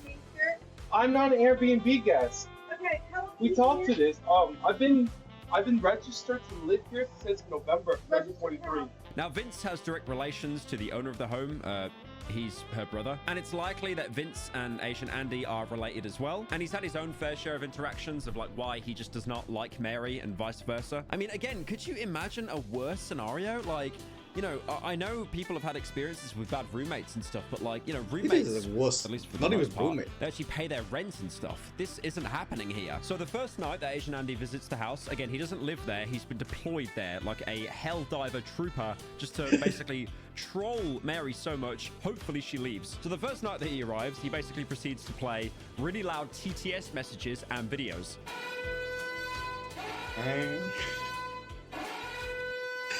And then he also decides to change the locks on the house to, you know, stop any future incidents like this happening in the future. So Mary, this whole time, was refusing to cooperate at all. So Vince ends up yelling and actually hopping through the window to be able to go and fix the door. And then Vince says that he needs the front door to be accessible. Okay, now I can't even get into my own house.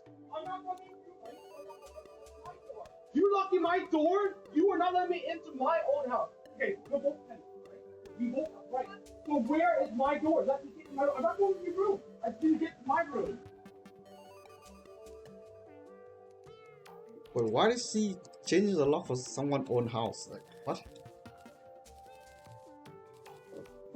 And then Mary actually ends up squashing Vince's foot, trying to slam the door on him so he can't get back in. His house, by the way. And the injury he got is so bad, he actually had to go to urgent care. Please don't be violent.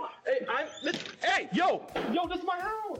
Yo, oh, my feet! Oh, my feet! Oh, my feet! You just, oh my God, you censored me! For context, by the way, Vince needs the front door to be accessible because it's the only way he can actually get into his room. Meanwhile, Mary's room has her own entrance. She doesn't need the front door to be able to get into her room. But instead of immediately going to urgent care with, you know, possible broken toes, Mary proceeds to call the police. So he sticks around because obviously he has to vouch his situation to the cops, even though he really should be going to urgent care right now. So even though Mary knows her rights, she has this problem where she talks down to everyone, even with the cops. Like, she's constantly talking down to them, interrupting them, to the point where the cops are saying, like, if you don't shut up, we're literally going to put you in jail for the night. Ma'am, listen, you need to stop interrupting our investigation. If you want to report, that's fine. That's So yeah, long story short, Mary and Vince are definitely not on good terms, which is pretty much why he's supporting Asian Andy's trolling campaign to try to get Mary out of the house. Now, one thing about Mary is she loves doors. She loves doors than the average Roblox player loves playing doors. whether it's using them as like, you know, brutal weapons to harm people or trying to change the locks. She also has a very clever tactic of keeping the front door open at all times, mostly because Asian Andy is playing incredibly loud music to try and troll her, and she's hoping that by the front door being open, neighbors hear it, they call the police, and then Asian Andy gets charged with a noise complaint. And her excuse for this is the front door needs to be opened at all times during business hours due to this Airbnb being her place of accommodation. What business are you conducting apart from living in someone else's house rent-free? This is a place of public accommodations and the door does need to stay open, unfortunately, during business hours. However, that doesn't stop Andy, and he basically waits for the woman to walk outside to make the point that you're causing a disturbance, and then locks her out of the home. So, the police are going to be called for a disturbance, because we can hear it from the street. And then she hands him this bizarre handwritten legal notice that it is her place of residence where she conducts business. And Asian Andy just proceeds to like burn the letter.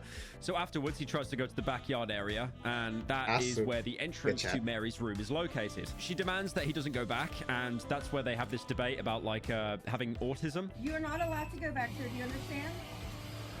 Do not follow me back there.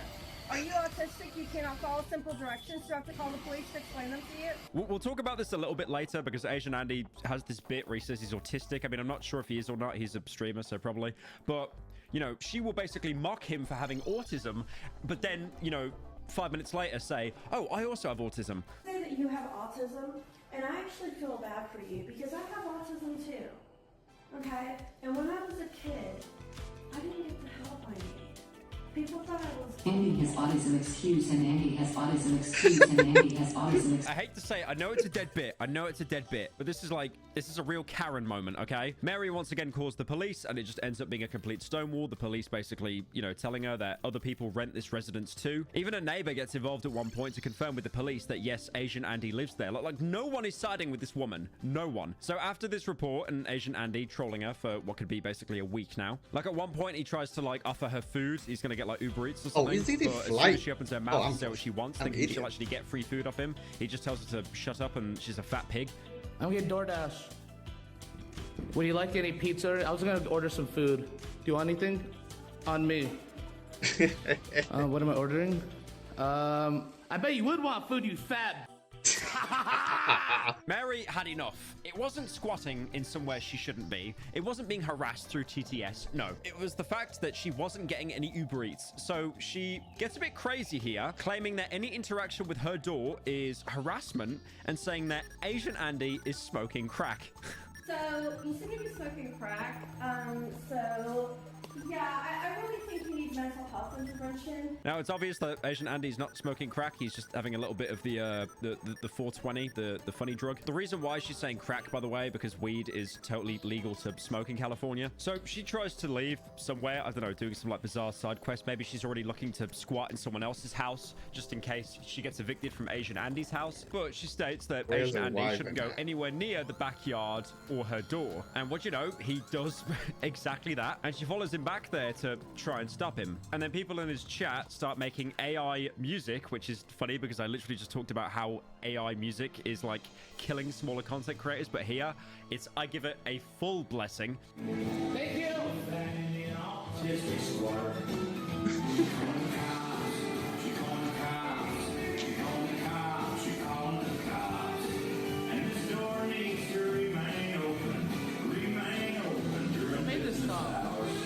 Song. What the? So they're making this AI music up to like try to get on her nerves even more, referencing the current situation. Like at one point he's even playing pickleball in front of her door. Now the situation starts to ramp up and become truly insane, which is probably what I'll call the video, when Mary decides to start throwing bleach outside of her door, almost as a way to like deter Andy. You know, like in Phasmophobia, you put like salt on the floor to like track where a ghost is. It's almost like she's doing a scuffed version of that. And then she shuts off the power not too long after as well. Touching the breaker. Can you stop touching the breaker, please?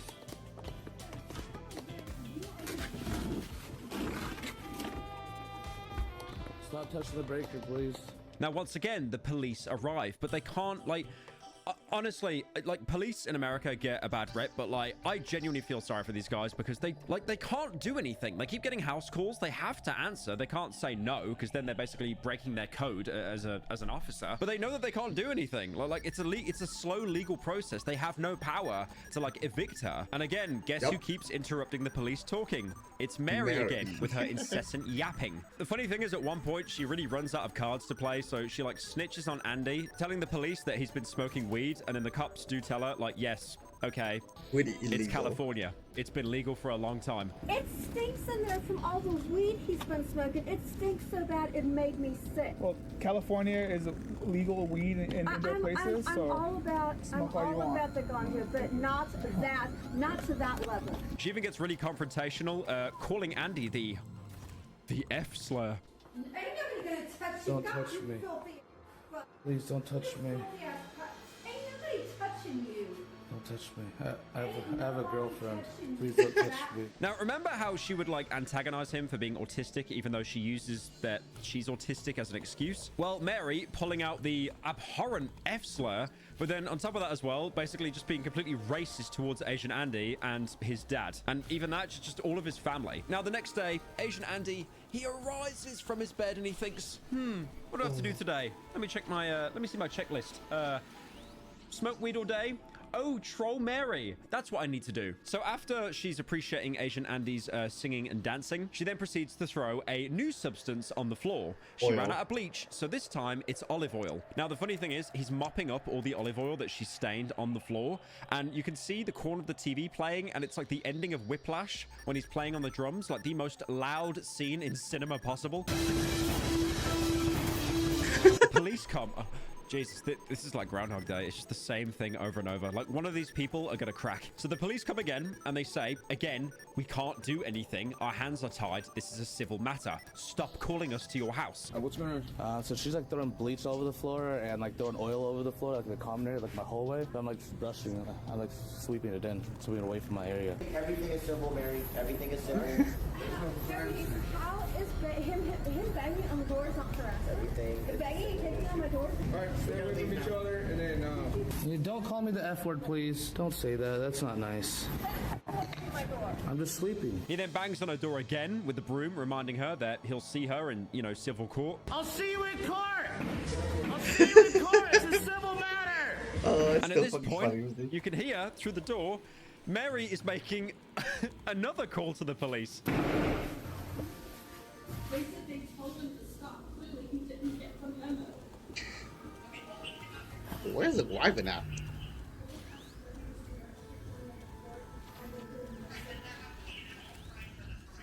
Okay, trying to break in someone's door is not a crime. No, but you heard me. You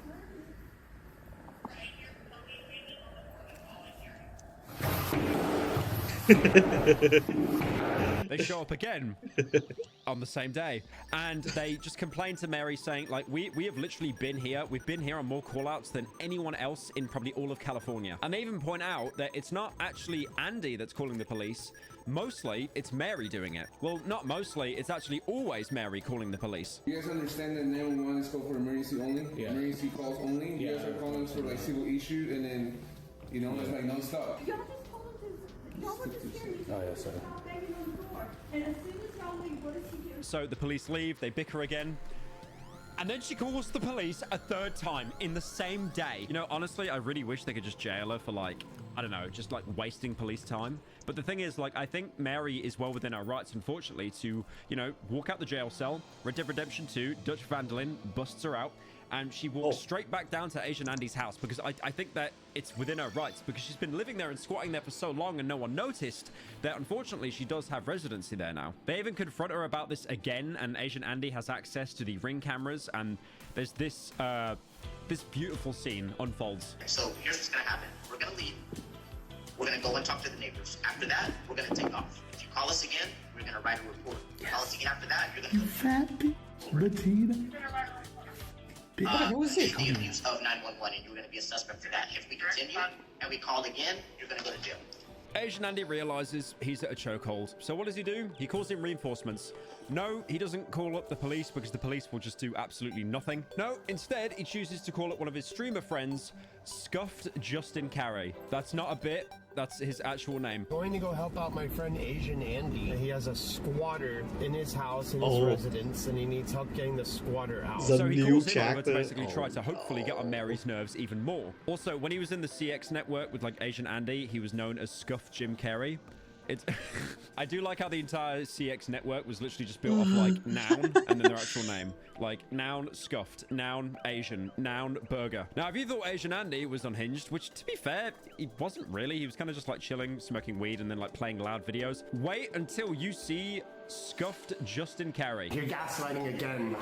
You're gaslighting again. So Justin is just baiting. Like, he does not care about any kind of like morals or anything. Just shouting out loud that Mary apparently tried to touch his penis. Don't touch my penis.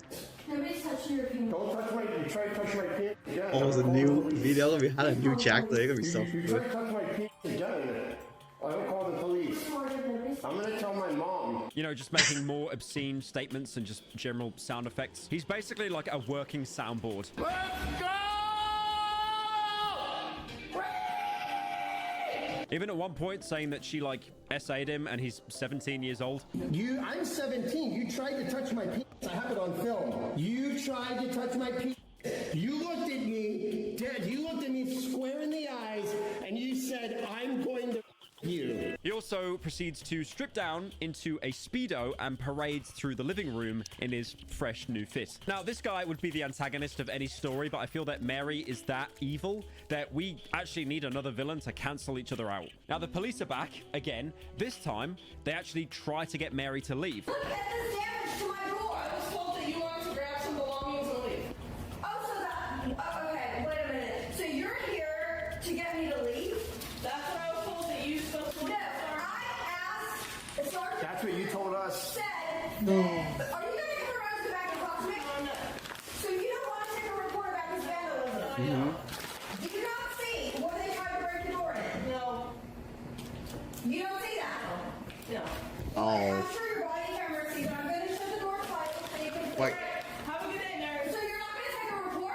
I was told you wanted to grab some belongings. No, I want to do both. Okay. Watching that clip, you can hear the panic in Mary's voice where Wait, she's is like, he like oh, a they threw gun? my things around. And then the policewoman's like, But no. you're melee damage? We got a call asking you to leave. And then she's suddenly like, wait, what? You want me to leave?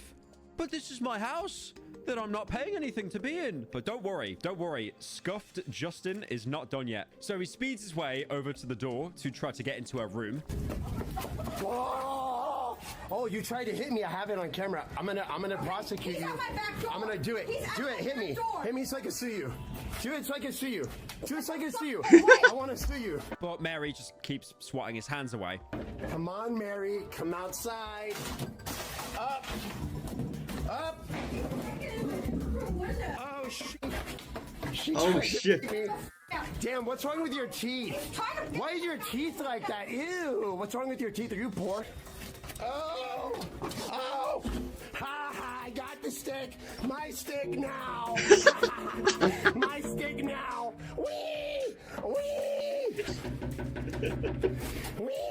And then he comes back in, sprays some kind of liquid on the door, and then decides to have a karaoke session dedicated just to Mary. A little bit of karaoke with Mary. So call me maybe. Mary! I have a song I'm dedicated to you. This song is for you, Mary. Including singing the song Creep by Radiohead. And guess what happens, guys? Have a guess. No, seriously, no clues. Guess what happens? You'll never guess what happens. She called again. Mary is on the final straw, and Justin is doing a very good job trolling her because it's almost like she's gonna crack and just be like, nah, this is a free house, but it's too much. It's too much for me. Oh, so he actually leave? But the more that Justin is trolling her, the more aggressive she becomes. So she comes back and Justin immediately runs over to her and she spits at him. Hi, Mary. We're getting assault. So Justin repeats that this is assault, and in a lot of cases, you could consider being spat on purposely as an assault. And then begins to follow her, even though Mary obviously doesn't agree that it was assault. And then one thing, which is a pretty big revelation here, I mean, not really surprising. If you look at Mary's skirt, okay, that sounded a bit weird saying that. Hear me out, let me finish. If you look at her skirt, you can see that the skirt still has the security tag on it, probably alluding that she probably stole the clothes that she's wearing as well. It wouldn't surprise me. You came in to afford clothes, you stole that? You stole that? Holy shit, you got muffin top. You got your all fucked up. Why don't you go find Jesus? So she spits on Justin a few more times. Meth head, your school. And then, you know, just clearly fed up with everything. Now, I don't know Justin. I've never talked to this guy. He seems like a complete psychopath. He's needed. Did he really have to do the Hawk Tour bit? Woo! Hawk Tour! Hawk Tour! So this story concludes as they chase each other down the street and get more and more confrontational. She throws a shoe at him. He tries to return the shoe to her, probably before getting a sniff in. And then he keeps screaming at her, which causes her to run into a nearby restaurant. Then the police are called. Again, how many times have I said that this video? It's like the 8th time I've said that. And then Asian Andy makes a miraculous appearance again, talking to the cops and basically catching them all up to speed. I was watching, he was doing a live shot, I was watching her mom, she assaulted him. And he was like trying to film her. They can't prove. Oh, I just ran over here. Oh, no, I just ran here. I'm kind of out of shape, sorry. And at last, finally, after weeks and weeks of torment, Mary has been arrested. We did it, guys. Yeah. We did it. We did it. I'm so proud of you. I'm so a little proud bit of of you. Now, they did spoiler. actually cuff Justin first, but they did let him go afterwards. And this really isn't surprising because like this stream actually went viral outside of the whole streamer circle. On the Orange County subreddit, there was actually a post warning people of a crazy guy running around with Speedos on. So with Mary finally arrested, they're free. They can sit back, relax, probably smoke a bit more weed because that's all people do in California. Now afterwards, the crew decides to go back to the home and see what kind of damage Mary has done. Because again, Mary in her inner sanctum, no one actually saw the inside of it because she just never left the room and always kept it locked. And she had definitely left an impact. So Mary had broke loads of things in the room. There was a TV that was busted, the door to the bathroom as well. So Andy concludes the saga by saying that he's still in the process of suing Mary, obviously for all the damages, going as far as to find her old landlords and everything to, you know, use against her in a huge case. Right now, we're currently being sued by Mary. I'm not worried. Found out all of her past landlords. We found out all the lawyers that had to deal with her. We hired all of them. They're all very familiar with her case. And it does seem as well that after her arrest, she was actually sent to a mental hospital for a few days. But then as soon as she came out of the hospital, she began to harass Asian Andy's sister via text messages. He then drops a full link of all this kind of stuff, including the messages, her arrest, and, you know, even a mugshot as well. Now, this Google Drive is still available right now. They've got the mugshots and everything. And they even have this edited picture, for some reason, of her holding a drawing, like, you know, celebrating 9/11. Now, I get it. Landlords are the least favorite people in the world. Everyone hates them because it's like, you know, you work a 9 to 5, a grueling hell job, and then a landlord basically just sits in their armchair, smoking their cigar, sipping on their whiskey, and they just get passive income by doing nothing. But this is a situation where, like, I'm fully siding with the landlords because this woman has taken full advantage of the system. Now, I did want to mention this throughout the video, but I wasn't really sure where to shoehorn this in. But, you know, in like kind of a more sympathetic angle, Mary is obviously very mentally ill. She is. Like no neurotypical person would do this. There is no way someone would be this unhinged. But, you know, the point I'm trying to make is, like, it doesn't excuse what she's done. It's just overall still a pretty sad situation. And again, it's like, Mary, you chose to, like, steal the home from a streamer. What were you thinking? You were probably smoking more weed than he was. Like, do you know how content-brained people are now? You were walking into a bear trap. Again, this wouldn't have escalated if Mary kept hopping around or she, you know, basically just didn't stay there as long as she did. But again, like, I do feel some level of sympathy for her, but at the same time, you need to be held accountable for, like, reckless and entitled behavior. So yeah, what's the moral of today's story? Don't be a landlord, and buy this shirt. Buy this shirt. It comes out on the 15th. Buy this shirt.